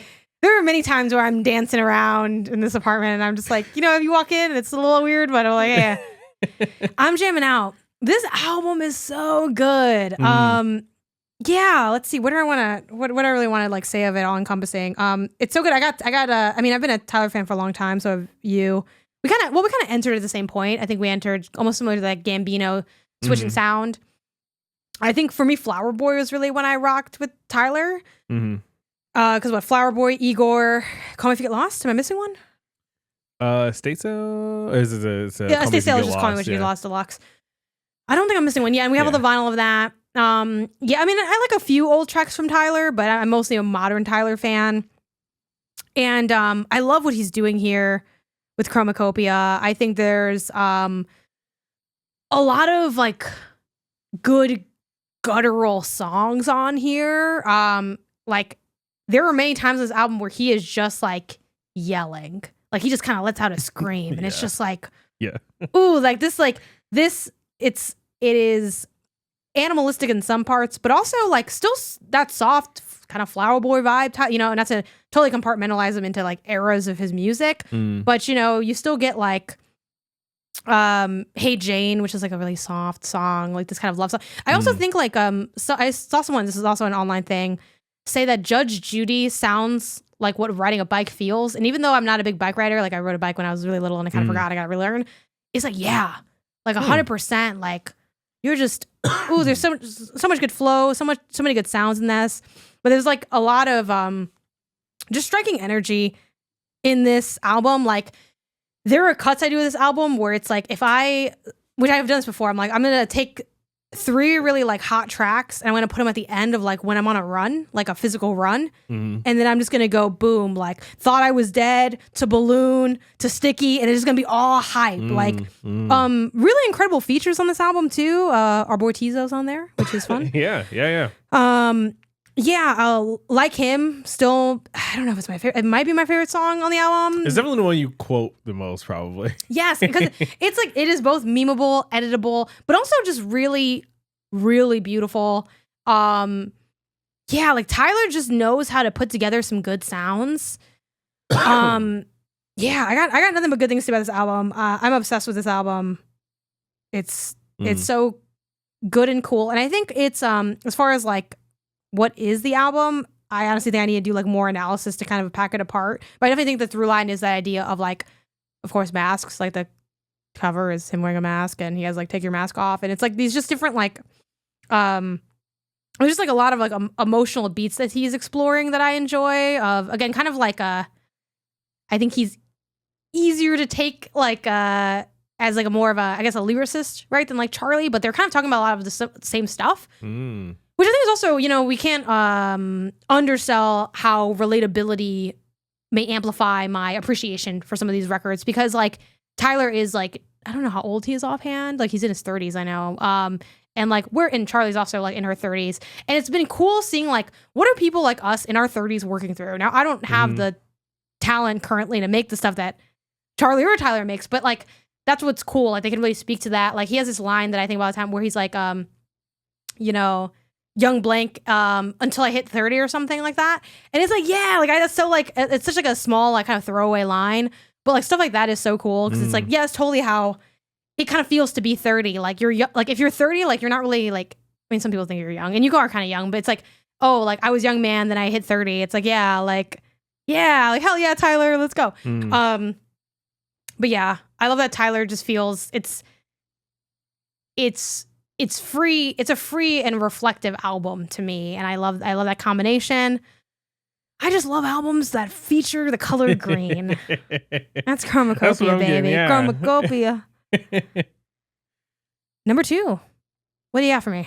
For me, got my girl Billie Eilish, Hit Me Hard and Soft.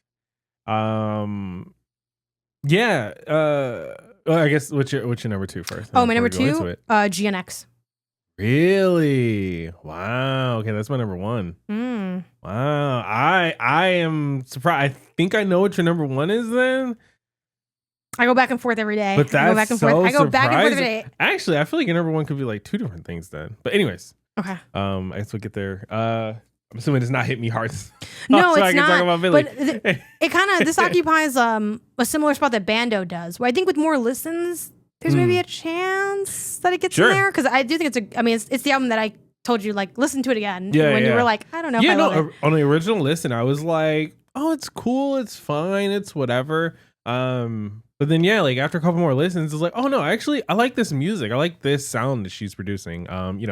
B- Billy, the last couple albums have kind of transitioned a little bit from like young, grungy kind of, not grunge, but like young, urban, gritty drums, bass, club kind of banger kind of things to a more like, oh no, she's like using her voice as like an instrument. She kind of was very gravelly a bit. Oh, yeah, like she's using like the full breadth of her voice, and like in her last two albums, at least, like last year, I'm blanking on the name. Happier Than Ever. Thank you.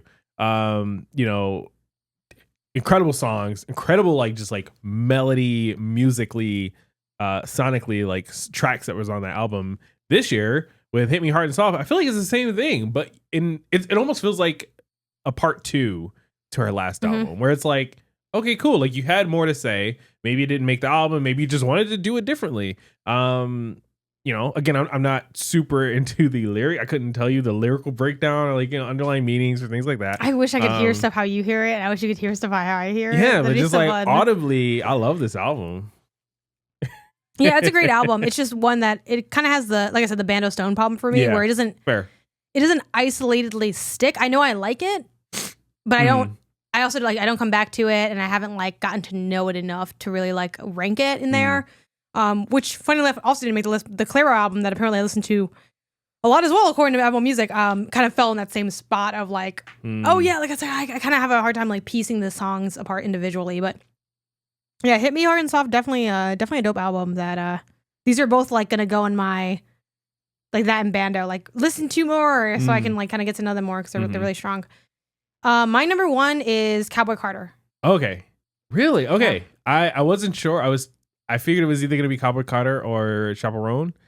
Oh, Chaperone was technically last year. So that's why. Okay. Maybe that's Though why some then. people, I think, kind of, I mean, it was early enough last year that, you know what I mean? Sure. Like, I know some people kind of throw her in here. She blew up this year, but her album was last year. I didn't listen to Cowboy Carter, which is, one of the reasons it's not on my list. I'm sure I would love it if I actually find it's on that list of things that I just got to listen to it. I think it's like a little bit long, right? It's like a little album, it's long, right? It's long.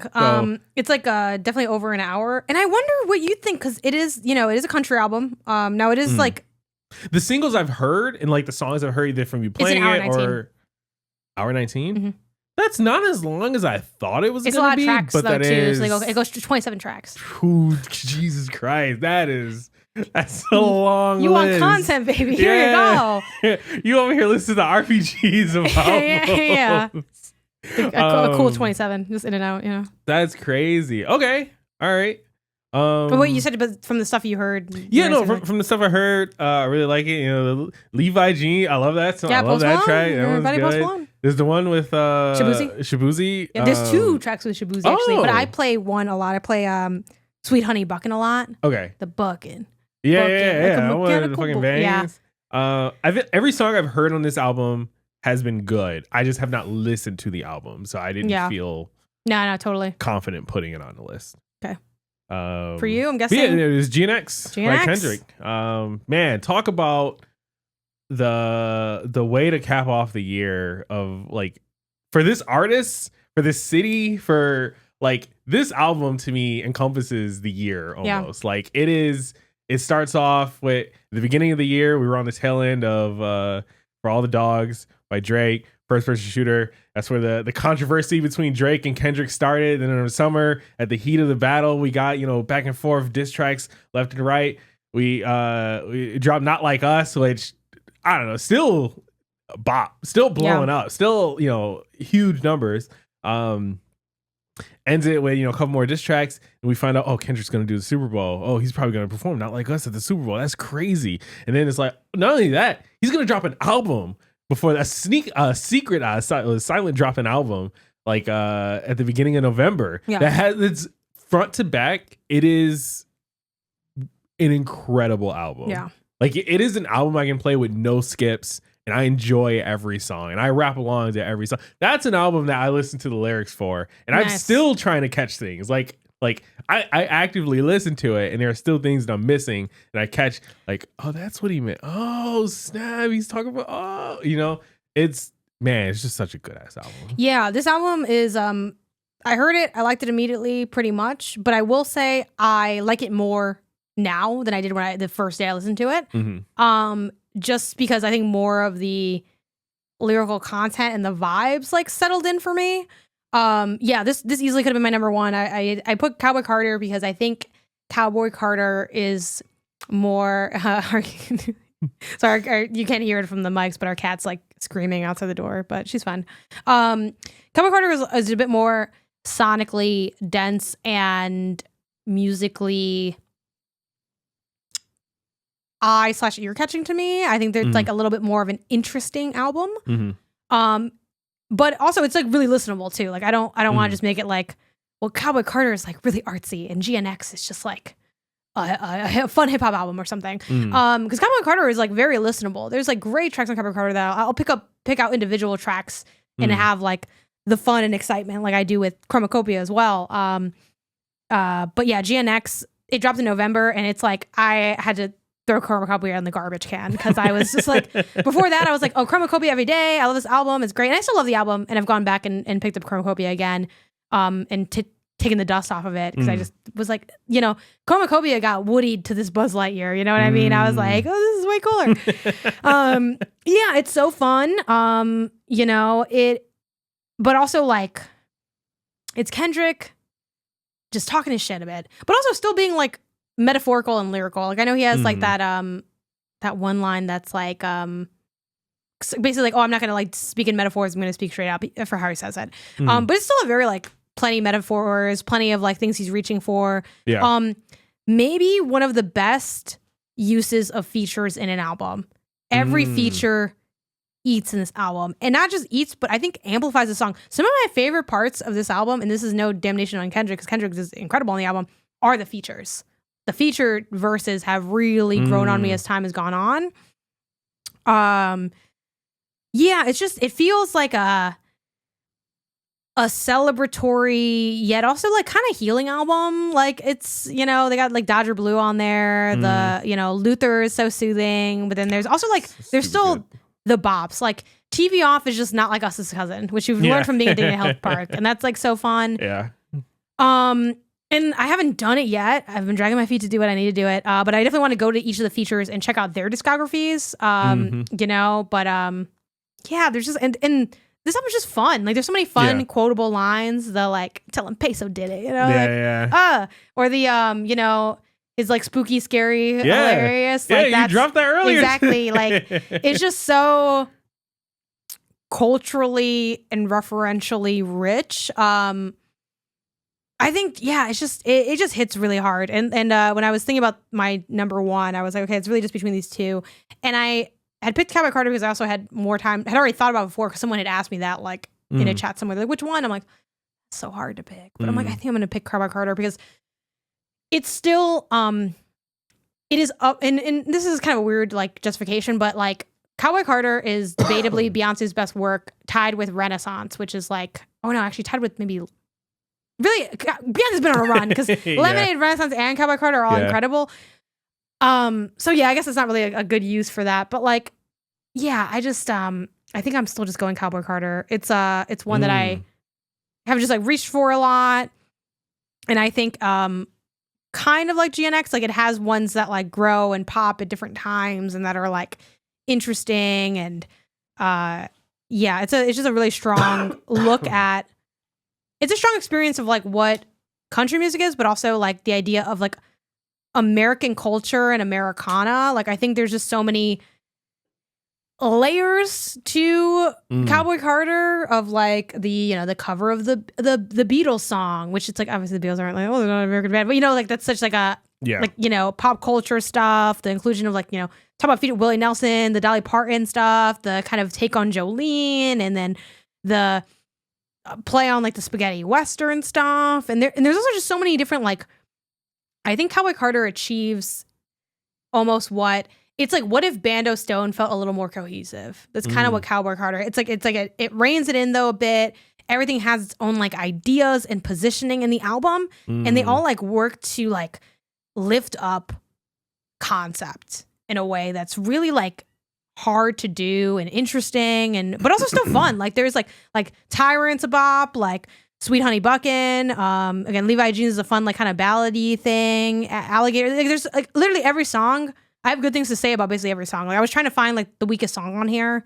Yeah, it was really tough. And this and a similar thing to just go for GNX because I had to when I reviewed it with Blessing, trying to find the weakest song was tough. And now I'm like, it's funny. Even just weeks after, I'm like, oh, I think this one's my weakest. And I think I picked like the feature the one that had Peso on there. And now I'm like, oh, that's like one of my favorite. That's one of the ones I'm reaching for now. You know. So and it just goes to show like how good the album is. Yeah. I think the pick is easy here. I think it's definitely just GNX. It's the one that we both love it. We have it in common.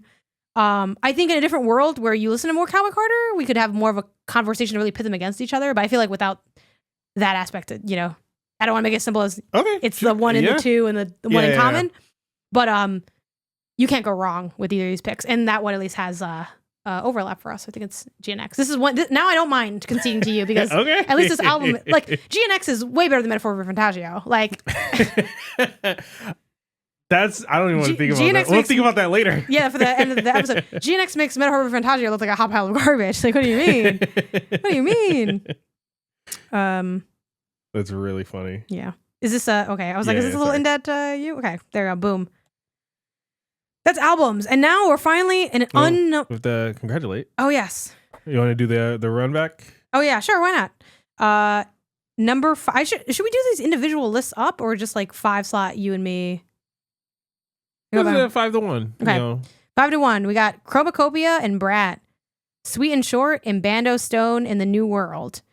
3, Bando Stone in the New World and Chromacopia. 2, Hit Me Hard and Soft and GNX. And then 1, GNX and Cowboy Carter. And our number 1 album of the year is GNX by Kendrick.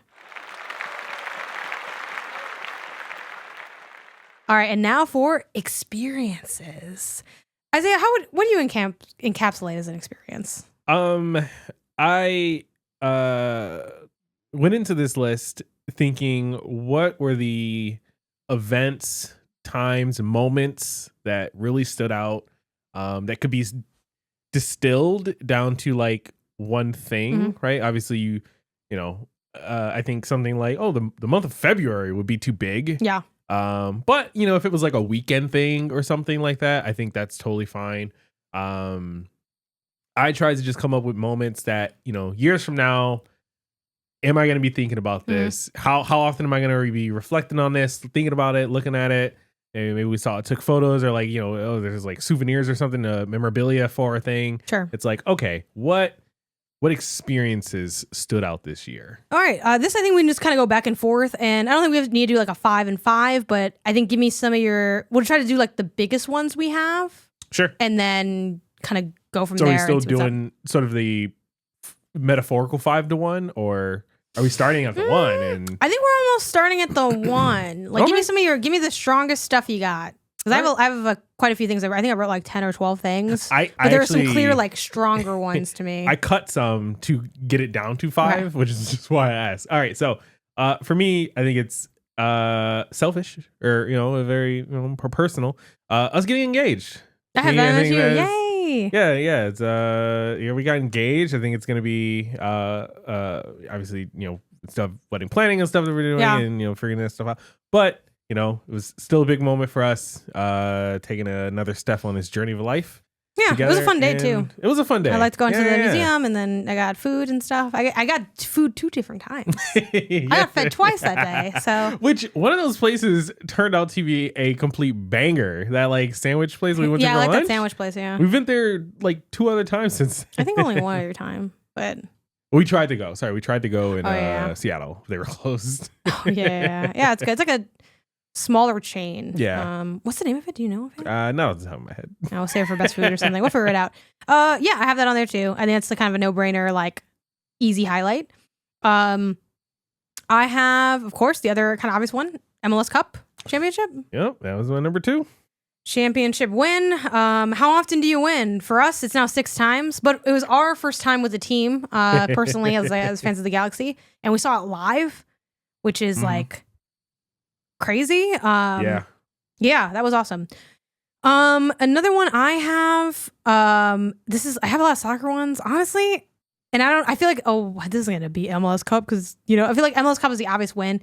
But may I introduce to you the Galaxy versus Chivas match in which we won in penalties. And I know what you might be thinking listening to this. Oh, you're at home playing yeah, we're at home. But in LA, the Chivas are the home of the Chivas. No, facts. Yeah, I knew going into that. We talked about this on the show already, so I'm not going to spend like a million years on it. But I'm like, Isaiah, and this is like one of your earlier, not super early soccer games, but this is like before we got the season tickets and stuff like that. Yeah. And I'm like, Isaiah, you're not, and this is Liga MX, which is like a league you're not familiar with, is like MLS.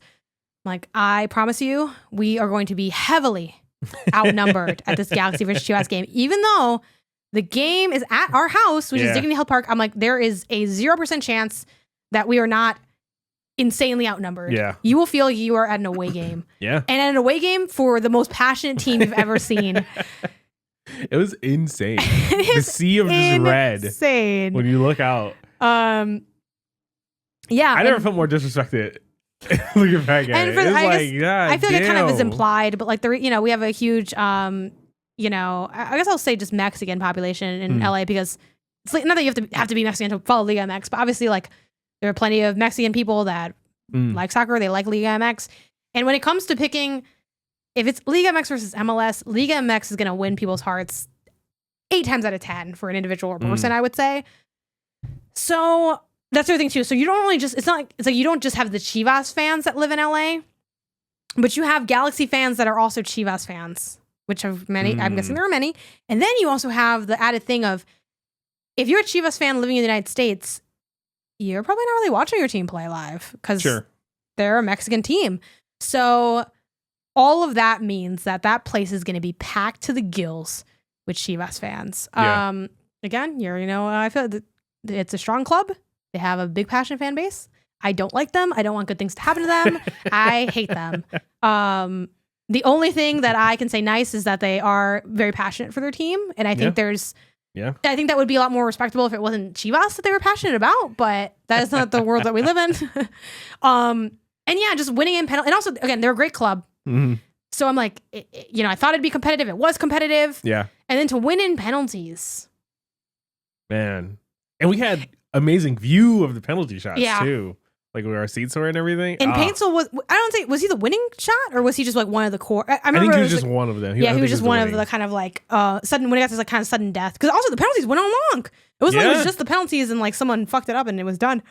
So that's a big one for me. And then before I hear any more of yours, I do want to shout out the Mexico game versus Venezuela is also on my mind. Yeah. In SoFi Stadium. But I kind of think we'll see like Mexico play. But also we had incredible seats because I got to hook up on those tickets. So it's like I was just given those seats and they were like, we're never going to be down there again. Nope. Actually, I shouldn't say that. Someone else can hook me up with these seats. So, but it's rare to be there on the floor with people that are making probably way more money than us, Isaiah. Yeah. Like this, but granted, I don't think it's going to win because 1, I think we'll see Mexico again. 2, let's be real. Mexico did not do a good job. 3, they had horrible unsportsmanlike conduct. But to that point, 4, you had to see that's the culture, though, Isaiah. Losing and being sore losing. Like, this problematic chance you guys had. This is the team. Okay, look, we have started to back off of our problematic chant because the FIFA said that they would penalize our team for doing the chant. Anyway, so that's not going to make it. I didn't want to shout that out because that was I think in many other years, that would have easily been like, oh, boom, number 1. I love Mexico. Yay. But it was still really cool, though. It was very, very cool. We were so close. I feel like I was watching a kid's soccer game. Like, it's like just a local soccer game. Yeah. Anyway, what do you got? I got our Chicago trip. Going to Chicago, you showing me around where you grew up. It was welcome to my block, J edition. Yeah. It was cool. It was dope. Never been in Chicago. Which is funny enough, I grew up closer to there than like almost any other major city in the world. But just never ventured back towards the Midwest. So it is an amazing city. I can totally see why you love it so much. I see the people is there, the culture is there, the food is there, all that stuff is there. Definitely want to go back. I don't know when we will plan to go back, but I don't think this is the last time we'll visit Chicago. I agree. I think we have minimum. I mean, life's long, but like minimum 2 more times. One for the marathon, maybe one for just seeing a Galaxy Chicago Fire game. Yeah. In their stadium. Something. So, really dope. Yeah, I had a Chicago trip on my short list as well. I went with like 8 soccer things. So you have give me another one before you. All mine are trips basically. So there's the Atlanta trip. Okay. We went to Atlanta to see some of my family and friends in that area. Got to hang out with my uncle. Got to see my mom, obviously, and my sister who just had a baby. Both of my sisters who just had babies. Got to see both of them. A lot of babies. Yeah, man. Something in that water. Went to the Coca-Cola the water line museum. did burst when we were there. So I guess. Babies. Went to Coca-Cola museum, which is cool. The water line burst, so we couldn't taste all the like cool Coke flavors and stuff, but it was still cool going there. And then we went to the aquarium they have, which we saw big fish. Big fish. They got this big like I don't know, tiger shark fish or something. I don't forget what it is, but some just huge massive fish in their aquarium, which is really cool. Yeah, I'm trying to see what the name of this fish is. I'll figure it out later. Yeah. Atlanta was on my short list as well. I also have see which one do I want to pull here. I'm gonna pull the New York City day trip. Your friend had a wedding in New Jersey. Yeah, it was my last one. And we did a 1 day, not even like one full day, just like the daytime, like literal day, like the sun is out day of going to New York. And obviously we had a really hard time getting into New York from New Jersey because we didn't really know like the area and what would make sense, like a good, cheap way, quick way to get there. But we figured it out eventually. And it was cold, but it wasn't too cold yet. So it was not too bad for us out in California. And honestly, it wasn't like the most culturally rich trip. We did like a little bit of the Met. We did like a random. It's insane to think about all the stuff that happened that day. Yeah, we did the Met. We did that one place. We landed in New Jersey. Oh, that day? Yeah. We landed in New Jersey at like 3:00 in the morning. I forgot that we did that. Yeah. Ubered to the hotel, checked in, changed clothes immediately. Actually, we didn't even check in. We had to just drop our bags off because our room wasn't ready yet because we got there so early. We dropped our bags off. Right, then we ate the food, right? Yeah. Changed clothes and then started the whole New York adventure. Yeah, that's crazy. I wasn't tired though during the day, which is interesting. No. I did get tired after a bit in Chicago. I was like, I got to take a break. But I think it's because we don't know New York. So it's like, how much advantage can you take? It's like, I'm not gonna have you go really far out because I don't even know anything in there. But yeah, we did the Met. We did walked a bit in Central Park. All Manhattan. We didn't venture into the other. It's all Manhattan. Time-wise. We did some pizza. We ate at some like random place I found on Eater that was like good but kind of overpriced. The pizza was really good. The pizza was really good. We went to your favorite, the Apple store. We went to one of my favorites, the Coach store. Yeah. We both bought stuff that we could easily just buy at home that we don't need but we want. So it was a great day. I was like, this is went great. To Central Park, saw where all your murders happen and the bodies. Spider-Man lives. Yeah, we saw where Spider-Man lives. And honestly, we saw Times Square for a little bit, a very, very little bit, very, very tiny. Yeah, sure. I mean, Times Square is just a bunch of ads. It's okay. I'm not too whatever. That's where Andy lives. Yeah, his billboard or whatever, his electronic billboard. But yeah, it was cool. I had a great time, and it's funny because it was a very like quick, mostly kind of corpo time in New York. Oh, we did the Nintendo store, of course. Yeah. But even in that time, I was like, I get it. Yeah, I get the energy. Like I really felt like, oh shit, like yeah, this is compelling as hell. I want to be out here. I don't want to be out there because it's cold. But like, if I had to be somewhere else, it's like that'd be on that list because I think it was really fun. Yeah. Yeah. Let's see. Other thing. I want to shout out the train trip we took. Yeah, it was definitely a little bit of a contender. The train cast. We had that episode. If you don't know what we're talking about, we took the train from LA to Seattle for PAX West. That was a good time. Yeah. That was fun. And those are like my main ones. I have other things, but I think I'll probably save them for like our shout outs episode with like extras. Sure. Okay, let's just look at this. Quick standouts. The engagement. I think the MLS Cup, those are guaranteed standout in the conversation. Yeah, those are, I couldn't pick two. Because one was like just more personal to us rather than like things that I think happened this year with the engagement. Obviously, if we could only choose one, I'm picking that. But to me, that was like, maybe that's a little bit more too personal. So as a backup, I picked the LA Galaxy win. And specifically because the LA Galaxy win, even though I said like, oh, a month is too long, the multiple wins that led to the MLS Cup win kind of all culminated in us winning. It was like right after the Dodgers won the World Series. Again, it was just a crazy year for LA, and this like the Galaxy winning just like was the cherry on top of just like celebrating. I think I have to pick probably the MLS Cup as well. For like kind of similar reasons, but also like maybe slightly different, just in the sense that and this sounds kind of funny to say, and there's nothing wrong with being excited about being engaged. I'm excited that we're engaged. You're excited we're engaged. I'm spinning with excitement, right? Okay. But I know, and it is like something we achieved together, Like I don't want to downplay what it means to be engaged. You obviously put a lot of work into like sneaking around to get my ring and hiding it in a special drawer or whatever. Yeah, so like, and you love to go in there and search too. It was crazy. And obviously, all of that, we got to build it up before we knock it down, right? It's like, we've been together for a long time. And also too, we've been on like, in a sense, this journey, like our whole relationship, because pretty early on, we like talked about like, hey, do you want to get married at some point? Like just in general, like it's on the table, before we moved in together, I was like, I'm moving. I get that it's not as deep for you, but like, if this is not kind of on the table, like that's like how I kind of see it. And we've, so it's been in conversation for a while, and it's been building up for a long time. It's really hard to win these championships, is the thing. But, they haven't won since we met each other. Yes, one, they haven't won since we met each other. And two, this sounds so dumb to say, and that's why I'm like, I gotta put caveats to it. But I feel more proud. I don't know if you feel the same. Like obviously, like you're the best thing in my life, so it seems dumb to be like, I'm more proud that the Galaxy won. But I feel like, and I know especially for women who are with men, which is our scenario. I'm a woman, you're a man. It's like, oh, I got, I finally like got engaged. Ooh, I got engaged.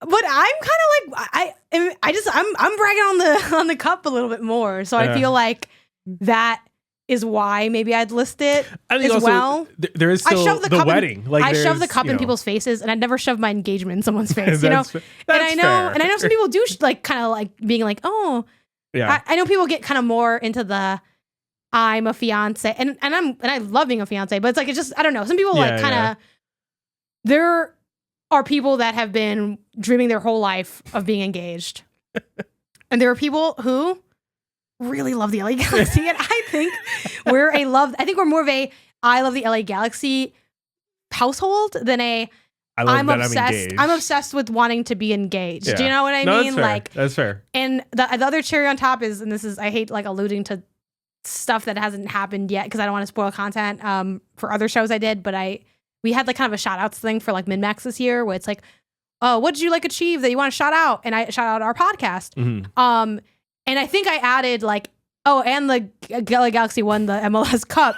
Meanwhile, Jacob Geller was like, I got engaged this year. Like, I mean, he shouted out his book also, but he was like, and I got engaged. Yeah, and I was like, oh yeah, I did get engaged. But then also, I don't want to be like, I got engaged too. You know what I mean? Yeah. Like, but also, I think I went first. So you know what I mean? It's like, I think it's probably the cup, but we probably have to be careful that we're not always just kicking down our, not kicking down, but like, we'll have the same conversation the year we get married, I think, as well.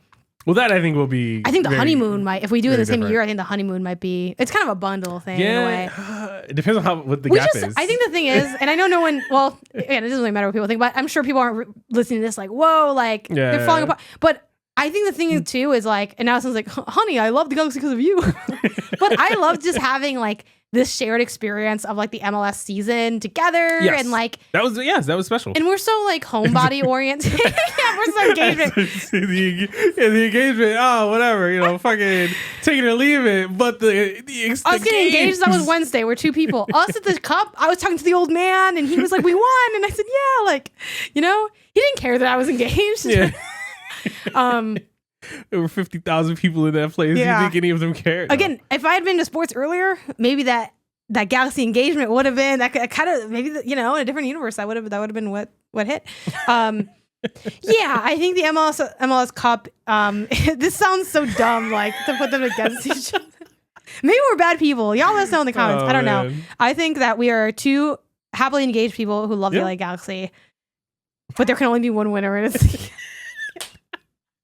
So we award it to the MLS Cup then. Oh man, yeah. I guess. Yeah. Yeah. All right. The MLS Cup, the number one championship, the number one experience of the year. Congratulations.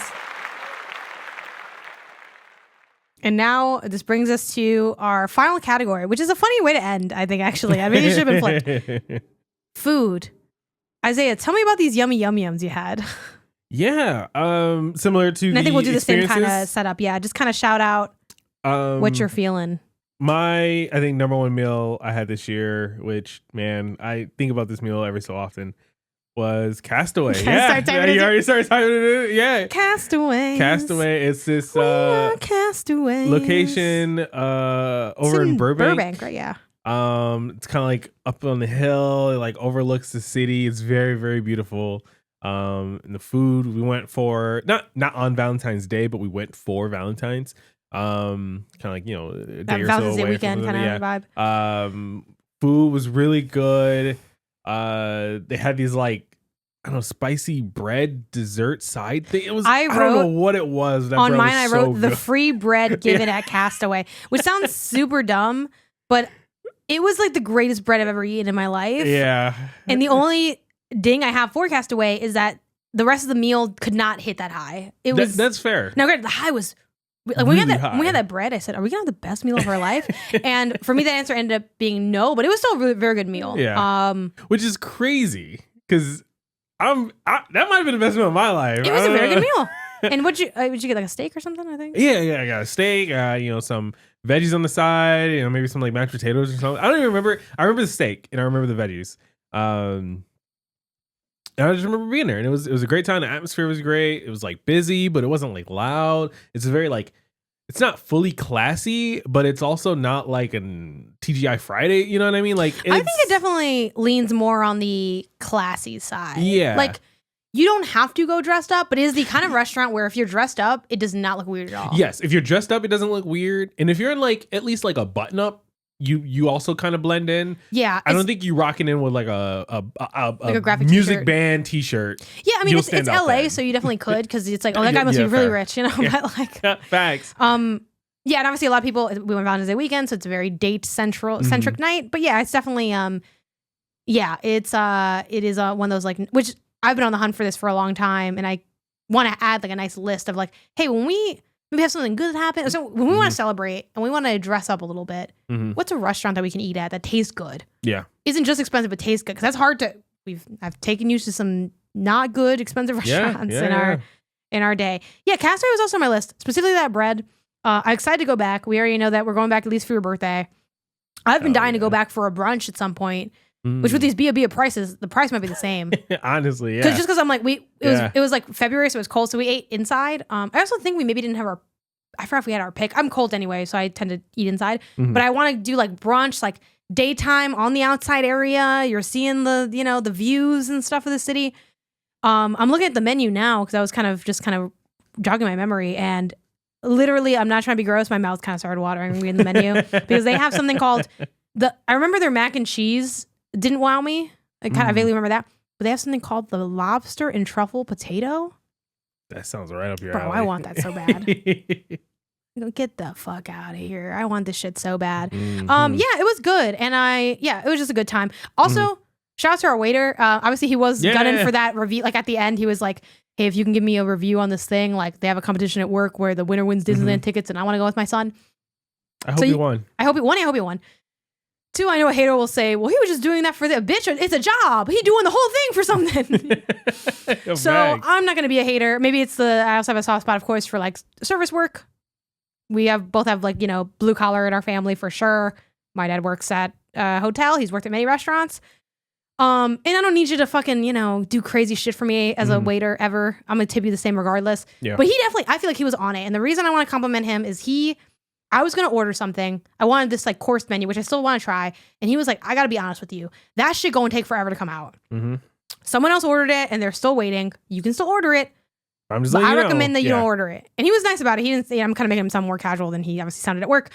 And that was cool. Like, it's like, oh yeah, like this is a dude who's like, he really did like go above and beyond. And again, obviously he hustling for that Disney trip, but he said, well, I'm going to hustle for it. I'm not just going to, so yeah, I thought he did a great job as well. Again, that doesn't make the food better, but like I do think like that was dope. So I want to shout that out. Castaway was on my list. I mean, I have spoilers. Maybe Castaway ends up winning just because it's a shared thing. But you already know I'm gonna put. No, I'm honestly leaning towards that Jose Andres. You already know I'm putting Bizarre Meats by Jose Andres. Baby. This was a meal I had in Las Vegas. Jose Andres has a couple different spots around the country, So I don't know if that makes you want to call it a chain restaurant. Like you could if you wanted to. I don't know. Yeah, and it's bizarre as in like a bizarre location. Because when I say bizarre, people are like, oh, he must crazy meats. Yeah. It's like, no, it's bizarre like the word. What marketplace, right? With small shops, it's a definition of bizarre. We had the course menu, which I think they actually might not offer this exact one. I think they only have the more expensive one now. I'm like, I joke with my brother who I went with that, they saw brokey's like us coming in and they said, we got to raise, we got to raise these prices. But yeah, this was something that, we had kind of stumbled into this Vegas trip because he had like a leftover hotel stay. And we lived in LA's not that far from Vegas. And then we're like, it'd be cool getting a good ass meal. And because you're someone that, correct me if I'm wrong, you're not as much of like a foodie, I think is kind of fair to say. And you're a little less adventurous with your food, though we both know there are foods that you like that I think, I'm like, ew, I don't want to eat that. Like, so we all have our little kid moments. Like, what's your thing? Your cream of wheat? And your pea soup? Like, I think, yucky. Pea soup, yeah. Though, honestly, if Jose Andres gave me a bowl of cream of wheat, I'd eat it. I wouldn't say shit to Jose Andres. Anyway, I don't spend too much time. He's a good chef. He's a renowned chef, so we had to kind of pick this out as like a potential thing. Again, pretty damn expensive meal, definitely like in the north of 100 something a person. But it was a coursed meal. I forgot how many courses it was, like 5 or something. It had like a couple different like appetizers. Also, again, the experience of the food, like the way like they do they like explain each thing to you. I had a piece of like, it was like a meat because at one point they gave you like a series of little meats. Almost like a charcuterie board, but not quite because I didn't have cheeses on it. A meat board, I don't know. And they're like, okay, this is this one. And there was like a meat that I had. It was like pork related. It was like a pig. And it was like, it tasted like sweet nuts. Like the pig had been fed this stuff to like, I know, sorry for any of the vegetarians listening. They're like, that's awful. Yeah. Bro, I don't know. That pig was eating better than me. I was like, holy shit. Like there were flavors happening that I didn't know existed in this. And also the food was also just damn good. Like this wasn't just like artsy fartsy. Like it was normal enough because the main course was just like steak, potatoes, greens. Yeah. And like something else was the entree. And then the desserts were just like little desserts of like, it's like cookie wafer thing, So there were a couple of funky foods. Like there was like a I don't know, something. There's stuff that I don't even remember what it was. It looked like a cloud, and it looked kind of like cotton candy, but when you bit it, it was different. Like they had funky stuff for sure that I think you'd be like, I don't know if I want to try this. But they had normal stuff too, so it definitely isn't just like, only people that like funky, weirdo, fine dining stuff would get into. Sure. The food was like so good. Yeah, this is the greatest This is the greatest meal I've eaten in my entire life. That's crazy. And when I ate there, because we picked like again one step down from like the most expensive. Like I'll make up the numbers because I don't remember. Let's say it was $175 a person. The other one was like $195 a person. And at first we signed up for that, but then we were like, anyone else feeling kind of not so much? And maybe it was 120. It's above 1 but lower than 2. I don't remember the numbers. So we picked the one a step down. And we're like, we still get most. It's like all the courses except for one or something. So it's like, it's still pretty good. And literally when I was eating there, I was like, we should have done the other one.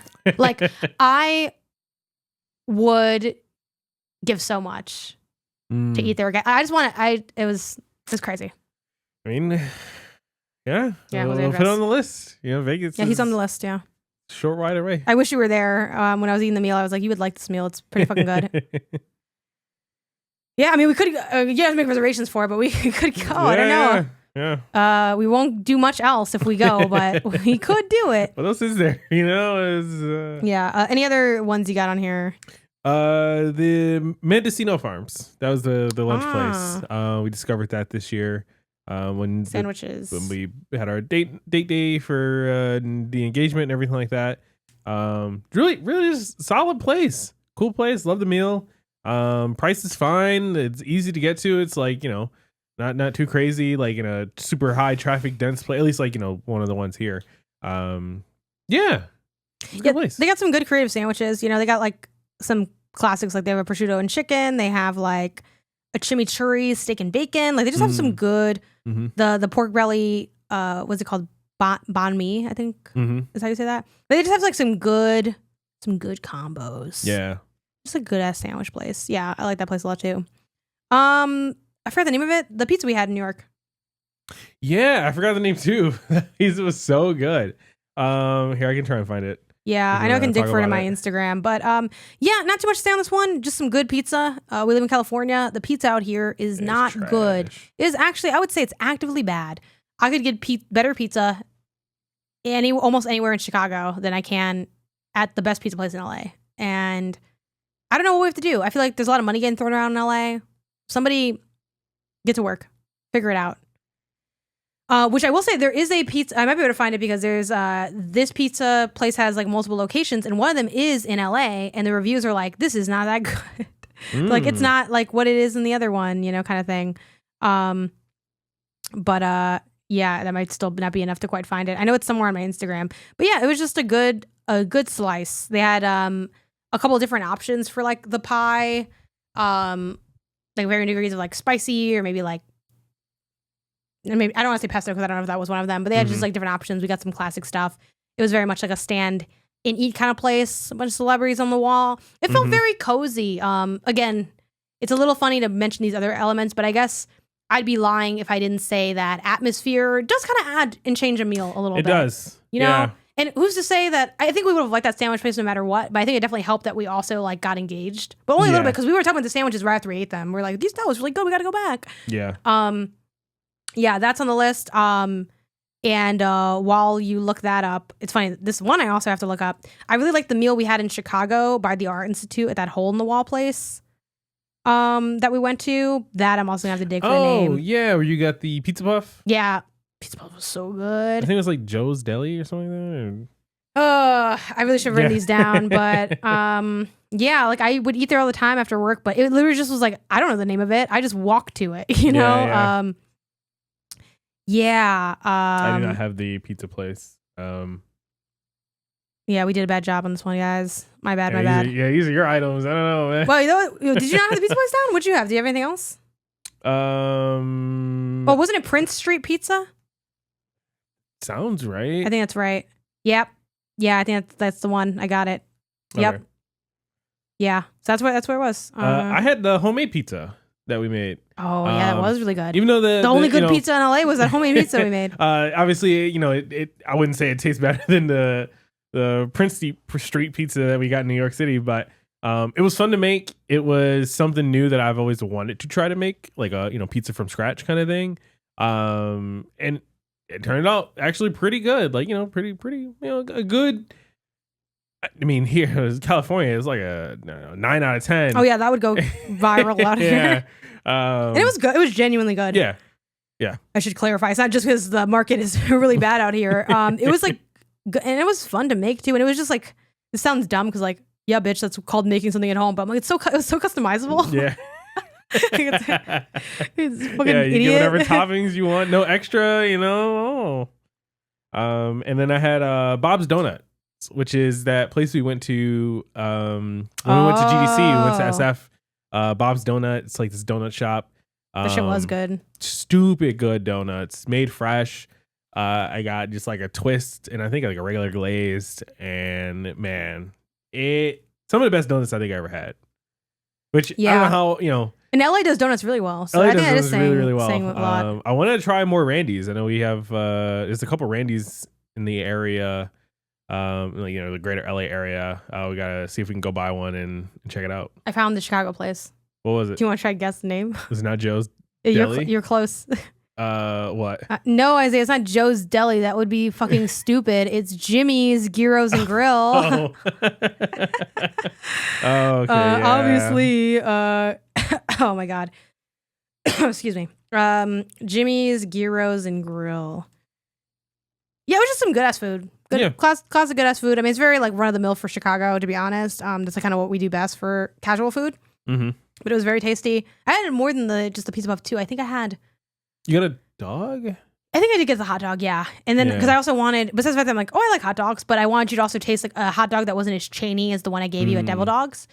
But then it also unlocked the memory that back in the day I used to eat chicken pita sandwiches all the time. Oh yeah, he talked about that. And when I go back, and I wanted to eat a chicken pizza, I should just bought it and fucking do the other half away. Fuck it. When we were on vacation, or a trip rather, but yeah. Okay, so do you have any other ones, or is this the list? No, that's all I got. Okay, I think per what you were mentioned, is it just Bizarre Meats? Yeah, I'm down to try it. The way you guys sold it, and the fact that you went to both Castaway and Bizarre Meats within the same year, within a couple months of each other, kind of thing, makes me believe that like, oh, if you're saying it's better, and we just went to here, then it must be that. It literally like wasn't even close, which is kind of crazy. And yeah, maybe again, we don't have to do a course menu. Maybe we glance at those prices a little bit. See what happens. We'll take a look. See what happens. See what they're available.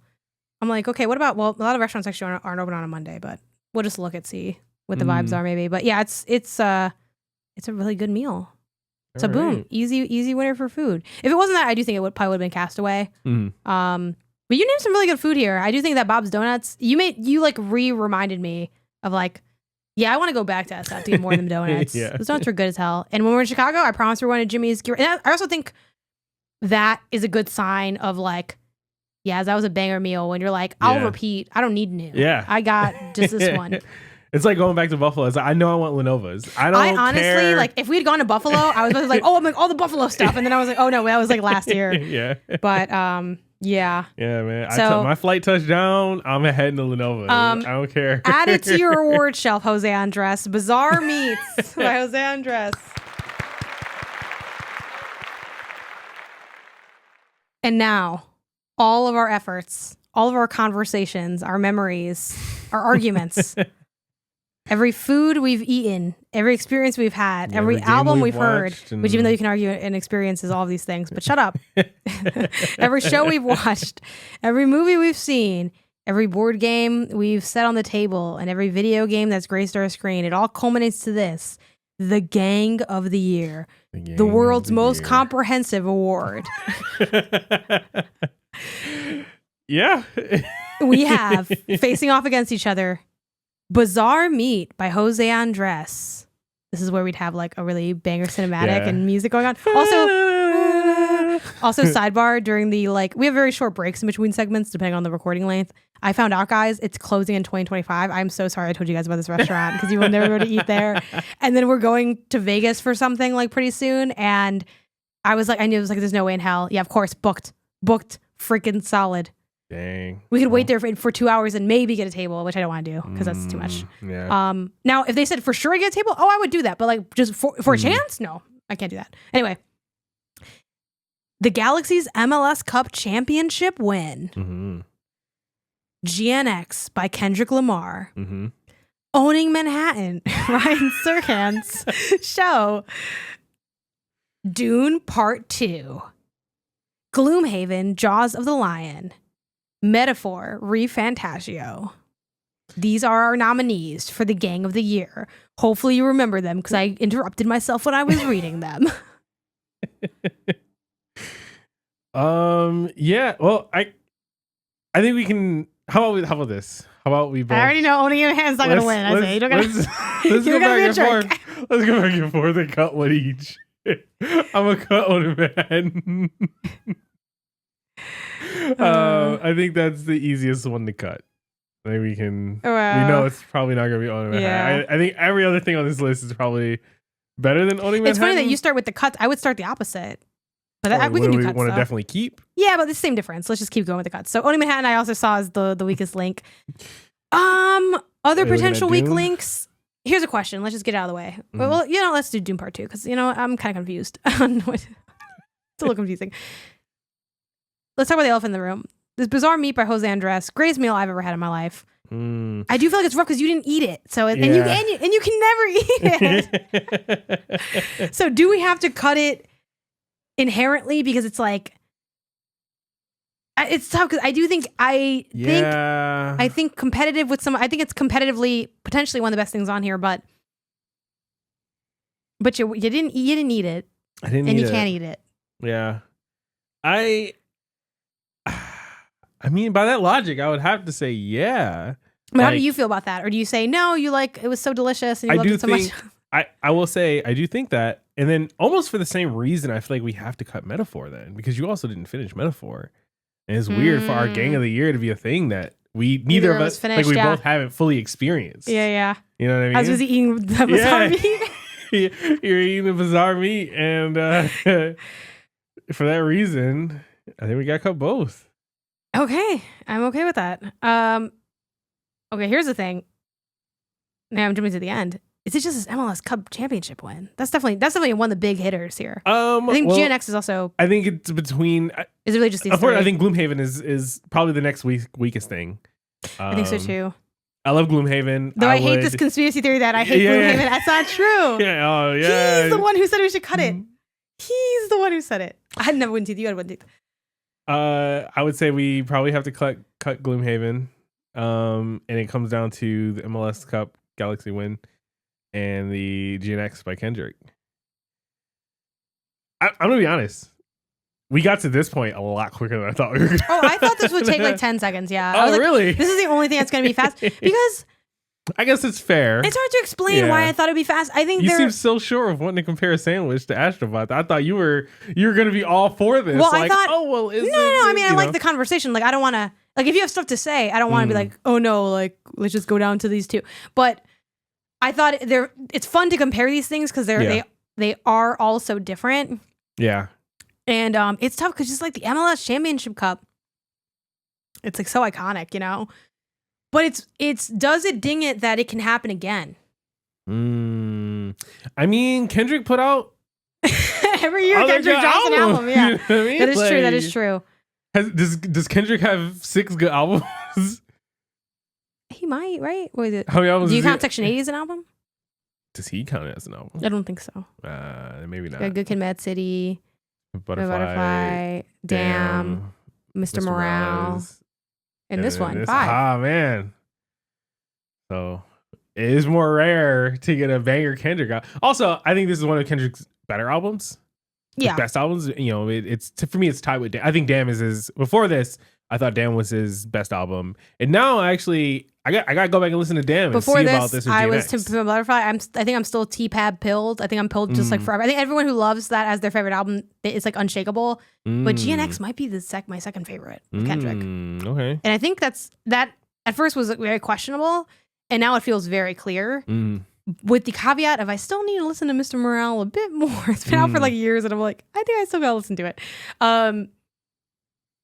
Yeah, like if the well, maybe it's also like, you know, it's personal to us because I'm like, if they win next year, I could see like let's say it won this year, right? For us, I could see that dinging it for next year. Like, what are you gonna put this on every year? I mean, we probably still would have listed as experience, but if Kendrick drops his rumored double disc album that goes alongside GNX next year, is it like? No, I will say this feeling is unique to the MLS Cup for me a little bit. Though not like perfectly unique, because I think there's definitely, I could see a world where like, what if we had some crazy win, like, you know, sports is wild, right? Like anything can happen on the field. So I could see like them winning next year and it's still making our like lists for things. I mean, it'll probably still always be in best experiences because it's fun. I guess it won't be there if they lose because it's right. Because you'd be like, that sucked. I mean, the win was pretty sweet, and my sweater's in the other room as we speak that I ordered, and I spent dumb money on that sweater as well, which I spent dumb money on the Jose Andres meal as well. I'm trying to think of, will I like always be going back to the Galaxy Land? Yeah, and I know it's not like, you know, it's apples and oranges, and also it's which not. Is what's fun about the category. It's literally apples. It's fucking sandwiches to albums. Yeah, it's like, oh man, like, you know, 5 years from now, am I going to be more like remember more fondly listening to GNX, or thinking about what it was like to be there when the Galaxy got that 6 star? I will say we won without Ricky, which was hard. Which is also crazy. So that was cool. And we won for Ricky, and they held up his jersey. Remember when they showed him on the screen and we all went crazy? Yeah. So that's got to be worth something. I'm leaning towards the LA Galaxy. But I will say, which is funny because now, and I'm still, I think, mostly leaning towards LA Galaxy, but your comment about Kendrick was a good argument because I will say, I think I'm going to be rocking with GNX for a long time. I think, oh man. So this is also of the year, right? Yeah. Whereas I feel like GNX better define the year. Like it in itself was a better culmination of what 2024 was than the Galaxy winning the MLS Cup for this year. Well, I feel it's not representation of the year though, because like Dune 2 was never going to represent the year. That's true. Low-key, Metaphor International was back in the mix with the election. But I get what you mean. Like I think the cultural impact of GNX like obviously hits harder than the cultural impact of the LA. Even in LA. Yeah. Even in LA. Yeah. You know, they're both LA things.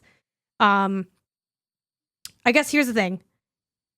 And we don't need to like run to this answer because also the point is like have conversations, celebrate it. But also, you know, we just did that with all the categories anyway. So it's not we don't have to spend extra time, but I also don't want to cut our time short on this section. What is better? Which is weird because it's like, here's the thing. If I had to erase one from society, I think I'd erase that GNX album. I'd probably erase the GNX. I gotta be honest. And I know no one will relate to that if you're not a Galaxy fan, but you're not on this podcast, so it doesn't matter. It's not because GNX isn't good, obviously. It's because like they fought for 10 years. I would even take, and I know we already eliminated Bizarre Meats, but I would even take the Championship Cup over the Bizarre Meats meal, and that was really delicious. Because I feel like I'm always chasing the good eats. Yeah. I think in my lifetime, no doubt we're going to get a better meal than Bizarre Meats. I say that. I think that. I think also the MLS Cup is kind of a negative in a way for like the team, if true. But the longer we don't win, the heavier that hits as like a story in our world. While whether Kendrick never makes a good album, very unlikely. Also, unlike the Galaxy doesn't win any more championships. But if Kendrick never made another great album or made great albums, it doesn't change the feeling of GNX. While like the cup actually gains value, the longer it takes us to get it again. In a way, like the cup memory. Yeah. Also, it's a first. I feel like even though it wasn't like the game itself was definitely an entertaining game to watch. It was very close of a match, and that was exciting. I mean, I would prefer a blowout because then I can relax and enjoy my snacks. But as a soccer match, that was kind of a thrilling match to watch. It was very like thrilling, tit for tat. We had the great anime moment of lifting up Ricky's jersey and being like, "Oh my god, we're holding the jersey for Ricky." They showed Ricky. We went crazy. They put the baby in the cup at the end. That was fun. Yeah. And I gotta be honest, I forgot where I was going with that. Just that. Even if it's not like the most beautiful win or memorable win, like, let's say the Galaxy go on a crazy run and in our lifetime they win 10 more of these, counting the one we watched, right? That'd be probably like, I think it's a crazy run. I don't know. I'm just kind of pulling a number. It sounds crazy. I don't know if it is. But this will always be our first one, and that will never not be true. It also helps that we didn't even think we would get tickets to these things. Like, it was so... But we didn't think we had the GNX album either. Just dropped. That's true. Well, I figured there was an album coming. Sure. If he got once he got the Super Bowl, I was like, oh yeah, he's got an album or something coming. I didn't think it would come that soon, like the next week. Also, this is a dumb comment. At the Championship Cup, they played some of GNX there. They did play some of GNX. So you kind of I'm gonna be honest. That won me over. I think I am for the MLS Cup championship win. I think I am. Yeah. For the podcast version, I have the scarf. Yeah, man. I think I gotta vote LA Galaxy win the MLS Cup championship. Now imagine like dumb stuff for the future. We have like a grand reveal of the winner or something on the boards. Yeah, I am inclined to agree. Shots. I mean, we put that over our engagement. I feel like are we putting GNX over our engagement? You know, not that that's GNX like obviously a bigger circle. But it's that like if you're saying that she's not hot and you're saying you know what I mean? It's like for sure. I definitely would put. I think I'd put our engagement over GNX. You know, that not that means anything, you know, to people. Yeah, I think that's our winner. The Gang of the Year goes to the Los Angeles Galaxies MLS Cup Championship win. Did I say that right? The LA Galaxies, yeah. LA's probably better than the LA Galaxies Championship win. Woo! year. Yay! Gang. It's an honor just to be nominated. Congratulations to all the nominees, but there can only be one. All right, I'm gonna tweet at Ricky and let him know. Yeah. We'll wait till after obviously this goes out, and then we'll be like, "Oh, congratulations! Who do we mail this trophy to?" If we're gonna have awards, we definitely have to like hit up the front office. Like, can we guys send you this award for like the best event, the best game and not game of the year, the best anything of the year? It also is a game, kind of. So really, it's also a game. It's sports is the ultimate game, not game. That's what I'm saying. That's what I'm saying. Is you get it fits on so many levels. All right. What a wacky episode. This definitely no shade to the episode. I think it was a great episode. We will definitely be probably tooling, format a little bit over the years. I do think the base yeah. I think the base stuff is here, but stuff like, I could definitely see this being like more of a two-parter next year, stuff like that. But overall, yeah, really fun time just reflecting on everything. Excited to work on being more prepared for next year. Excited to eat more food. It's just, I think this was a really fun, a fun format. Nobody's doing it like this. And is it because it's a bad idea or because it's never been done? I choose to believe that we're just trendsetters. We're trailblazers. And the people who get it. Before we close out, we of course have poll of the show. We're not doing a poll of the show listed for these kind of end of the year episodes, but I did want to touch on last week's poll of the show, which was, did you watch the Game Awards? 93% of our audience said yes. That's actually a lot. It's a lot more than I thought. And I hope 100% of you who watch the Game Awards will tune into this one. Too surprised. Yeah. Game Awards, you gotta watch it. Games and not games. Like, if you're here, you're probably a fan of games. Yeah. I have to imagine. Yeah, you're legally obligated to watch it. It'd be funny if only 50% did. That would have been better. One day we'll have those listeners where they're like, I don't really like games, so I just jump to the... I just skipped the first half. That's when they really get You're welcome to do. me. That's what the timestamps are for, baby. Do what you want to do. LA Galaxy fans who only tune in for like 1/8 of the episode. Yeah. All right, let's get out of here. That is it for this week. You can send us your questions and topics to the email inbox@gamesandnotgames.com. I will say, no pressure. Great time to do it. We're entering the new year. Yeah. We're looking for new ideas. We got plenty up in our Trello board, but we're always looking to add more. So definitely send that our way. Yeah, and there's a couple questions that we already know we want to do some episodes around. Yeah. So definitely feel free to mail in some more, though. And of course, you can follow the podcast version of the show on Apple Podcasts, Spotify, Pocket Casts, and everywhere else you get your podcasts. If you enjoyed the show, be sure to give us that 5-star rating. 5 stars. And if you're an audio listener, remember that you can get the video version over on YouTube at Games and Not Games. If you like the video, be sure to leave us a like and a comment, as it helps us get in front of more people. Be sure to give us a follow over on social media as well. We're on Twitter at Games and Not, and everywhere else at Games and Not Games. That's mostly Blue Sky, TikTok, Twitch, etc. Congratulations again to the 2024 Gang of the Year winner, the LA Galaxy, winning their MLS Championship Cup. And until next time, gang. Gang. Base.